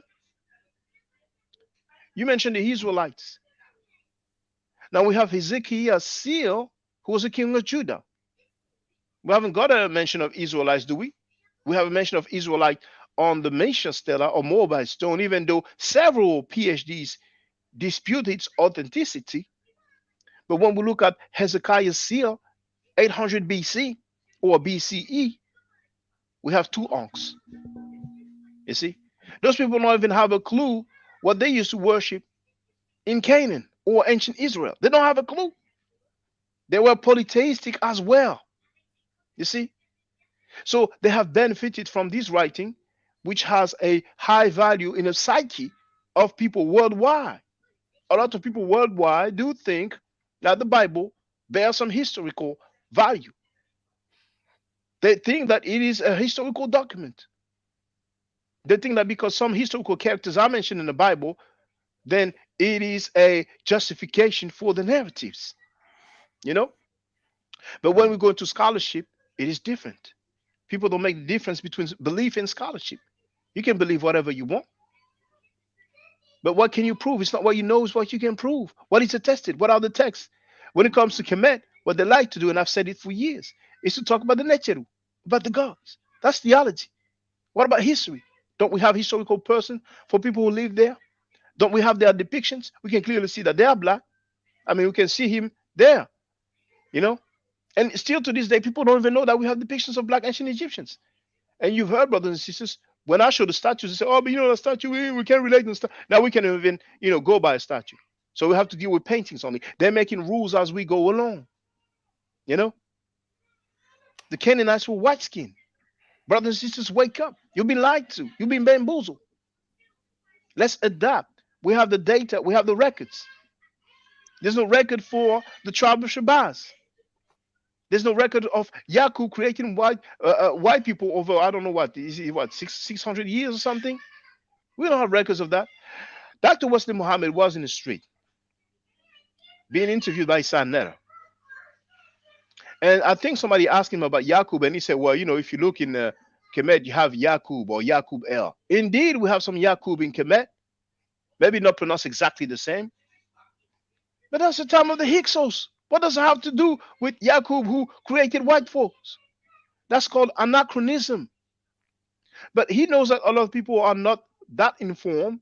They're not up on game with chronology. So he was able to throw that there just to confuse you. I have Dr. Wesley Muhammad, PhD, on tape saying that he bears witness to Allah. Which Muslim bears witness to Allah? Muslims only bear witness to Allah. There's something that they call the Shahada. And in English, it says, I bear witness that there is no God but Allah, and Muhammad is his messenger. And in Arabic, I wouldn't say I'm fluent in Arabic, but it goes something like, Ashhadu la ilaha illallah wa Muhammad Rasulullah. That's what they call the Shahada, to bear witness, to testify. But he said that he bears witness to Allah. Those guys are all over the place. I think I have the screen print when Dr. Wesley Muhammad said we need some Buddhism in our Islam. Coincidentally, after Paul Guthrie made that documentary, Get on Board the Wheel, Fard Muhammad came from India. Wesley Muhammad started showing some similarity between Buddhism and Islam. How strange. How strange. Trying to make revisionist history. Zach Kondo came up with a follow-up to his work regarding the assassination of Malcolm X. And what do we see? Wesley Muhammad is about to release a book talking about the murder of Malcolm X. Those guys are revisionists. And we have seen Farrakhan lie in front of the whole world regarding Elijah Muhammad's so-called wives who were not wives back then.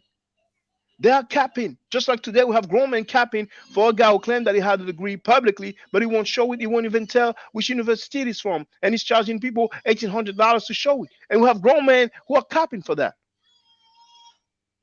But yet those grown men are going to tell Sekou, you have no standing in our community. Take your behind back to Africa. It is pitiful. It is horrible. The level of the so-called scholarship and character is horrible and pitiful.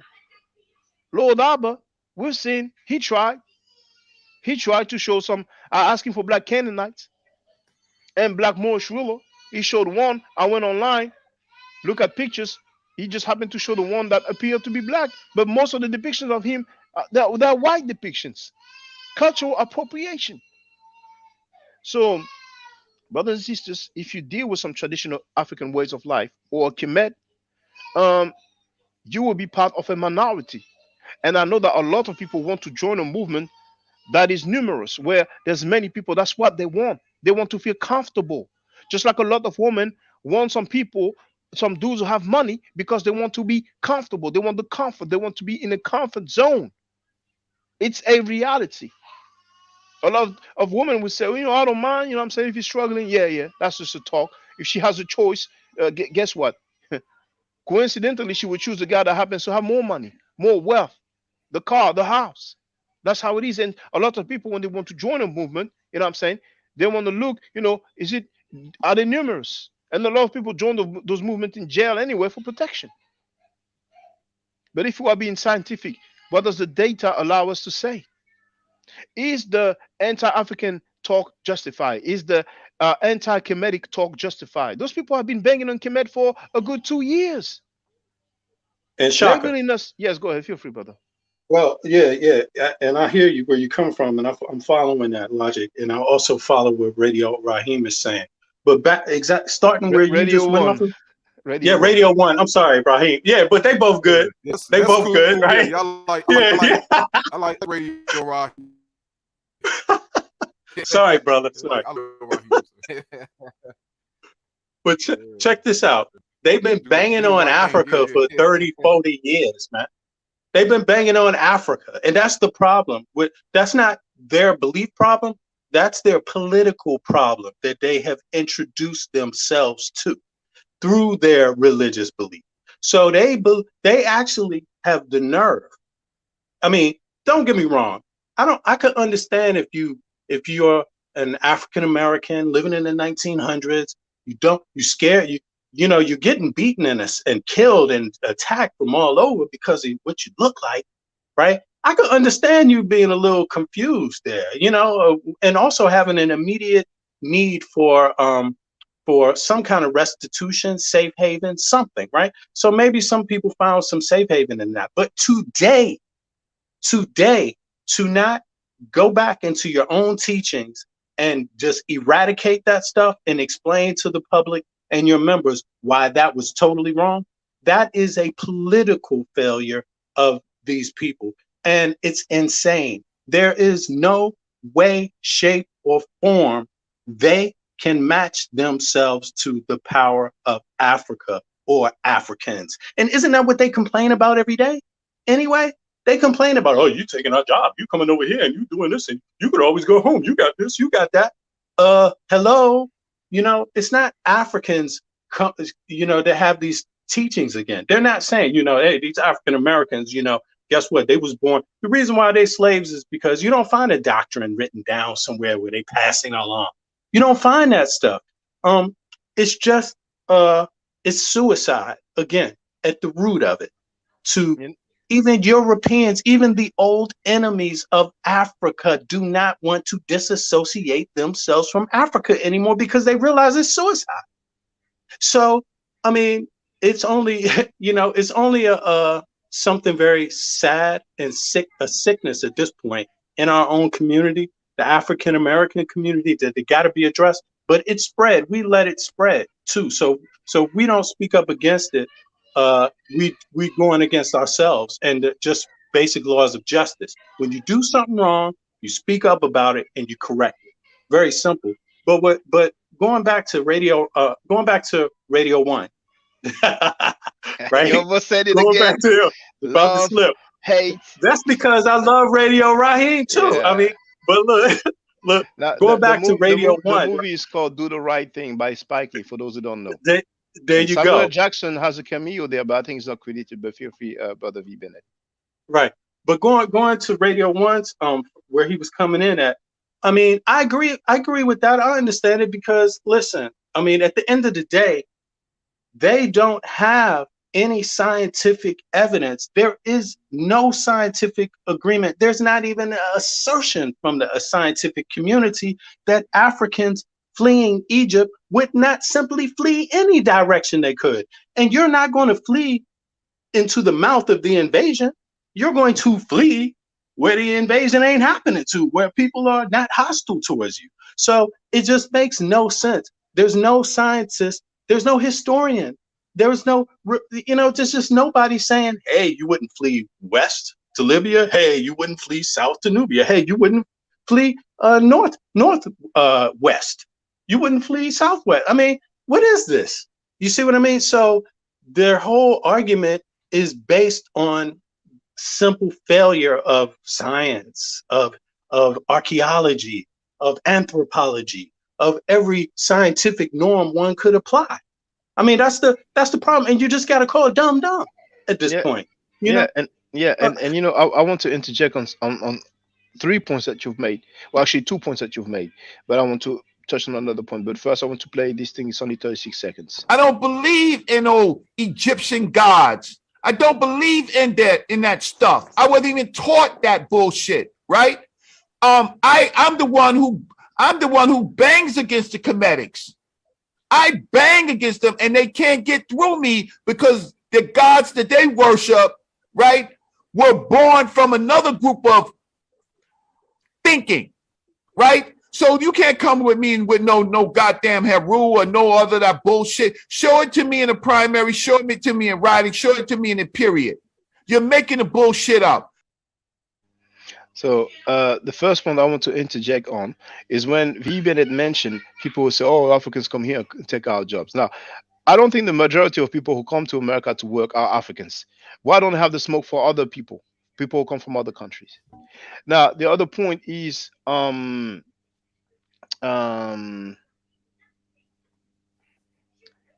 almost forgot. It's something that you said at the end. But let me say about this. the direction, how you flee Egypt. Is that what it was? No, it was something else. But I think, I remember now what I wanted to say actually. Now, some people have an issue with Kemet, and yes, it is about what you said about fleeing. Where did they go? Did they go to West Africa? Can we demonstrate that? Okay, fine. Let's leave Kemet for a minute. We have, for example, Haiti. It is said that most Haitians came from Benin, some from Nigeria, and maybe other parts, because they would take people from several places. They would be in forts, and then they would be taken on boats and sent to different places. Bookman, it is said that Bookman Duty came from Jamaica at one point. I mean, obviously he was taken to Jamaica, and then after Jamaica, he was sent to Haiti. Now, what the Haitians practiced, those who liberated the land, we know it was voodoo, right? Or voodoo, or I mean, there's many different spelling, right? So if we look at the country Benin, we see that it is prevalent. It is part of the state religion. It is official, even though there's a lot of syncretism. Some people will be Catholic priests and practicing voodoo at the same time. So here we have a clear indication that we were not practicing exclusively the Abrahamic belief system.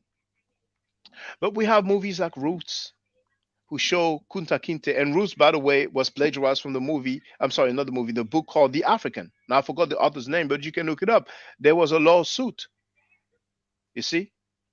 So money was paid and a statement was made that some parts were taken from that movie. So even the Kunta Kinte narrative is not even historical. But many people have grown up and seen the movie Root, the documentary / movie Roots, which is well made by Alex Haley, taken from his book Roots.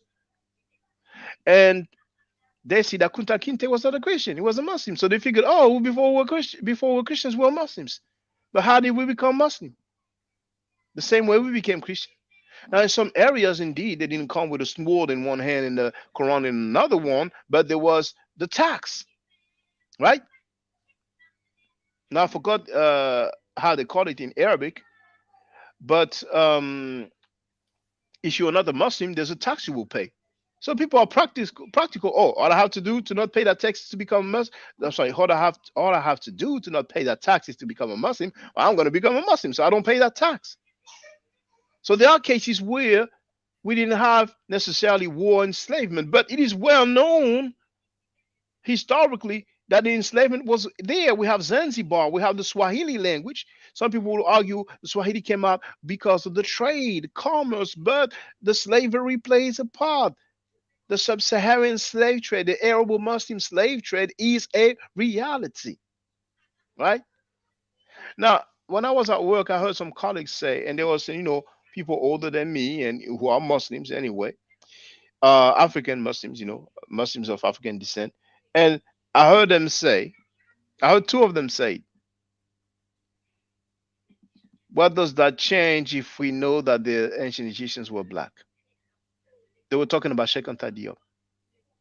You have grown men making statements like that. I could say, what does that change if Bilal was black? What does that change? In the story, he was a slave. Then he was freed.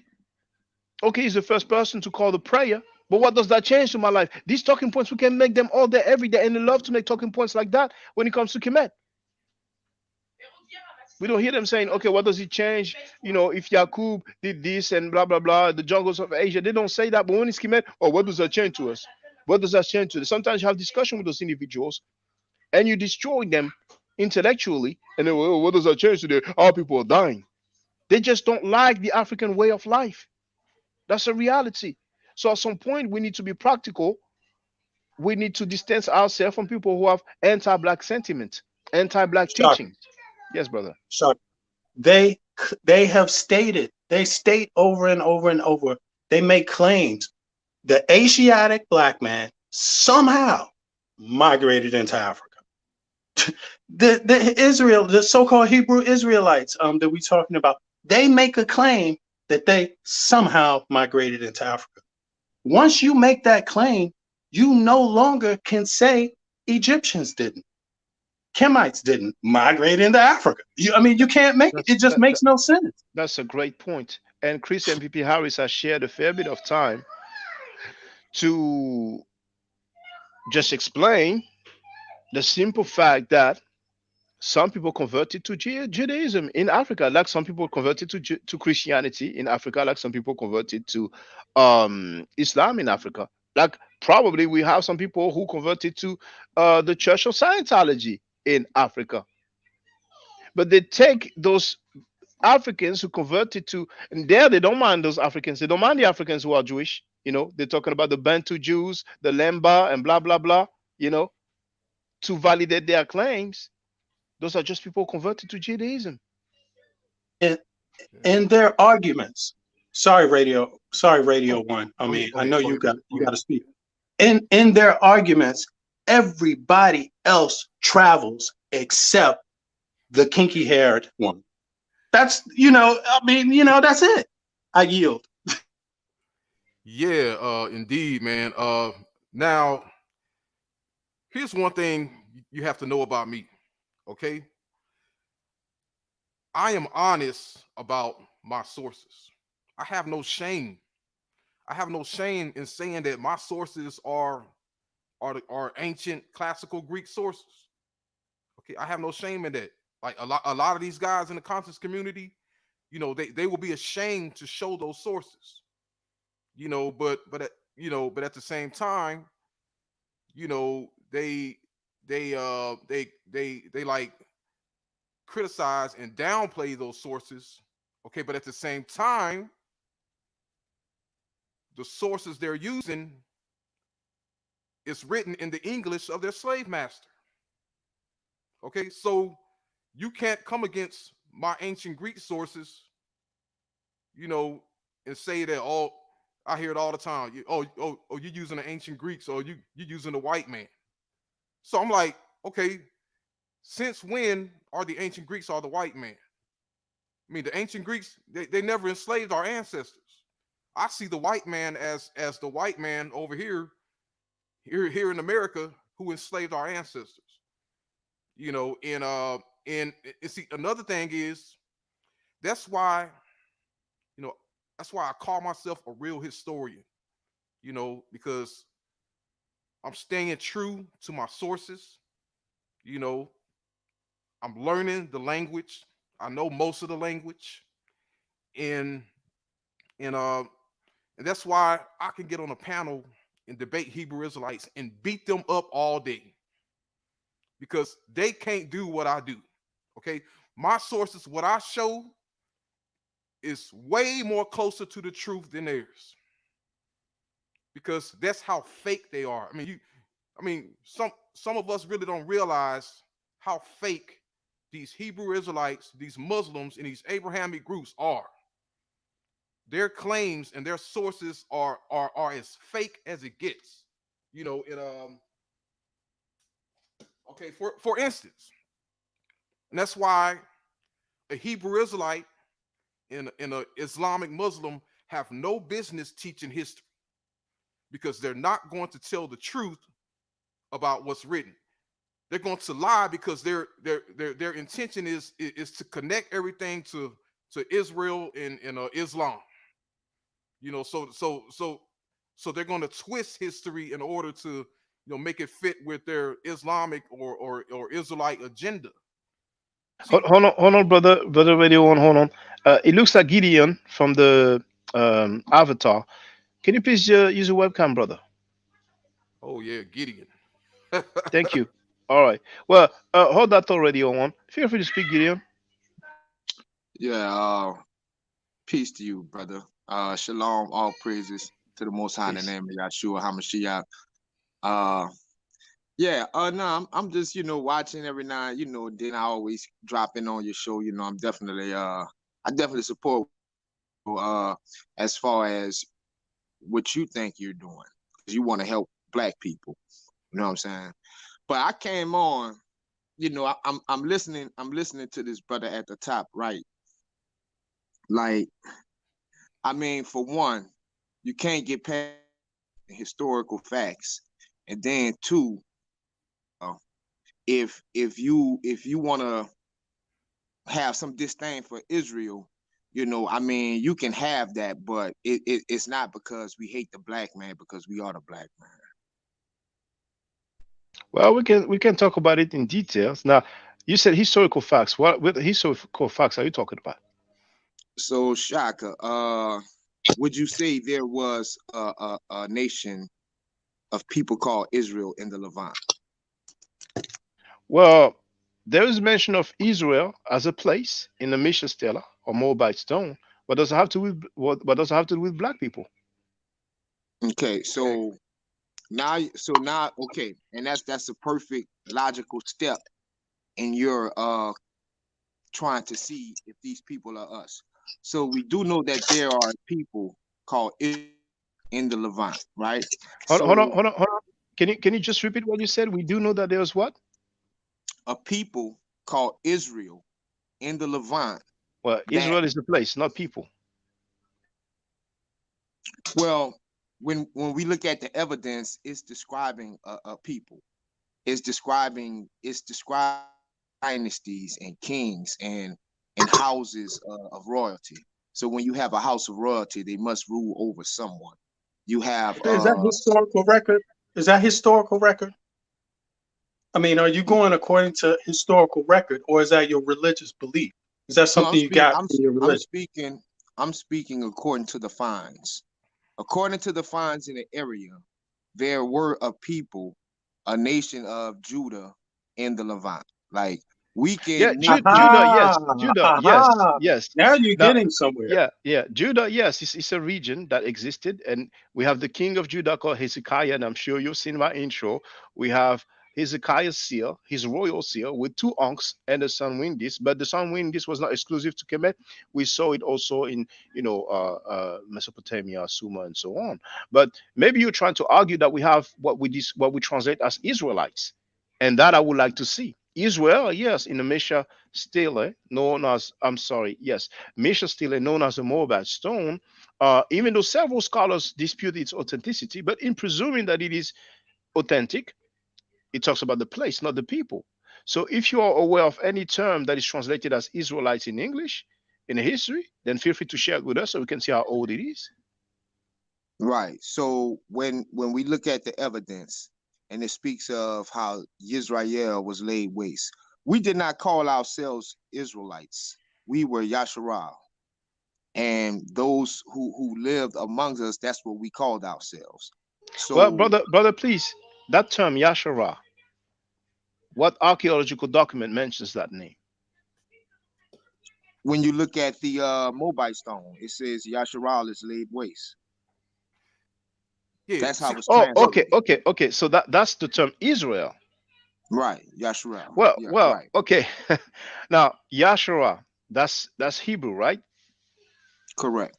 Okay. Does it mean Israel or does it mean Israelite?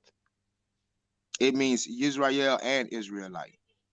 Okay. Are you talking about the Meron Peta stela or are you talking about the Mesha stela? No, right now my last was speaking of the Mesha stela, which is also the Moabite stone. Okay. Well, let's have a look together because we do have the transliteration and the translation also on Wikipedia. So I'm going to put Mesha stela. Just delay. So here we do have the translation. So for the term, is it large enough? Yeah, it's kind of large enough. So Israel, we have it here. Now, as for Omri, king of Israel. So what's the term Melech? Yeah, you see here we have Yishral. So that's probably what you're pronouncing as Yasharal, right? Correct. All right. So here it says king of Israel. And of course, also have Melech, just like in Arabic, Malik, Melech. So it doesn't talk about people here. It talks about the ruler of Israel. It's translated as king of Israel. So that cannot be the term to describe Israelites. Do we agree or do you disagree? Okay, Shaka.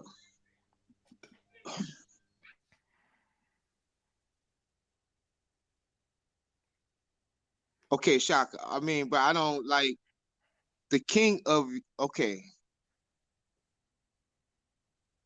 the queen of England. Who did she rule over? The English. English is synonymous with Israelite in the sense of how it's colloquially spoken, meaning it belongs to a nation or a people of a nation. So when you see Omri, king of Yasharal,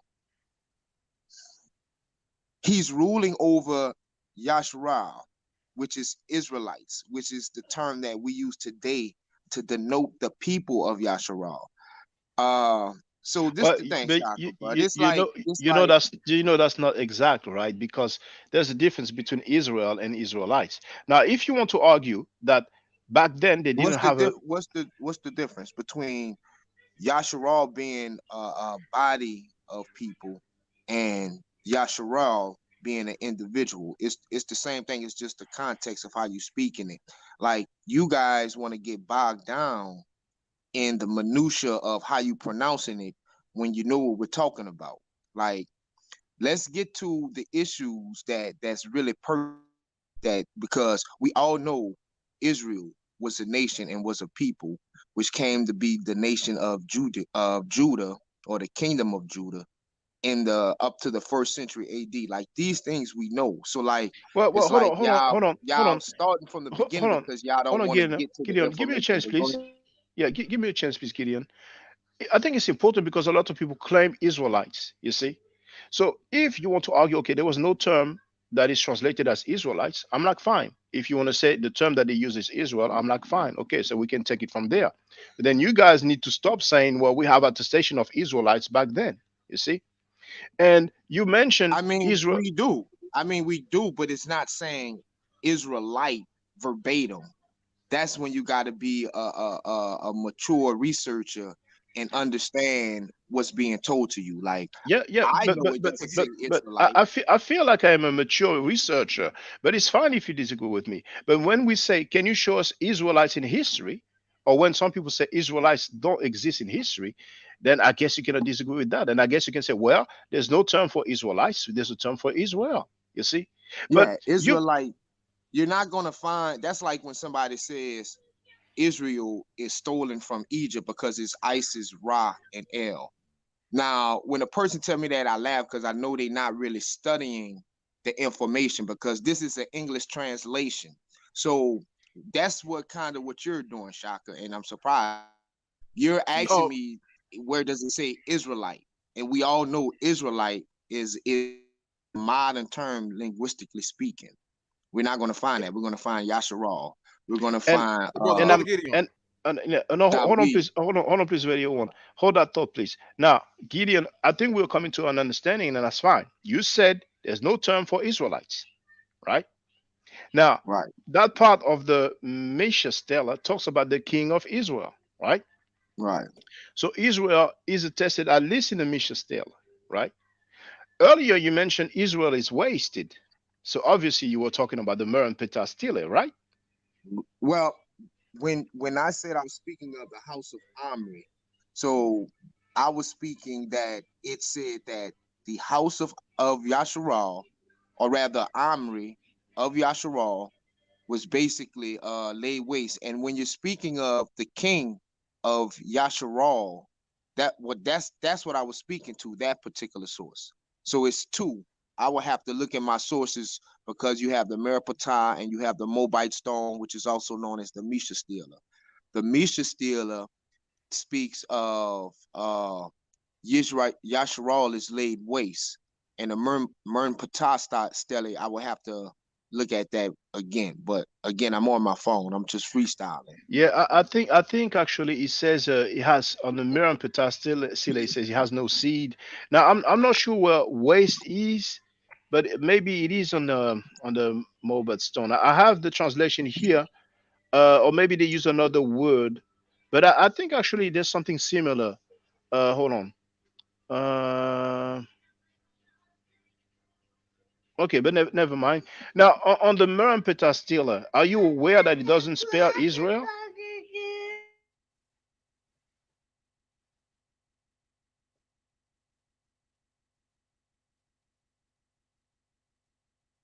It looks like he's frozen, so feel free to leave and come back if you can hear us. Well, Radio One, feel free to make your point. I mean, I think you wanted Yeah, to address directly.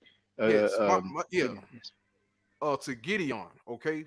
Now what you're doing is, okay, you're beating around the bush and you're ignoring what really matters. Okay. And what really matters is, regardless of Israel being mentioned, Judah being mentioned, what really matters is it is irrelevant to you because it is irrelevant to you because your ancestors and our ancestors came from West Africa during this time. Okay, when the Exodus was going on, during the Babylonian captivity, the Assyrian captivity, our ancestors were in West Africa. Okay, and Now I'm hold on, telling you, Radio One. I think the brother Gideon is back, but yeah, okay. Now Gideon stated that we don't have any term that will be translated as Israelites. He said that it is Israel. Now, No, I said you Gi- won't find Israelites verbatim, but you will find terms like Yasharal and be there you translated go. as Israelites. okay, I hear you. I hear you. Now, what makes you say that the Israelites were black? Well, all the evidence that we see, like what? or rather, the earliest evidence that we see describes them as being black people. Unless you think the can you ancient show us, please? Egyptians, unless you think the ancient Egyptians or the Ethiopians were a white people. Gideon, I'm sure you have seen Beni Hassan's painting, right? Which one? What's okay? I'm going to show you right now. Beni Hassan's painting. I'm sure you know it, but it's okay. In the night, images. Now that's the one here. I'm about to share it now. Oh, hold on. Share screen. Beni Hassan. There we go. So here, that probably rings a bell to you. Let me see. I can't see it. Okay, that's with the. Is that the Hybaru?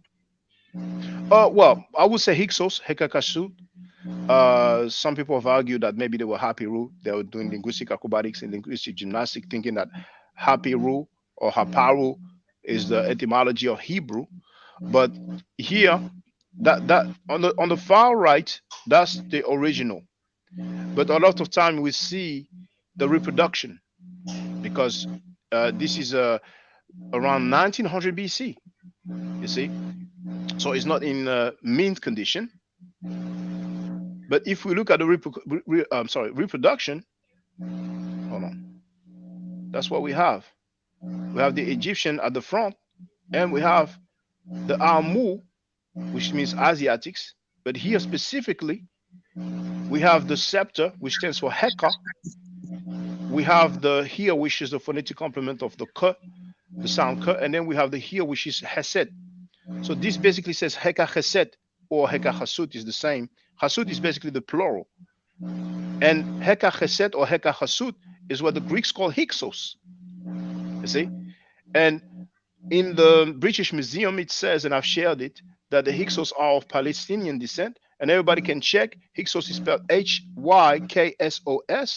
Britannica Encyclopedia online, it says that the Hyksos were of Palestinian descent. So those are actually Canaanites.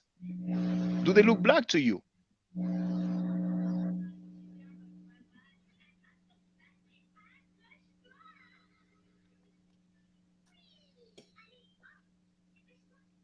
Are you still with us, Brother Gideon? Okay, I think he froze. Well, we have Chef and Chris MVP Harris. Chef came first, so feel free to speak, Chef, and then we're gonna hear from Chris MVP Harris. Because I know he deal with this better than I do, so I'll let him go.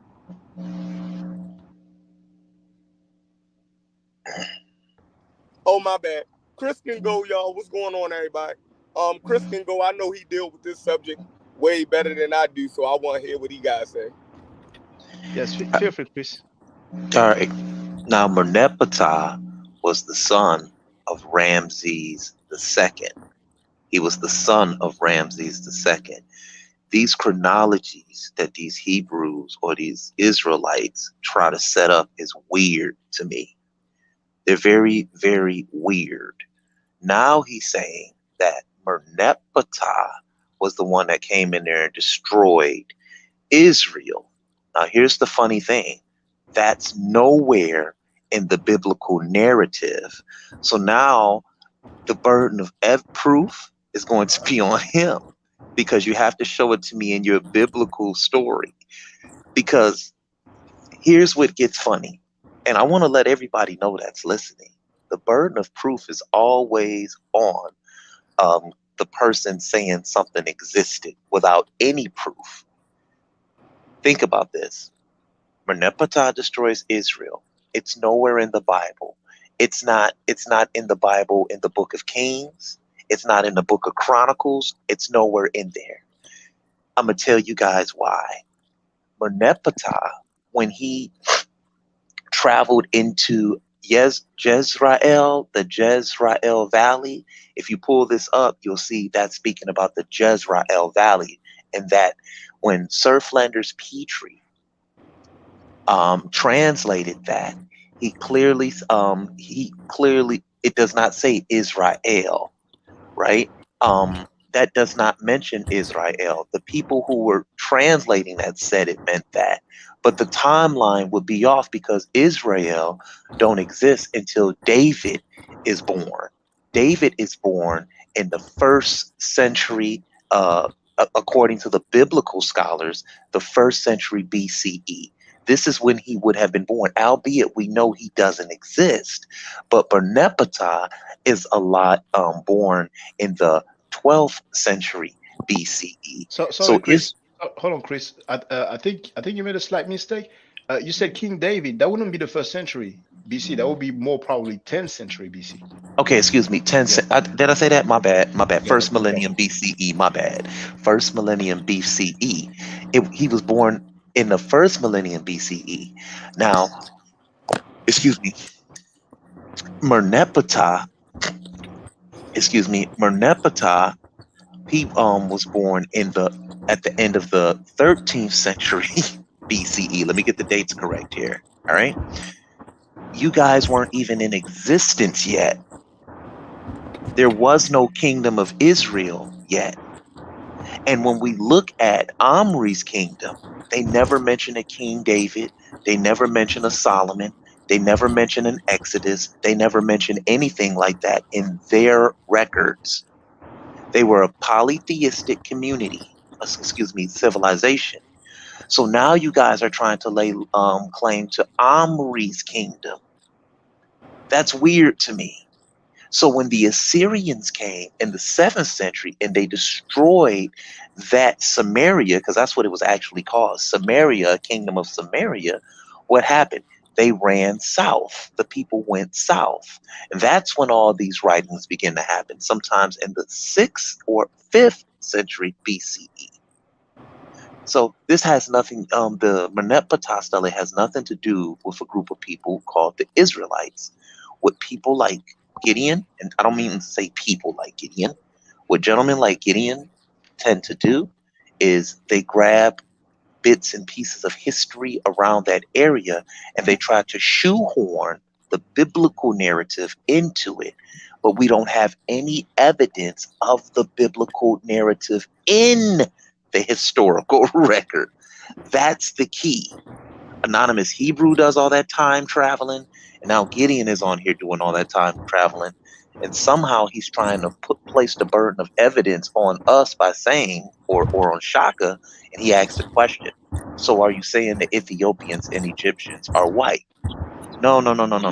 All you got to do is show us Israelites in Egypt or Israelites calling themselves Israelites in the 1st millennium BCE.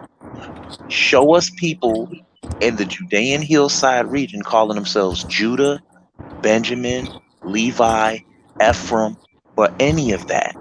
The Merneptah stele is not enough to say that this kingdom of Israel that was produced by King David existed. Last fact, and I'm going to leave it alone. When Israel Finkelstein and Neil Silberman did the excavations over there in Judea, they said at the time Israel or Samaria was a thriving kingdom in the 9th century BCE. They said Judea was a small hillside community. And they said the archaeology proved it. They said Samaria, this is what they said. They said Samaria was a modern civilization with thousands of people living there. They said Judea was a small countryside, population. They said it could not have served as the vehicle kingdom for Israel, where the 10 tribes went to stay for a remainder of time. They clearly said that. They said it was impossible. So I'll let Gideon take the floor. And Gideon, welcome back. Just for the record, I've been learning the meta nature for many years. I'm giving meta nature classes, and I invite anybody to contact an Egyptologist that has an PhD in Egyptology. We do have the determinative, and I'm talking about the Merneptah stele.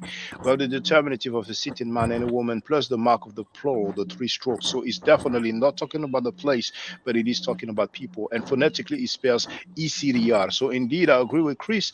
Early on, they were looking for validation for the Bible, so they they figured, okay, sounds kind of somehow close to Israel, so let's say it is Israel. But once again, it is ECDR, and it's not a place, but it is people, because the grammar of the Medu Neter or hieroglyphic is very precise. It's definitely not talking about the place, but about people. But feel free to speak, Brother Gideon. Right. So again, what I don't want us to do, I want us to stick to information that's verified. The people known as the Yuhadim are a verified people that actually existed in the Levant. The population size, the origin of the language, we're not going to get into that. What I'm getting into is that we know that people called Yuhadim lived in the Levant, which was a nation until 70 AD, but at that time under the vassalage of other kings and kingdoms. But those people exist. And we can get Well, into the American Gideon, can you hold on? No, we have a hard time hearing you, brother. Are you using a headset? No, should I use a headset? Maybe it might help. We really have a hard time hearing you. All right, hold on. Yeah, Shaka. I think what it is it's that background noise coming from somebody else's. Oh, let me see. Hold on. Yeah. Oh, I think it was one. Okay, it was Chef. So, well, Gideon, feel free. Yeah. Thank you, Brother Radio One. Gideon, can you hear me? Yeah, it was the background noise actually that was stopping us from hearing you. Yeah. Even though your sound is a bit low, but you're muted, Gideon. I don't know if you know that.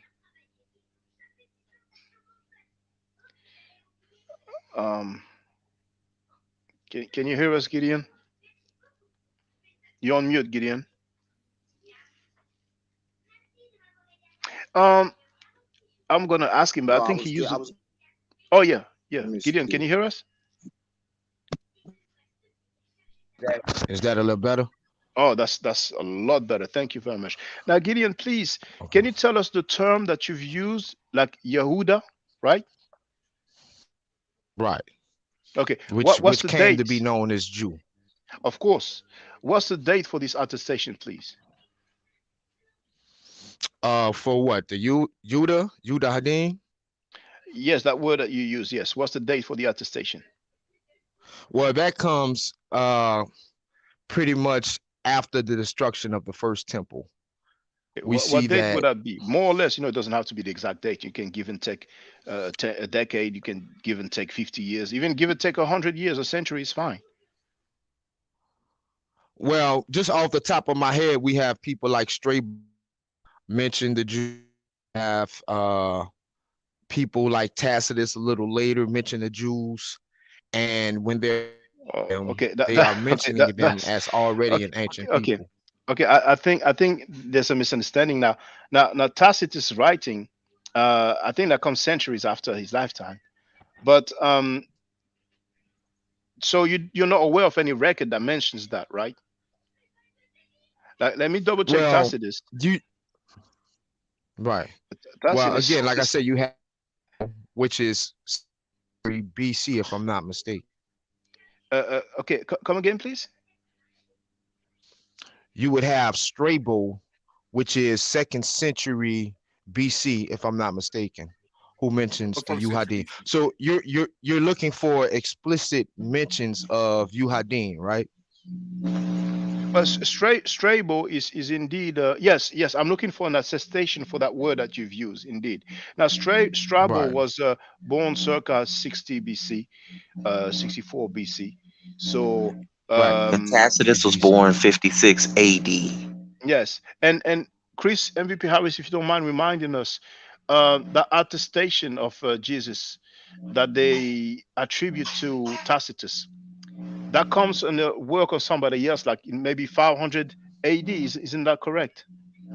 Yeah, but no, we're not speaking of that. We're speaking of Jerusalem and Judah. Okay, let's leave that. Let's leave that then. I agree with you. Let's leave that. Right. Now, so the attestation for the word that you say Yuhadim, right? That we translate as Judah in English. What is the attestation? Or, I mean, what is the text? It speaks of the city. It speaks of the city. Yeah, but what is the text? It would be Historiography. I'm coming. Oh, so historiography. You mean Strabo, right? Correct.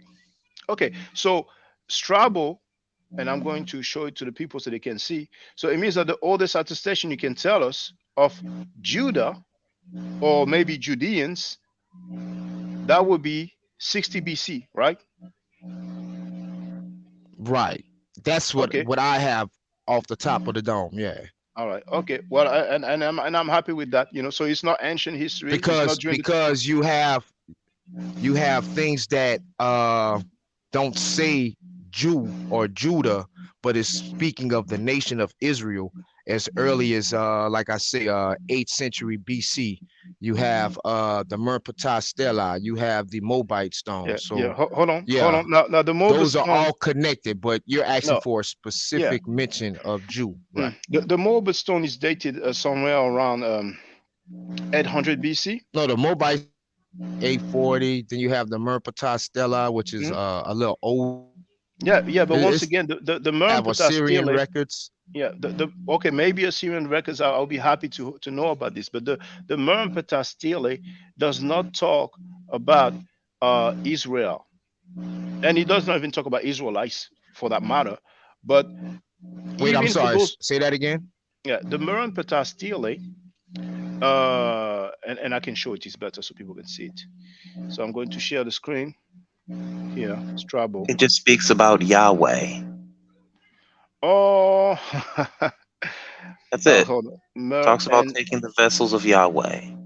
Now here, Merpatah Stele, that's the article. Here, this is the part where it says, you know, the sea being laid waste. Now, is it showing? Yes. Now, this is the E sound. The double relief is the E sound, transliterated with a Y. The door or bolt lock is the S sound, S. The double strokes here is transliterated with the I is the sound E. The R, I'm sorry, the mouth is the sound R. The relief is the sound E, transliterated with the I or a J. The vulture is the sound R. The mouth is the same as the previous one, is the sound R. Now, it spells phonetically Isiriar.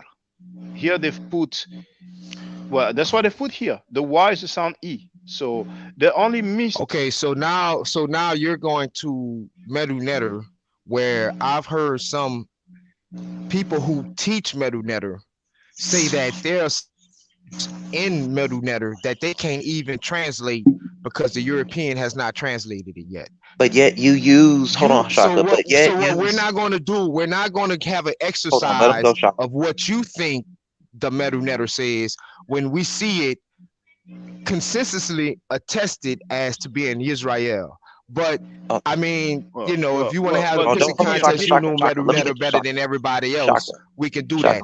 Which is why I didn't even much want to have this I want to go to where we are already established.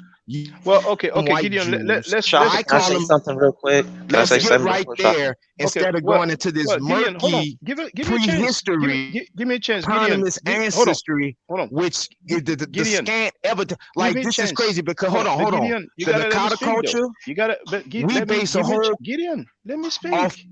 I'm letting you speak. Yeah. Go ahead. So hold on. Chris MVP, just hold that thought, please. Now, Gideon, you use the Merpatah Stela for the attestation of Israel. When I'm showing you what it spells, you're telling me that it hasn't been deciphered. So it's a bit illogical to me. But other people translate it as Shaka. Okay. Just because so I'm supposed to listen to you. Okay. Better different than everybody else. Well. Go ahead. Well, feel free to ask any Egyptologist what the seated man and seated woman stand for, and the three strokes, that's the mark of the plural. This shows that it's talking about people. Even if it said Israel, it's not talking about the place, but it's talking about some people. So at least they will translate it as Israelites or whatever they want, or people of Israel. But this is not talking about a place. That's what I want you to know. Now, the people who translated it as Israel were people like I think MVP said Petrie. Okay, Petrie. So this is what you do. Hold on. They were. That's why I say we got to be mature. So it's speaking of a people, right? So if we go to the Misha Stela, the Misha Yes. stealer is talking of a king of those people. So No, when no, you do no, 1 no, plus no, 1, no. it's Gideon is 2. talking about the Yeah, the king Misha of. Hold stealer on, hold on. says Omri, He's talking king about of the king. Israel. Yes, a place, not the Okay, so people. It's not the same. okay, It's not the same. Merpatah stela is using the same word to describe a people. And when you No, it's look at not. our records, the Merpatah Well, stela, Gideon, he just Gideon, said it speaks of a people. So you're Gideon, Shaka, Gideon. This is the right? So he's translation disagreeing and the with you, Shaka. transliteration of the Misha Your stela. Patah is Now, speaking when of you a look at people, right? the term for Israel, what is it? King of Shaka, I just asked Israel. you a question, my brother. There it is. Omri, that's number 5 here. Number 5 Shaka. here. Oh, Yo, The Shaka, Merpatah stela is speaking this of is what Israel happened. as a That's the people, right? translation that threw me off. So, damn, how do you start that Shaka, seriously? Shaka, if you don't mind me saying Oh, there's something, okay. let me Sorry, say but this real this is quick. serious stuff. So number 9-5 Tell him here. why you don't agree with him, Chris. No, but it's okay. Now, Gideon, look at this. We have Yish, and that dot on top of the S, I presume it's like the sh sound. But whether it's the sh sound or the s sound, we have the ayin before the I'm L. on So my phone and I really can't see, Shaka. What's that? The okay, Merpatah stela? it's the Misha stele. Now the Misha stele says Melek, just like the Arabic Malik, it's the same root. Yisrael, you see. The Merpatah stela says Isiria. So contrary to what you said, it is not the same word. But even in presuming that it says Israel, let me give you that. What makes you say? Bro. Come again? Chaka, bro. Those are 2 different languages. Yeah, but earlier you said that it's the same word, but it's okay. It's okay. No, and I disagree. it is 2 different languages. Anybody would tell you that, Shaka. That's what I'm saying. Yeah, But I know it's 2 different languages. We got to be mature. Okay. I'm trying to be mature with you, but didn't you say it's the same word, Brother Gideon? He did. Yes, it is. Okay. It's the same word in 2 different but, languages. Well, I'm telling you that it is not the same word, because here we have the transliteration, and we've seen the transliteration also of the Merpatah stele, and it says Isiria. But even in presuming that it says Israel, let me give you that for the sake of the argument. What makes you say that those people were black? Good, and that's what we're trying to get to. All right. And why is that important? What color they are? Why is that important to you? What color they are? We get to that later. Well, Just I want to know. No. Forget about the second question. Lineage. No, hold on. So What makes? If I would be claiming a lineage that comes from Europeans, that would be asinine. That would be like me calling myself yeah. I'm not built like that. Like the Israelites were a black people, and that can be proven, and it would have to be the case. I'm claiming descendancy from that. Unless okay, well, please prove it to us. Please show us, because here I'm showing you an original artifact that's dated 1900 BC, 1900 BC. It's in the tomb of Khnum-Hotep, and the place is known as Beni Hassan. So we do have the original on the far right, and you can compare the original. How the ancient Egyptians look, they look way darker. But we have, of course, many times we see the reproductions. So on the reproduction, we see them looking like typical Asiatics, and we have plenty of depictions of Asiatics from ancient Egypt, and they look white-skinned. So the evidence shows white-skinned people. What makes you say that those inhabitants of Canaan were black people? Okay, so Chaka, those are not Israelites right there. For the simple fact that the Israelites were not a people until the 13th, 14th century BCE. So that right there, yeah, we were not even a people in 1900 BC, Shaka. Okay, all right. So you're saying that the Canaanites are not Israelites. Wait. Who took it in hell? Because it sounds like they can't comprehend that concept. Okay, let me say something real quick. Go ahead, Abraham, Go ahead, our patriarch, was not born until the 1900s BC, and Abraham was not an Israelite. Abraham had a son named Isaac. Isaac had a son named Jacob. Jacob had 12 children. We know the story. Are the we know Israelites. the story. Okay, the thank Israelites you. did not come into being until the 14th century BC. Okay, guys, this is the problem when you all let the Israelite brothers come on these panels. Y'all let them do all this time traveling, jumping up and down the timeline. He's talking about the Mesha stele. He's talking about the Moabite stele. He's talking about the Merneptah stele. None of these writings are indigenous to the Israelites. All he has to do is show us indigenous writings. Now he's in the 19th century BCE.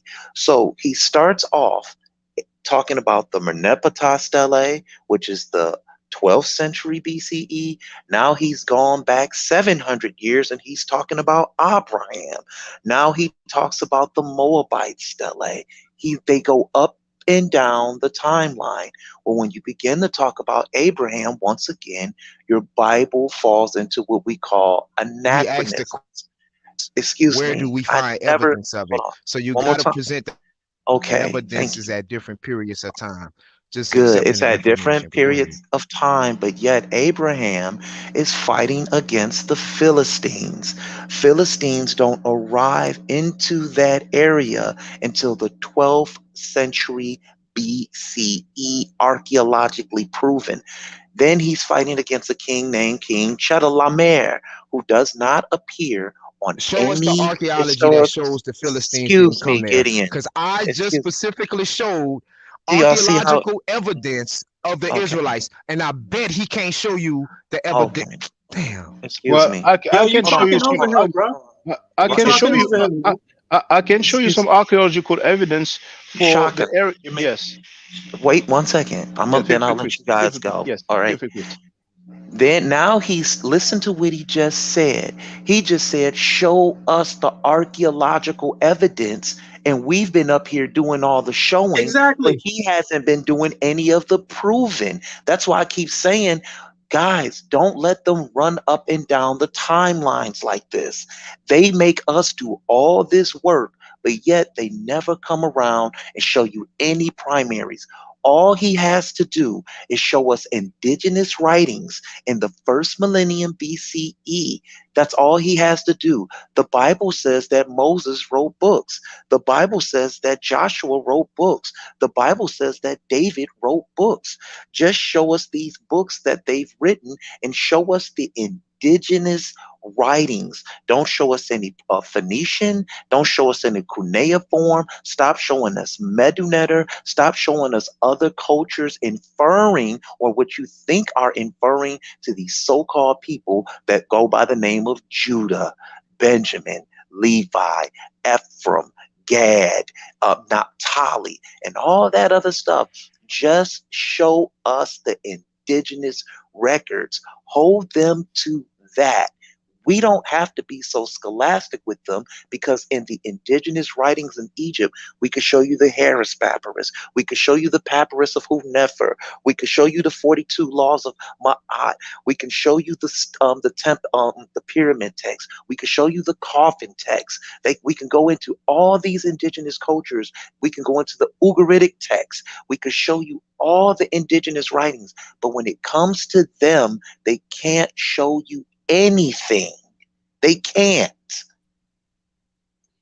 Now, Gideon, you're back. Now, Gideon, okay. This is what I'm saying, Shaka, my brother. I just laid out several pieces of evidence stating the Israelites were in the area. Now, Chris, he's saying no, that's not true. Hold on. And then he goes hold on. And then he presents a source, and I'm asking him to show us the source that states that the Philistines were not in the area during the time of Abraham. Show us the source. Hold on. I want to focus on the Israelites. Now, you have not shown the term Israelites. You move from Israelite to Judea, and that's from Strabo. That's like 60 BC, right? Because in the beginning it was Israel, and then it split, Chaka. Yeah, it split into Samaria and Judah. Okay, so far we have the or rather Stella, Israel and Judah. Yeah, we have the Misha Stella that talks about the king of Israel. It's a place, not a people, right? Now, when I ask you what makes those people black, what makes you say that they are black, I've shown you an artifact. But when I showed you the artifact and I mentioned it is 1900 BC, you said the Israelites were not there before at least 1400 BC. Then you talked about Abraham. Abraham comes from Right, which is Ur. a fact, right? Okay, That's okay. true, right? No, it's not a fact. It's what is written in the Bible. No, the Israelites were not around in 1900 BC, Shaka. Okay, so basically you're saying that the Correct? Canaanites are not Israel, right? Is that what you're saying? I'm sorry, No, the Canaanites are not the Israelites. Canaanites, yeah, we don't come from Canaan. We lived in the Okay, land of okay, Canaan, okay. and Where we does were at times called Canaanites, but we okay did not come from Canaan. where does Abraham come from? Abraham, he comes from Shem, the line of Shem. No, the place where it comes from. He comes from Kasdim, Okay, thank you. Now on the screen, and I've shared the link in the chat. This is the British Museum. This is the standard of right? Now the date is 2500 BC, right? And this is how they depicted themselves. So are those the black Israelites that you're talking about? That's where Abraham comes from. That's how they look like. Right. Yeah. I mean, you can't phenotypically ascribe that to no European people. I didn't talk about European. Now, understand, European doesn't mean exclusively white. You have white people in Asia. If you look at the king of Saudi Arabia, he's white, but he is in Asia. So I know in America, a lot of people say white for you. I mean, European, as if it's interchangeable with white, but we're talking about Asia right now, you know? So once again, even in presuming that those Israelites existed in history, and so far the earliest you have been able to go back is the writing of Strabo, you know. Now that's a date for Strabo. I'm not even sure if his writing exists during 60 BC. But once again, what makes you say that they are black? When we look at the archaeological document, the data, we clearly see them. I've shown you two archaeological documents: the painting of Beni Hassan, 1900 BC, and the box with some people painting on it, 2500 BC from Ur, where Abraham is from. And on both those archaeological documents, they are white skinned. So what makes you say that they were black?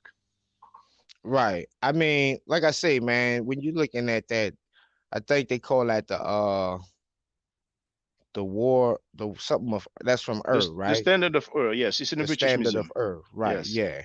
And you say that's like what, like mid 25th. That's 2500 BC, right. 2500 BC. Yes. Right. So that's one piece of evidence, right? That we have, and we totally see that those people do not look like me, right? But they, you know, look.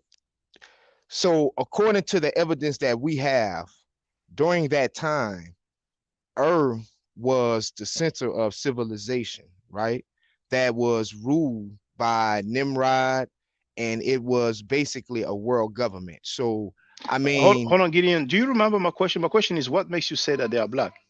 Okay, this is what I'm getting at, right? Okay. So when you look at the specific information in regards to Abraham comes from Shem, a Shemitic father, and a Cushitic woman.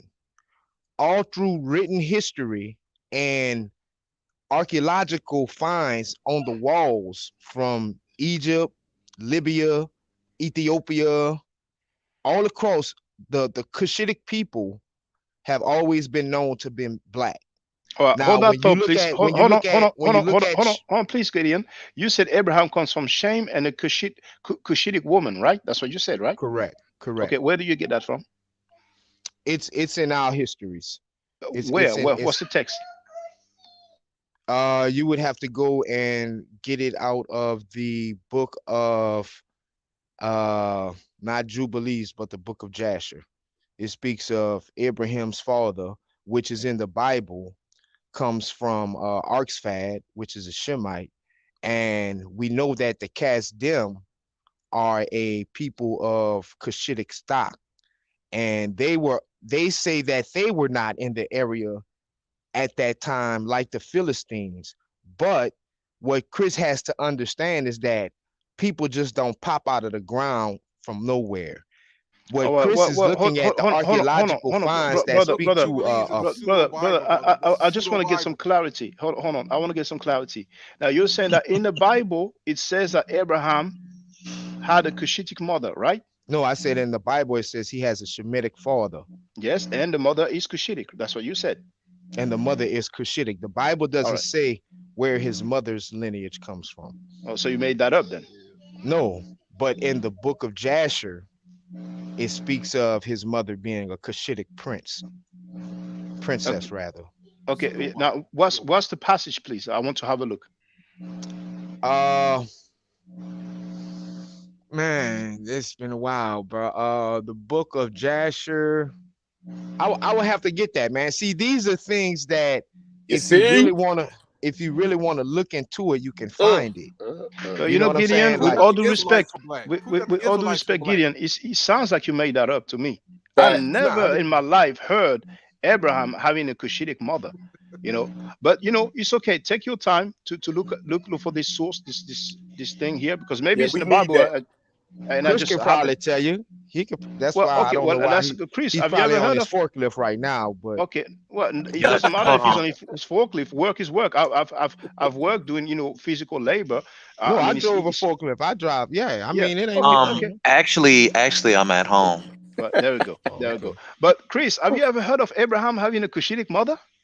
First of all, he made listen, we gonna say this, and anybody that's been on my channel, what up, Chef? Shout out to you. Check it out. What Gideon just did, he just took a bunch of facts. He grabbed them all together, a bunch of facts that that you can't even synthesize, and he put it in a whisker guard bag, and he and he threw it all at everybody. And then in order to when he can't prove something, he got to throw ad hominems at people. All right, telling me what I don't understand. Now, the first thing I want everybody to understand is the Bible, or the so-called Septuagint, was put together by the Greeks. That's why you have so many Greek inferences in this story of these 12 tribes of Israel. This is easy. And I'm going to do a presentation tomorrow morning on the 12 tribes of Israel on my morning coffee, and I'm going to kill this thing. And I'm going to show everybody how this 12 tribes of Israel is of Greek influence in the stories that they were borrowed from using Plato's laws. This is simple and easy work, and this is why he can't show you anything. But Yo, I Chef. thought it was Egyptian. Chef, It was if I wanted to, excuse me, that's the one thing I know about you Israelites. Y'all ain't got no discipline. Y'all cannot sit down and wait. All right. Then now he's saying, I thought it was Egyptian. Well, here's my counter argument to you. We thought it was Hebrew. No, I'm Why saying just you're ain't making Hebrew? claims. 1 minute y'all Okay, say no, it's Gideon, stealing from the excuse me, Egyptians, Gideon, I'm then talking. the next minute you say it's Gideon, stolen from the Gideon, Greeks. Like respectfully. these, You guys hear this guy? I can see Shaka, we you still gotta have start VCR muting him. tapes and all this stuff, man. But Hey, now we Gideon, got the internet. bro. Shaka, Like you it's gotta at mute your him, man. fingertips. He's cut Go right ahead. now. I'm on mute. All Yeah, right. he's just talking over people, man. Yeah, Yeah, but we it's gotta okay. stop this. It's okay. Now we know it's actually good that he speaks, because he said something that's amazing to me about Abraham's mother being Cushitic. I Now, ain't here never on- heard none of And why that. he believed it too. Yeah, That's why and- y'all gotta let him talk, y'all. yeah, that's why it's good Y'all, for him to y'all talk. But definitely gotta let him talk. yeah, and for the record here on Wikipedia, the parents of Abraham, his father is Terah, Jumping and his on. mother, according to the Talmud, is Amatlai. So while Gideon breaks it down for us, I'm going to look up Amatlai and I'm going to see if she's Cushitic. So feel free, Gideon. Feel free. See, that's why you just gotta let him talk. Go ahead. Hey, Keep Chef, right yeah, going, you gotta let him talk. Yeah, just let him talk. He quiet now. He ain't got nothing to say. Nah, I'm just waiting for y'all to verify what I just said. That's all. No, yeah, we just he did. believed something. He said he believed something because it was in his book. The burden of truth is on you, Gideon. I mean, hey, Gideon, you know what? Right now, you have the right to say, hey, I made a mistake. You don't have to say I made that up. You can say I made a mistake, and we can move on. I didn't make. I ain't make that up, bro. But what's he gonna stand on it. So you're gonna stand that Abraham's mother is Cushitic, right? All right, and that's in the Bible, right? No, in the book of Jasher. Well, the book of Joshua, isn't it in the Bible? No. Okay, so but earlier Gideon said it's in the Bible, didn't he? No, he said it was in the book of Jasher. He believed it because it was in a book. Okay, That's my right. bad. So he didn't say it's in the Bible. Okay, all right. Well, okay, Gideon is still there. All right.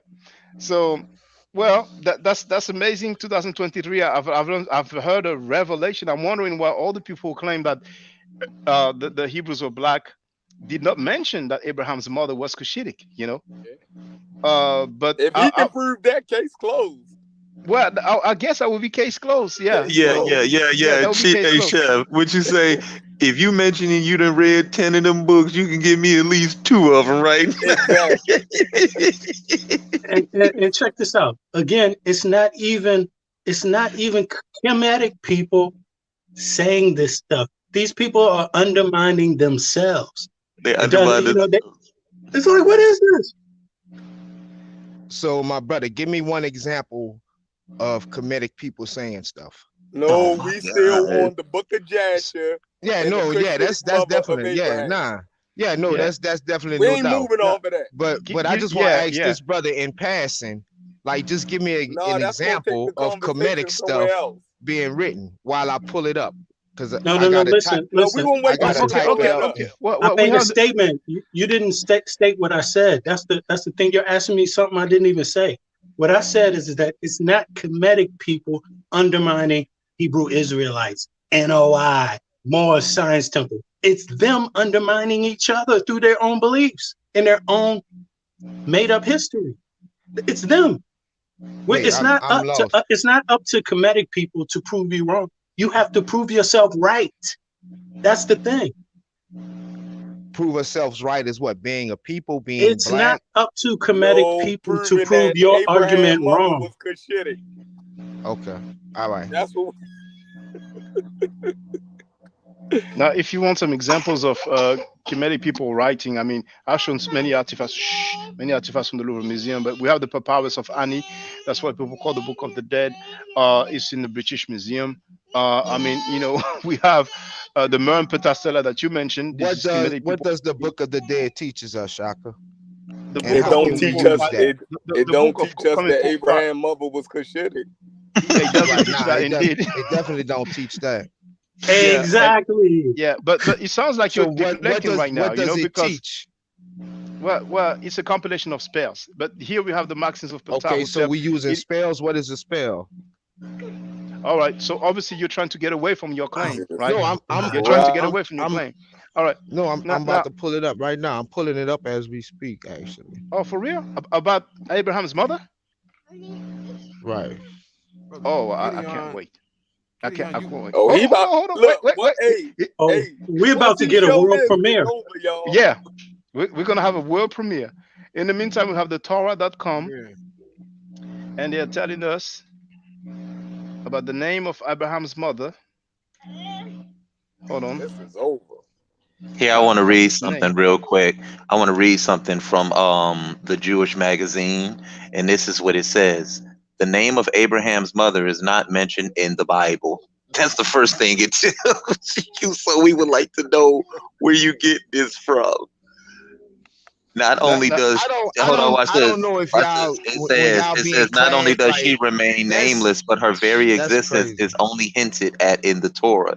She does not appear during the story of Abraham's birth in Genesis 11:26, but is mentioned only when Abraham explains to Abimelech, a Philistine king of Gerar. There go those Philistines again.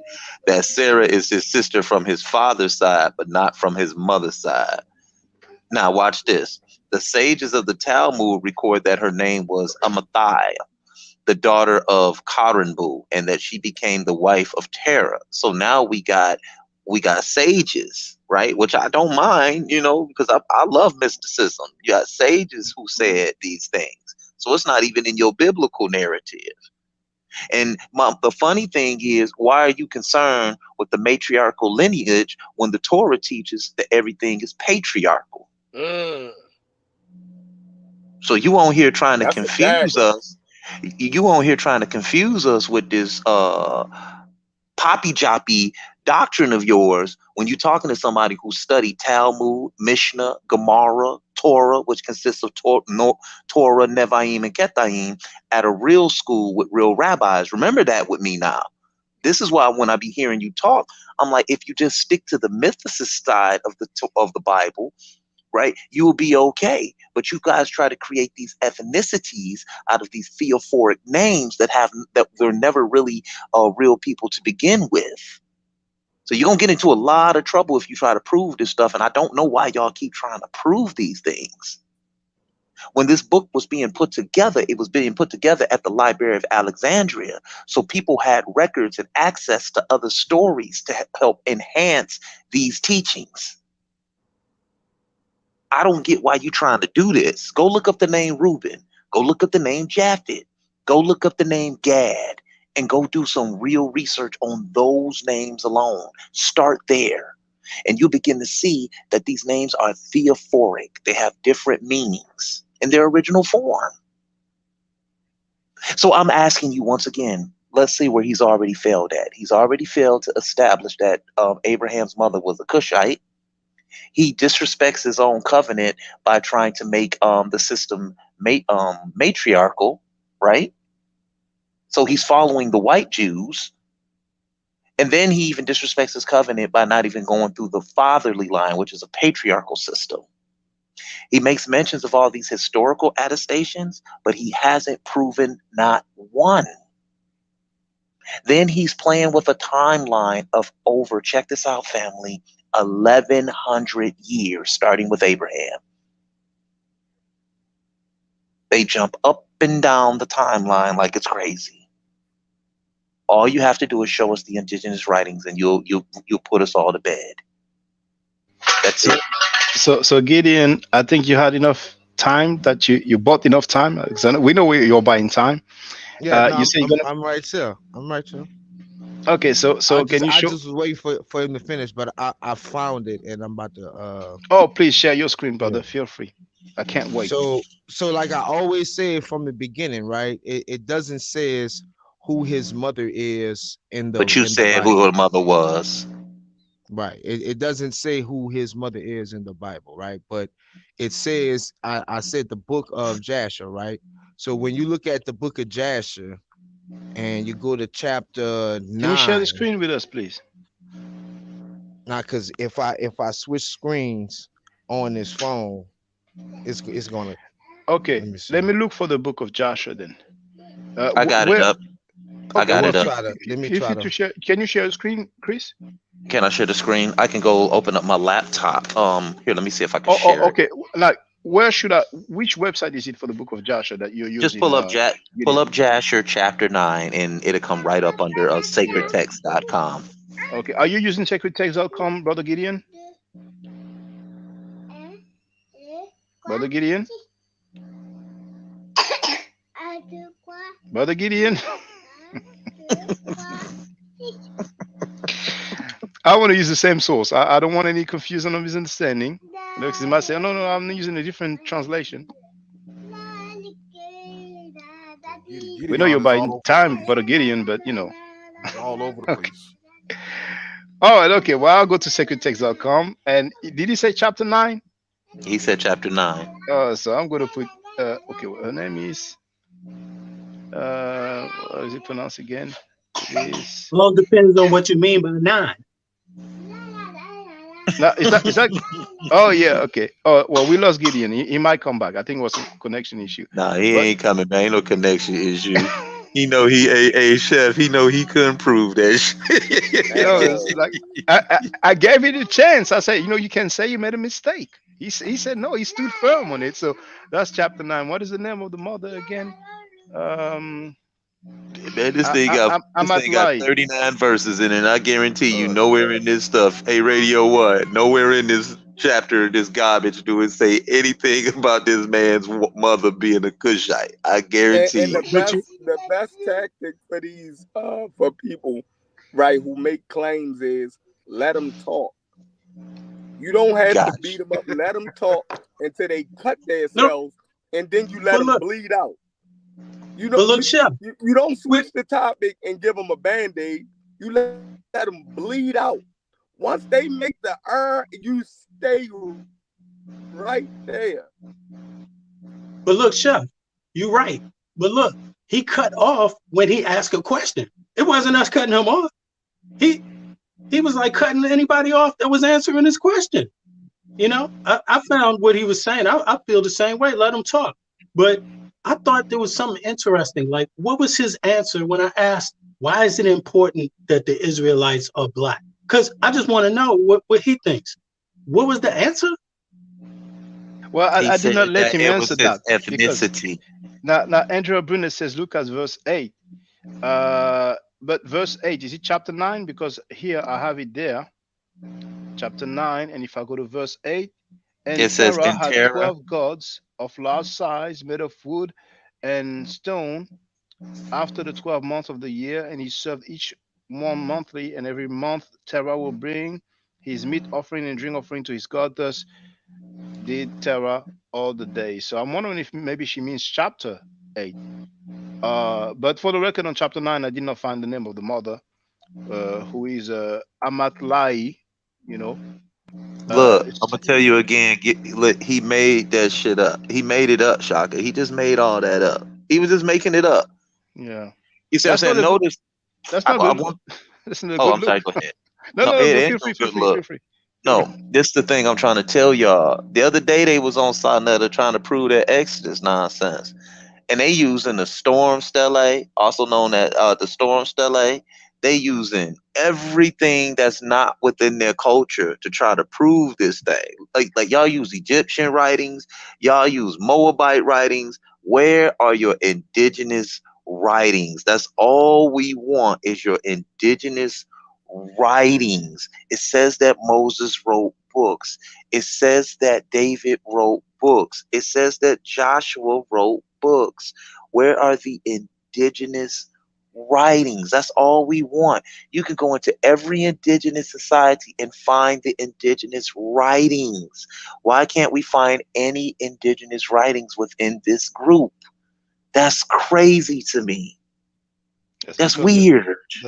that's because the Greeks made it. Well, Gideon, you know, you're free to come back, but so far you're not looking good, brother. You're making stuff up on the fly.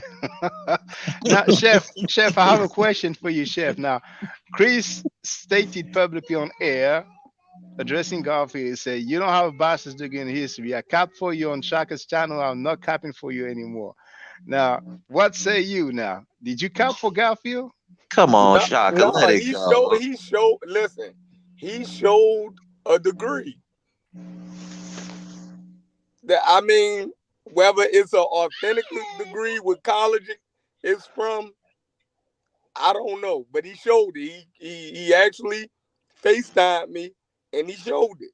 Like, I'm not a super researcher. I'm not going to record it and blow it up and try to find the fine print.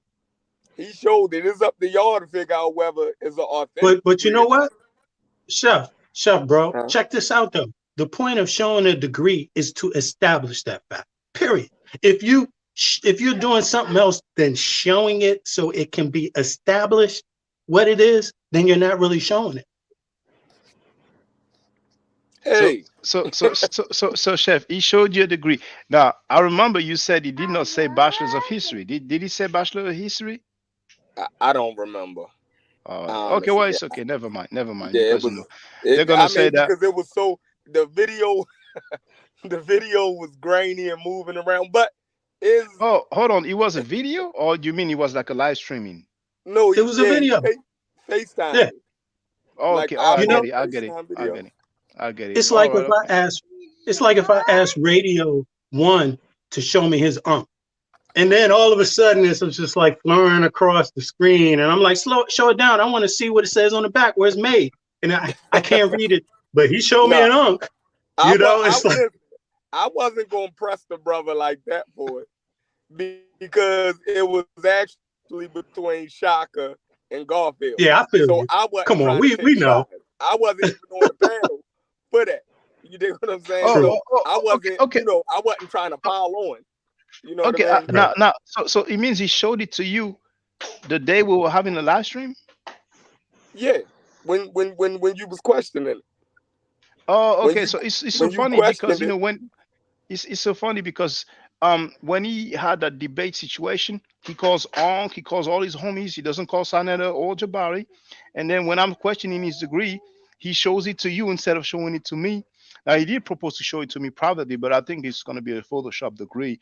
But it's interesting that he charged $1,800, which shows that he was willing to show it, but he will only show it to somebody that's going to give him $1,800, close to $2,000. And to me, that's a red flag. To me, it shows that the guy is just fraudulent with it, you know. And his technique was to show that piece of paper to several people so he could say, I showed it to him, I showed it to him. And that's why when I was in Sinister Studios, he said, you know, I showed it to Unc. When I asked Unc which university was it, I'm sorry, not Unc, Sinister. When I was in Sinister Studios, and I said to Sinister, after he said, yeah, he showed it to me, I said, what university was it? And Sinister laughed, you know what I'm saying? And Kayer said that he'd seen it. And when I asked Kayer what university was it, he said, oh, he replied something, but nobody knows which university it was. And I find it amazing. I mean, you know, Garfield could say, hey, psych, I was joking. You know, it's a delayed psych, and that's it. But he's persisting. Now, if indeed, Nikki Woody wrote that last night on Sinister, Reggie asked Sekou for his degree. How ironic. Thank you, Nikki Woody, for saying that. Reggie is asking Sekou to show his degree. But Reggie is not asking Garfield to show his degree. So Reggie also is capping for Garfield. But yeah, it's just that's the inconsistency, you know, that really turned me off from everybody, for real. So it ain't too many places I go at no more on YouTube. Because it's like what y'all was talking about earlier. I have disagreements with the conscious community about Egypt or Kemet, right? But my disagreements are known, right? But it seems like they disagree with me, right? And they disagree with Chief X, right? But, you know, it's like so they agree with the conscious community and everybody else when it comes to Egypt and all of that, when it comes to me or Chief X or somebody who denies you know, the West African connection to Egypt and all of that, right?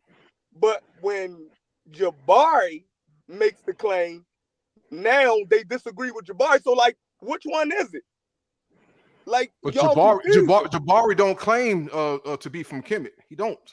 Exactly. No, I'm saying they disagree with Kemet and everything African when it comes to Jabari. Everything that Jabari say, they disagree with. Chef, exactly. It seems like they only disagree with it because of the hate for Jabari. And that's what I was getting tired of also. And I'm all like, look, heavy is the head that wears the crown. I told Jabari this. But my thing is, why are y'all disagreeing with it just because one person agrees with it?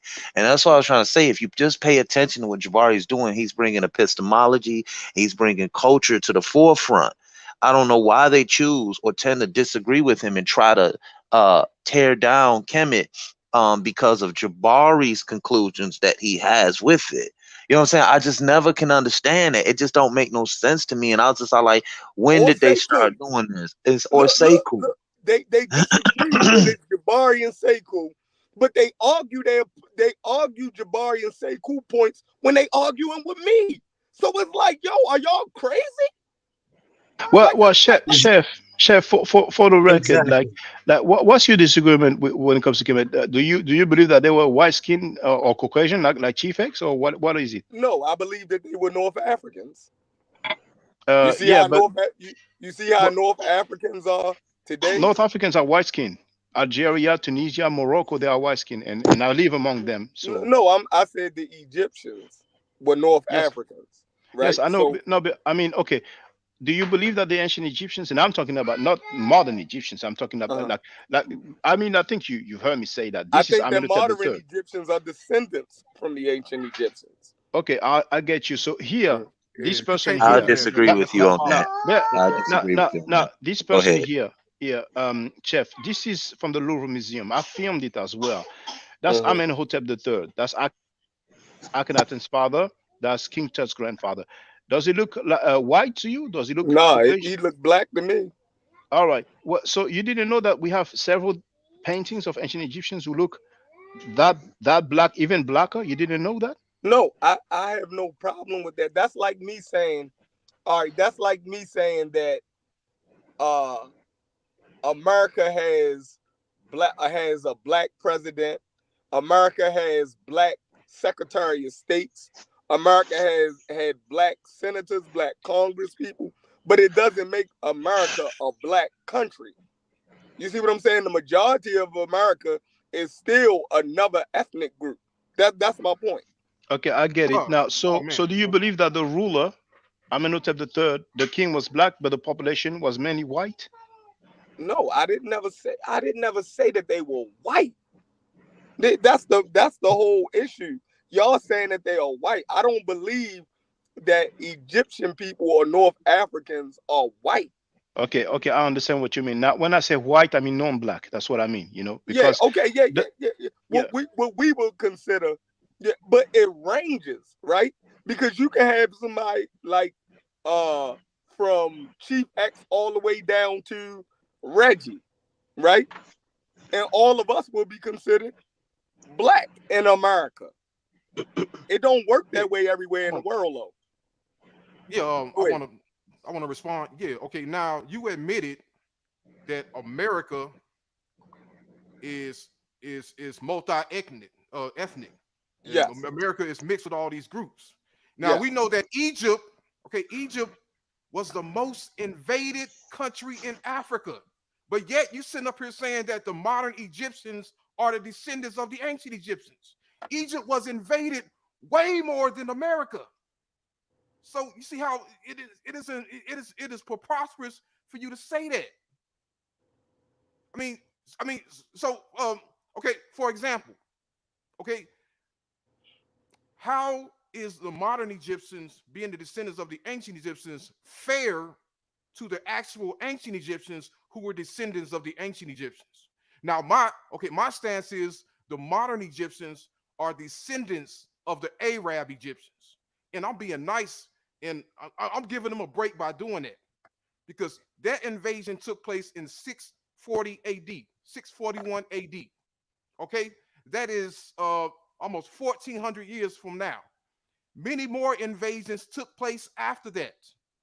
And we have here the people of modern Egypt speaking the Arab language, okay, still in Egypt after numerous invasions, long after the Pharaonic dynasty was dead. Okay, so it is wrong. It is impossible to prove that the modern Egyptians are descendants of the ancient Egyptians, because you have to first ask yourself, what dynasty do they descend from? Okay, Radio Run. Hold on. Now, if you're going to say what they descend from the 18th dynasty, that dynasty ended 3,000 years ago. You're going to say what did they descended from the Ptolemaic dynasty? That dynasty ended, okay, during a Roman invasion, when the Romans conquered Egypt. So what you're doing is you're skipping over history. Okay, you're skipping from the ancient Egyptians all the way to the modern Egyptians, and that makes no sense. You're not staying within the chronology of history, and that's why I say it is impossible to prove that the modern day Egyptians are descendants of the ancient Egyptians. You can't do it. All right, let's let Chef respond if he wants to respond. Nah, I don't want to respond. Well said. But go ahead, bro. Oh, Chef, yeah. I also wanted to ask this question: who invades a place and don't want to make babies? I mean, so what would be the point of these invasions if it's just to bring the army in, bring and then you just leave? I mean, what? Oh, you're just converting people, but you don't want to stay in that land. Is that what you're saying? So you're saying these invaders did not want to stay in that land. They couldn't stay in that land. But what would be the power to refute them, to kick them out of that land? That's what Okay, so, all right, well, let's take this like this. Two things. in medieval Europe and Asia, the Mongols, right, went all the way from China, right, all the way to damn near the Mediterranean, conquering, invading. They didn't change the population of those people that they conquered. The Arabs went from Southern Arabia, right, all the way to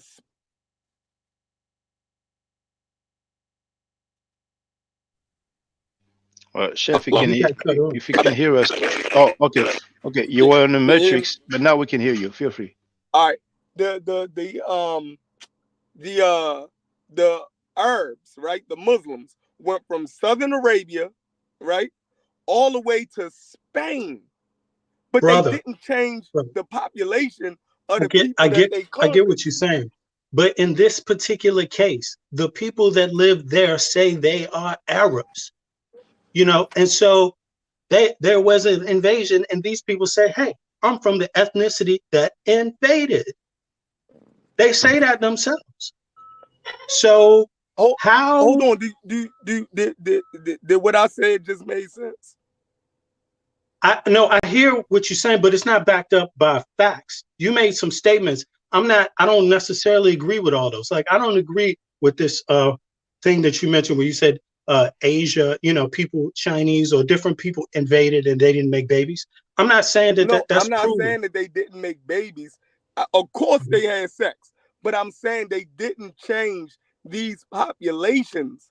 Like the populations didn't, like, listen, so all the across North population Africa, calls themselves Arab. The Muslims conquered all across North Africa, right? So are we saying that those Muslims changed the population of all of North Africa? Well, Chef, I have an answer for that. Chef. Most of it. Before the Arabs, we can see traces of admixture in East Africa. Indeed, if you look, right, at Eritrea and Somalia and places like that, But before the Arabs took control of Egypt, somewhere around the 7th century, the Greeks went to the land, 400 BC. So the admixture started there, and maybe even before, because we've seen in 1900 BC the Hekakasut arriving in Kemet, the Canaanites. But 400 BC, so that's really 1,000 years before the Muslims came in. We already had foreigners. We already had people of European descent, with Alexander the Greek, you see. So if there was any admixture, it did not just start with the Muslims, But the analogy that you're making with Spain, I mean, like, if we have Amenhotep III here, and he is, like you said, black. So I don't even understand why you believe that the ancient Egyptians were not black. So if I look at a picture of Barack Obama and his family, would I automatically assume that Americans are black? Well, once again, earlier, hold on. Earlier, I asked you the question. Are you saying that Amenhotep III was black, but the population was not black? Yeah. So is that your belief? Do you believe that the ruler was black, but not the population, right? Yeah, that would make sense. Okay. That would make sense. Do you want me to show you some artifacts of black ancient Egyptians? No, not just rulers. I'm sure you can, because it's Africa. I'm sure you can.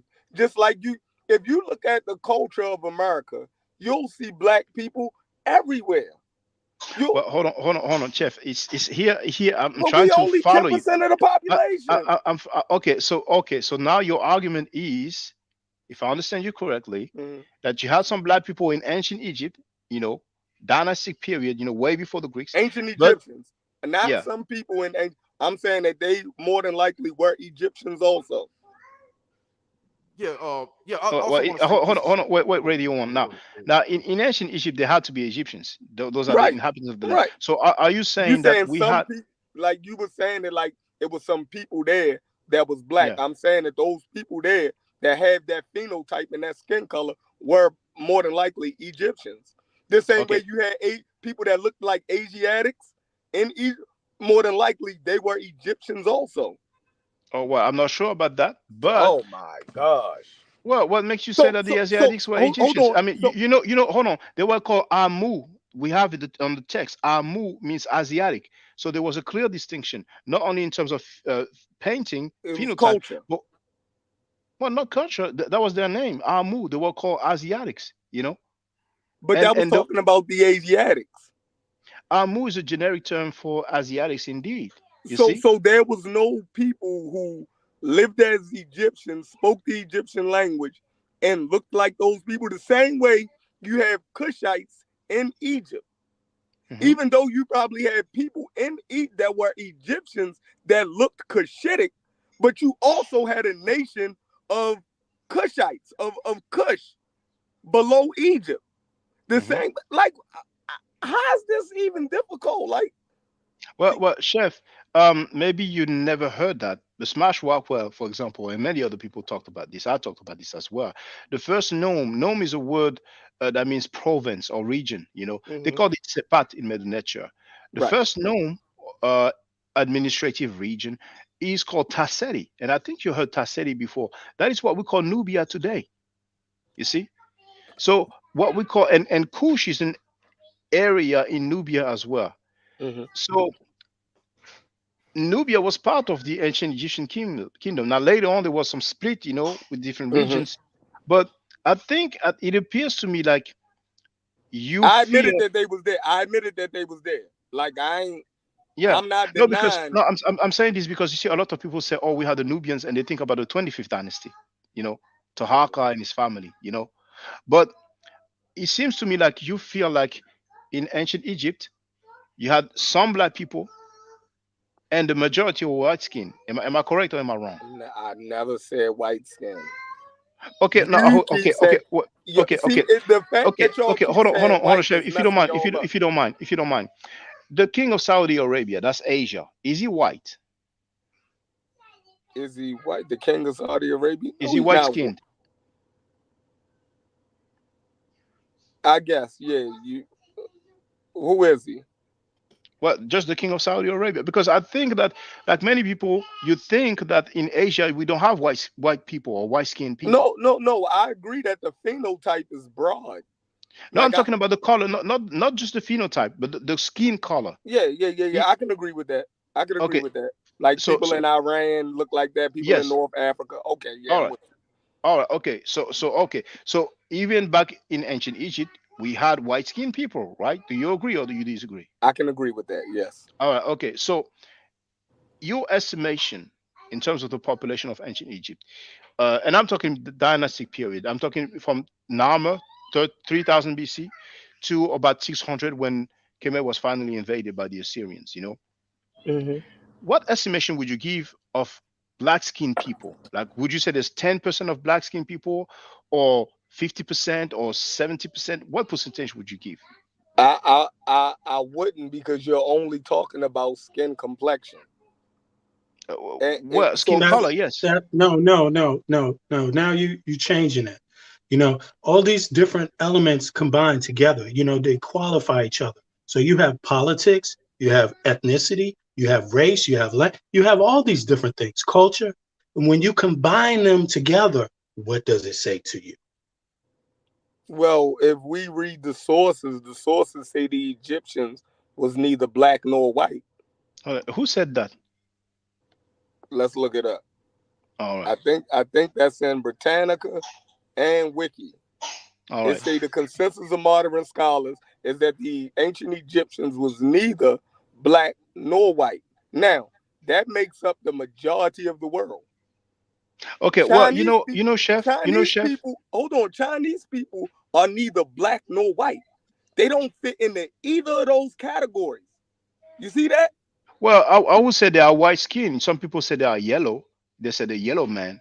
But the thing is that, no, but I mean, maybe I said something wrong. But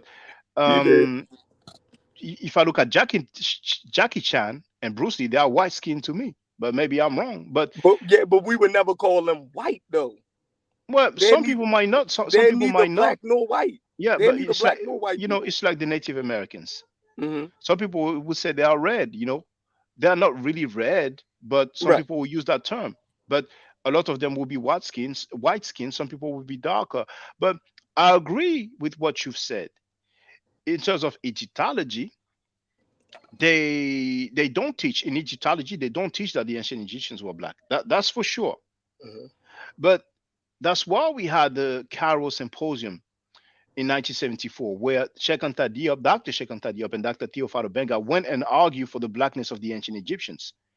Now, the conclusion didn't say, okay, we agree they were black, but the conclusion said that the opposite side were not as prepared as Diop and Obenga. Right. Now, why did they claim that they were white? There's many reasons why. One of the reasons is that they recognize that it was a very advanced civilization. Now, Sheikh Anta Diop, not all of his work is translated in English, but he went into detail in quoting the ancient scholars who actually talked about a white race or white dark-skinned race in Egypt, in Africa. Some people who would have built a very advanced civilization after leaving some parts where other white people live, they wouldn't do that stuff in their area of origin, but for strange reason, they moved to Africa and they built it and then they bounced. So I've been saying, and I'm not a scholar, I'm not an expert, I'm not an authority, but we have the visual evidence. And this one here is one of them, and it happens to be one of the most powerful ruler of ancient Egypt. And I do have the video Black Ancient Egyptians Part 1 and Black Ancient Egyptians Part 2. Those are paintings from the tombs. So we see rulers, but we see also priests, we see workers, and consistently they have the same skin tone and the same phenotype, the same shape of nose and shape of lips. So we can either believe what people said, just like with the Murren Stele. People have an agenda. Their agenda is to find Israel in history. So they will say, oh, Israel, oh, that's Israel. But some people who are familiar with the language know that, okay, it does not talk about a place, it talks about people. And it doesn't even spell Israel because we have the same glyph twice, the mouth, which is the R sound. But people like Zion Les, out of Magic Medunecha, they will say that the first mouth is the sound R that we have in Israel, and the second mouth is the sound L. In the Medunecha grammar, I'm not aware of, okay, when it's at the end, it's L. When it's first, it's R. They're just looking for Israel in history. So those people had an agenda. And even some people say the Middle East for Egypt. They would not even place Egypt in Africa. So I'm in the field now. I don't know how far we'll go. I might not try a thesis saying that they were black because it will probably be rejected. However, what I've been arguing for years, and I've been showing artifacts for years, is that they were actually black skin. And I'm aware that many scholars, many Egyptologists were, well, we cannot really say they were white. We cannot really say they were black. It was a melting pot. They were like mini Mediterranean type. That's what they like to say. But then anybody's free to ask them, what does he look like? Does he look like he's from Sweden? Does he look like he's from Arabia? Does he look like he's from Canaan? That's but very you know what? convenient. But is that the only picture of him? Is that the only picture of him from antiquity? So let's keep it a buck. No.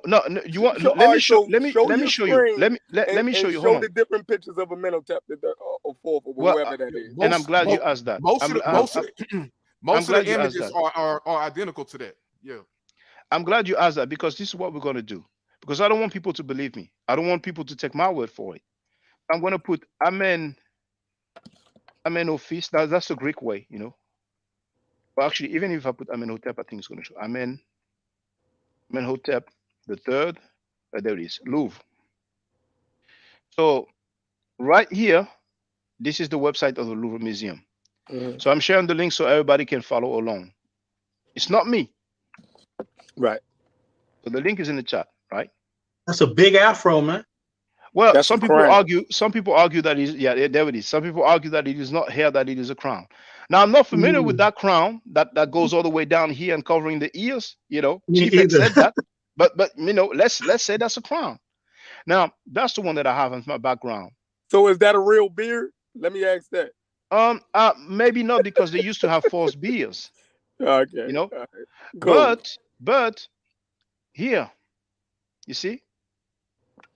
Now, well, we don't really see it well, but you have that one there, which actually I think is the same one at the bottom, but the lightning is not the same. So isn't that on top of his head connected to that bed?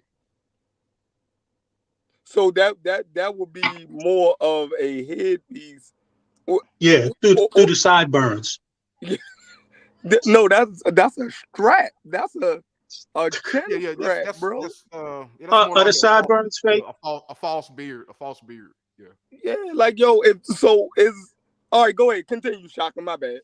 No, it's okay. It's okay, because I don't mind if people say this is not a nappy hair.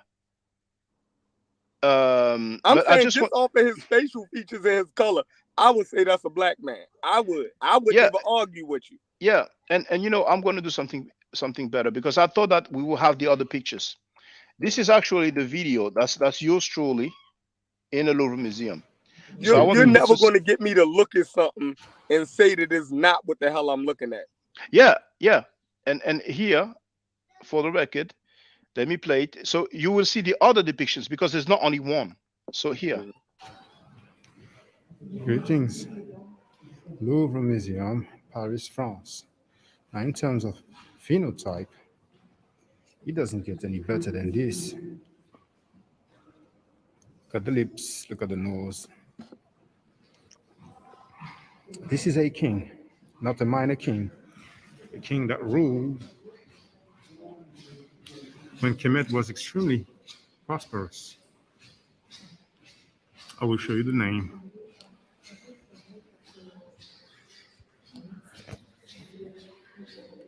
The king Amenhotep III. That's Amenhotep III. This is Akhenaten's father. Here, we have a statue of him. You can also see the lips and the nose. Look at this. Look at this, brothers and sisters. Look at this phenotype. Look at the shape of the nose and the lips.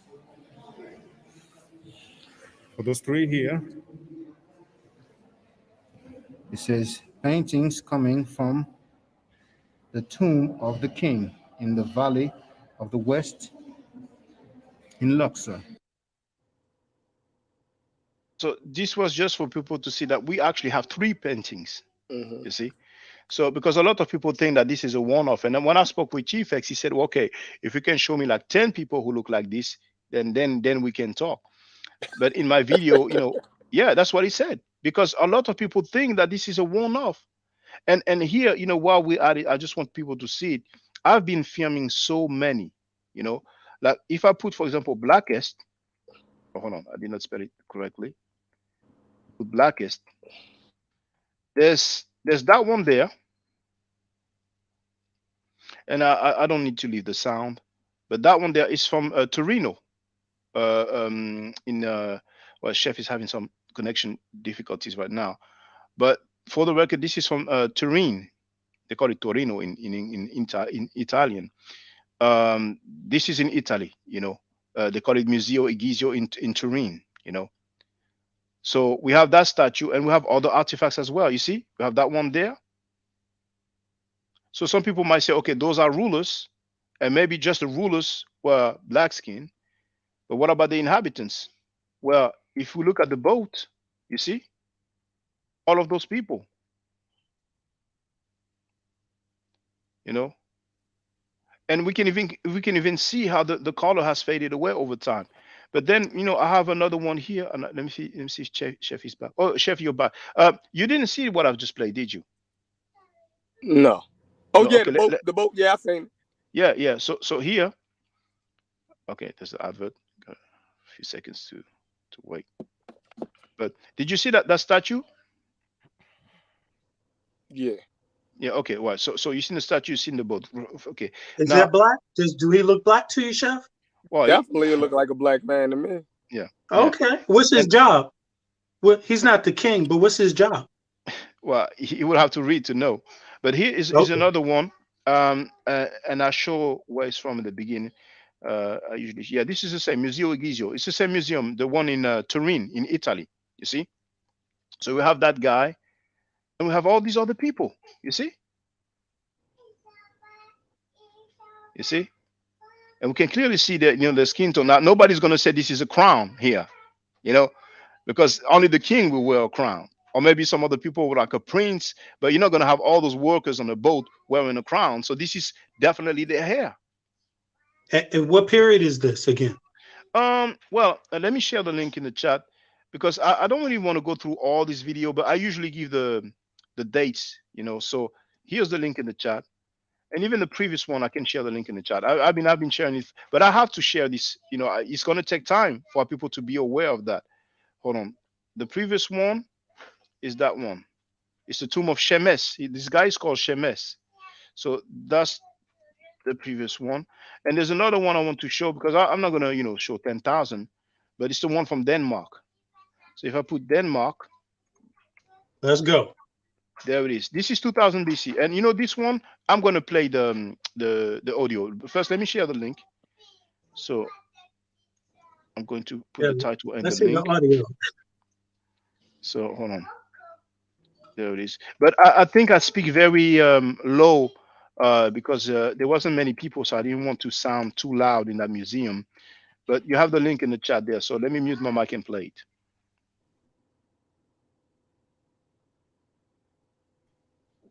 Greetings, Crypto Tech Museum in Denmark's capital of Copenhagen. Once again, some dark Egyptians that you don't usually see this time as scene of navigation. Now I will show the references of these two boats. So this boat is from the tomb of Wajet Hotep, circa 2100 to 2000 BC, reference 1570, and that one there just left of it.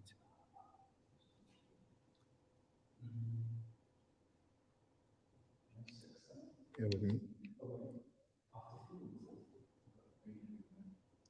I think that the references will be the same, bro. Hold on. Okay, I cannot zoom in for strange reason. Bear with me. The focus is just playing with me.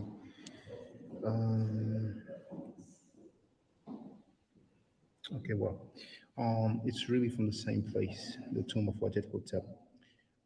The reference is 1569, and it's the same date, circa 2150 to 2050. Now, for the record, here is Wajet Hotep.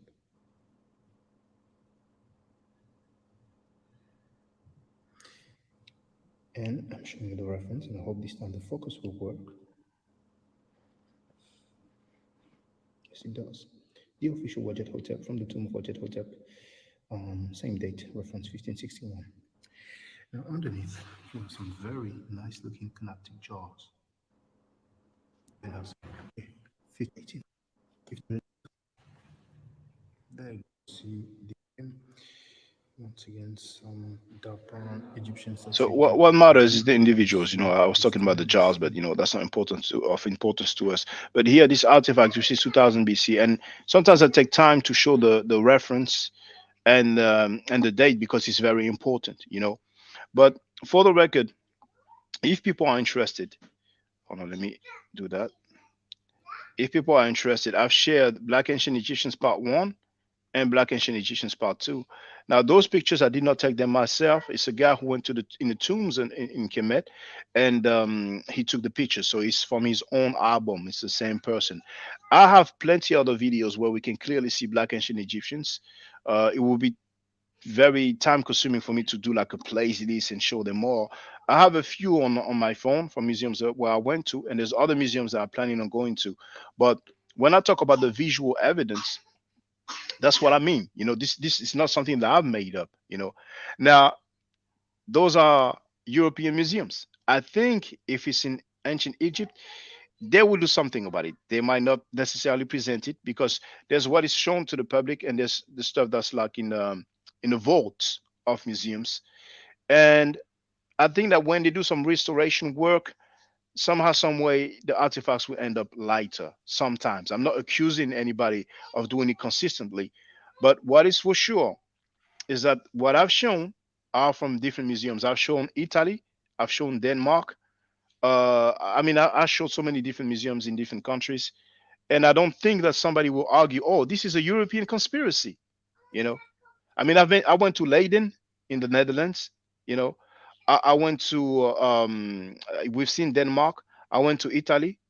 Obviously, I've been to France because that's where I live.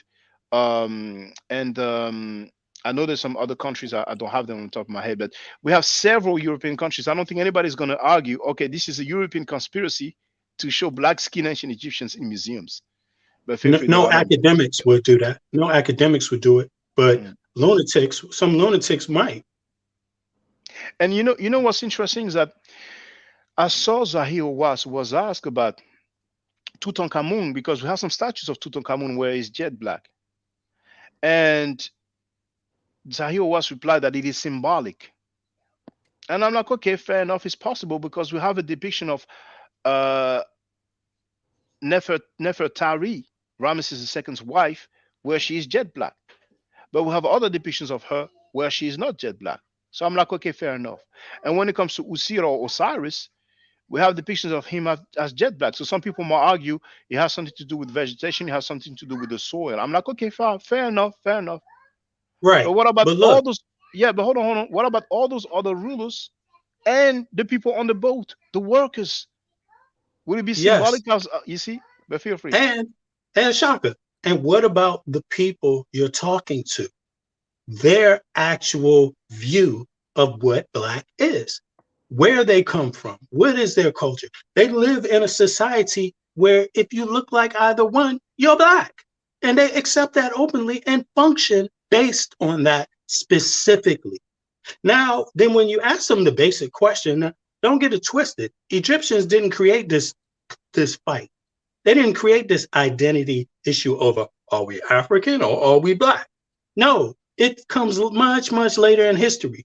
But for an African American to not be able to simply look and say one of two things, either it's black or it's African. And here in these instances, what you actually have is people that don't apply the same thing that they do to themselves to Egypt. So what makes a person do that?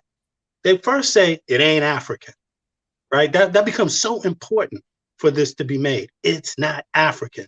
And then they come and say, I don't really know if they're black, but in your own culture, you're black. In your own culture, this look would mean you're black, and you accept it because your family members are as such. Now, when you go and look at Egypt, you say, nah, their family members can't be as such. You got a light one there, and then you got some dark ones, and then you got, but that can't apply to them. It just don't make no sense. You know, people, what I don't hear in terms of questions is I don't hear anything raised about their culture. Who's in line with their culture, the Egyptian culture? And if you read from the Bible, you will see they're not aligned with it. If you read from a lot of different stuff, you will hear they're not aligned with it. But ironically enough, all peoples around the world didn't have the same view of Egypt. You see, but I'm curious about why is it that there's no alignment in terms of culture when you point to Asia? And what about the alignment in other areas? Who did they get along with? You don't become a great power doing things alone. You know, those things, that's just as a fallacy. You become a great power because you have connections and networks with many different groups of people. So the more we try to limit this by saying they ain't this, they ain't that, it just becomes like, wow, man, nothing applies anymore. You know, it's all up for grabs, and nothing can be real based on this kind of logic. You know, that's what I wanted to say. But my brother, when I look at these images here, and I look at you, brother, I see a black man that looks exactly like the man wearing that crown, saying, I ain't one of them. That's what I see ultimately. And what I would suggest to you is that you say, no, this man, no matter what you call him, he is connected to me. He looks like me. That's all it's about. It's not about really about how deep you want to go into proving it yourself, people always ask questions, you know, and then when they ask questions, they put the burden on others to prove something that they should be logically going after themselves. You see, it's not ancient Egyptians that made this thing up talking about we ain't black. It's not ancient Egyptians that made this thing up saying we ain't African. It's actually, it comes in a specific period in time. When you start hearing that Egyptians ain't African, that Egyptians ain't black, that is aligned to something. And what it's aligned to is the very same thing that created that transatlantic slave trade. So no matter how you look at it, it don't match up. You see, but go ahead. Yeah, feel free to add on. I'm just going through this Black Ancient Egyptian part 1, and I will do the same for Black Ancient Egyptian part 2, but feel free to add on. Yeah, I just want to say this to Chef Friend. These terms such as Caucasian, Negroid, and all that, it's really irrelevant. Okay, it's irrelevant because at the end of the day, we are trying to show that the ancient Egyptians look the same as the Nubians in Egypt, and the brown skinned brothers and sisters in the dark brown and medium brown skinned brothers and sisters in Ethiopia, Somalia. But they did not look anything like the people in Turkey or the people in Germany or the people in Europe. That's what we're trying to, regardless of you want to call them Caucasian or whatever. That's the main goal is to show that the ancient Egyptians look nothing like the people to the far north or in the northern hemisphere of Europe. Okay, they look no tribe in Europe looks like the ancient Egyptians. You can't go to no tribe in Europe and show me a tribe of Europeans with dark reddish brown complexion. You can't do it. I mean, they can be as tan as they want to be, and they will never reach that complexion. So that is what we're trying to show. We're trying to show that the ancient Egyptians look like the majority, the rest of Black Africans in East Africa, in the Nubians, and they look nothing like the Europeans, what I call the real Caucasians, and that's what we got to show and prove. So Hollywood so we can stop Hollywood from putting these actual white Caucasian actors on the movies and misinterpreting history and showing history inaccurately. That's the main goal. And when you put that label Caucasian on the ancient Egyptians, you're giving them the green light to do that. That's why it is important to not label the ancient Egyptians as Caucasian, because when they can use that and say, well, yeah, if you agree that ancient Egyptians were Caucasian, okay, we're going to put Caucasian actors on these movies and falsify history and lie about history. And it's erroneous. It's erroneous. They're not Caucasians, period. That is not even a scientific term. Nobody's using that term today. These people are not Caucasian. Now, the difficulty that might be going on with the community today, not the community, I don't want to say scientific community, but they reckon with it too. These fabricated terms that were created to oppress people are being removed because they're just not accurate terms. Now, but the thing about anthropology is that it's not just about your race, your DNA, all of that stuff. You know, anthropology sits there and it tries to figure out what the ABCs are. A is connected to B. B is connected to C. C is connected to D. Africa has an alphabet. Africa is connected. It doesn't matter if you like it or not. Nothing can exist there without being connected to Africa. Now, as you see today, that plays out politically. You see a different change in politics. North Africans are beginning to say, wait a second. Yeah, some of us are Berbers and some of y'all ain't. Some of y'all not from here. They're having that kind of reckoning. You see it in the politics. You hear even persons like Gaddafi, not that I agree with him, but you hear him even have some kind of reckoning, attempt to have some kind of reckoning. When you listen to their politics, there are clear differences, and those differences can be seen throughout history. They battle over it. But here is the thing, bro.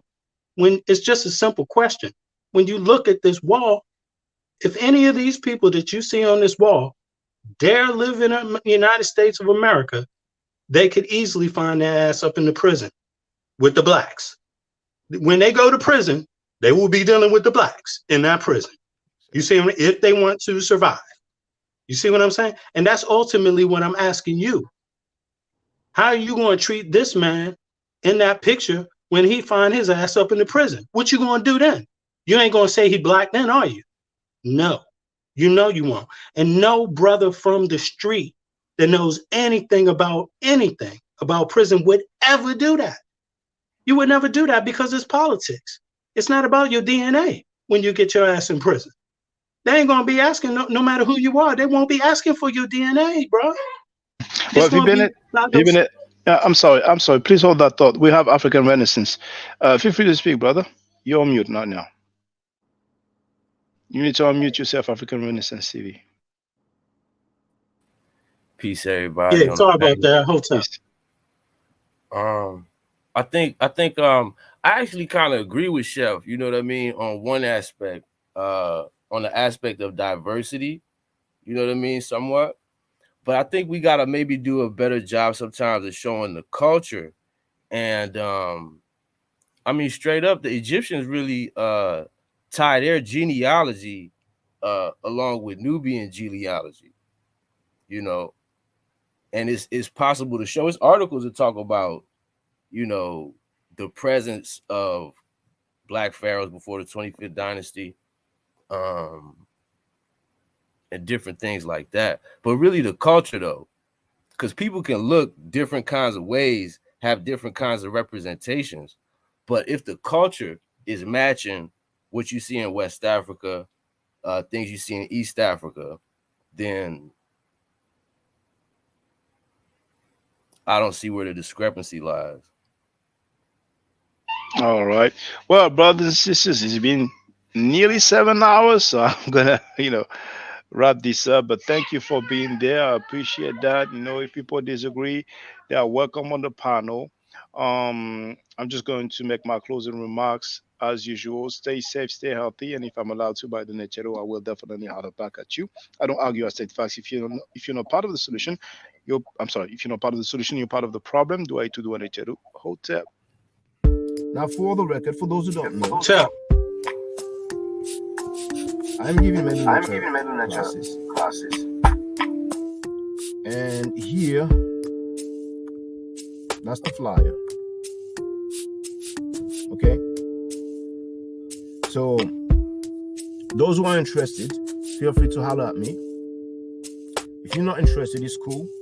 But I recommend that everybody who has not yet seen the video, Kemet and Ma'at, Before Judaism, Christianity, and Islam, then watch it. It has about 300,000 views and really deserves to have a lot more. I just want to let everyone know who's listening in now and who's going to listen to this stream in the future. I just had my first Meta Nature class by Brother Shaka today, and I've had other Meta Nature lessons by other teachers, and I can tell you right now, the brother is the best in the game. He is that was one of the best classes I've ever had, ever. So if you're interested in learning the Meta Nature, if you're interested in getting the basics of it, Brother Shaka is an awesome teacher. Get with him, and it's extremely affordable. This brother is giving us his time and his skills, and he's basically giving it away. I mean, I just consider it a donation. You know what I'm saying? So if anybody's interested in learning the Meta Nature, get with this brother right here. He's an awesome teacher. And I'll end with that. Hotep Senu, Hena Senut. This is Julie, also known as Servant of Yah, and I'm currently taking the Medu Neture classes with Brother Shaka, and it has been an amazing experience. Only 2 lessons so far, and I feel like I've been taking the classes for months, just with the how in depth he goes into the vocabulary words, the construction of the language, the grammar, It's been immeasurable, the experience. And one thing that comes across, hands down, is his extreme passion for teaching this to anyone who is willing to learn and has an interest in learning. So I highly suggest, if you are interested, even a minimal interest, that you subscribe to the classes with Brother Shaka. It's such a nominal amount for how much you get. I know, like, our last class was over 2.5 hours. It felt like 2 minutes, but because that's how, involved you are in what he's teaching and how he teaches and how compassionate he is about what he teaches. Also with sharing materials free of charge, no question, no doubt. It's just what he does. He doesn't have to, but he does. And so I just wanted to give a short testimonial about the class and the effectiveness of the class. And all of that is attested to how studied Brother Shaka is. So I highly recommend anyone with a minimal interest that you do sign up for the Medunetia class. Hotep. Don't forget to subscribe to my channel, which is Ma'at Forever. Don't forget to watch the video entitled Kemet and Ma'at. Don't forget to share Kemet and Ma'at on my channel on Twitter, Facebook, Instagram, WhatsApp, or other social media that you use. Email, text messages, you name it. Those who wish to donate can do so on paypal.me/ma'atforever.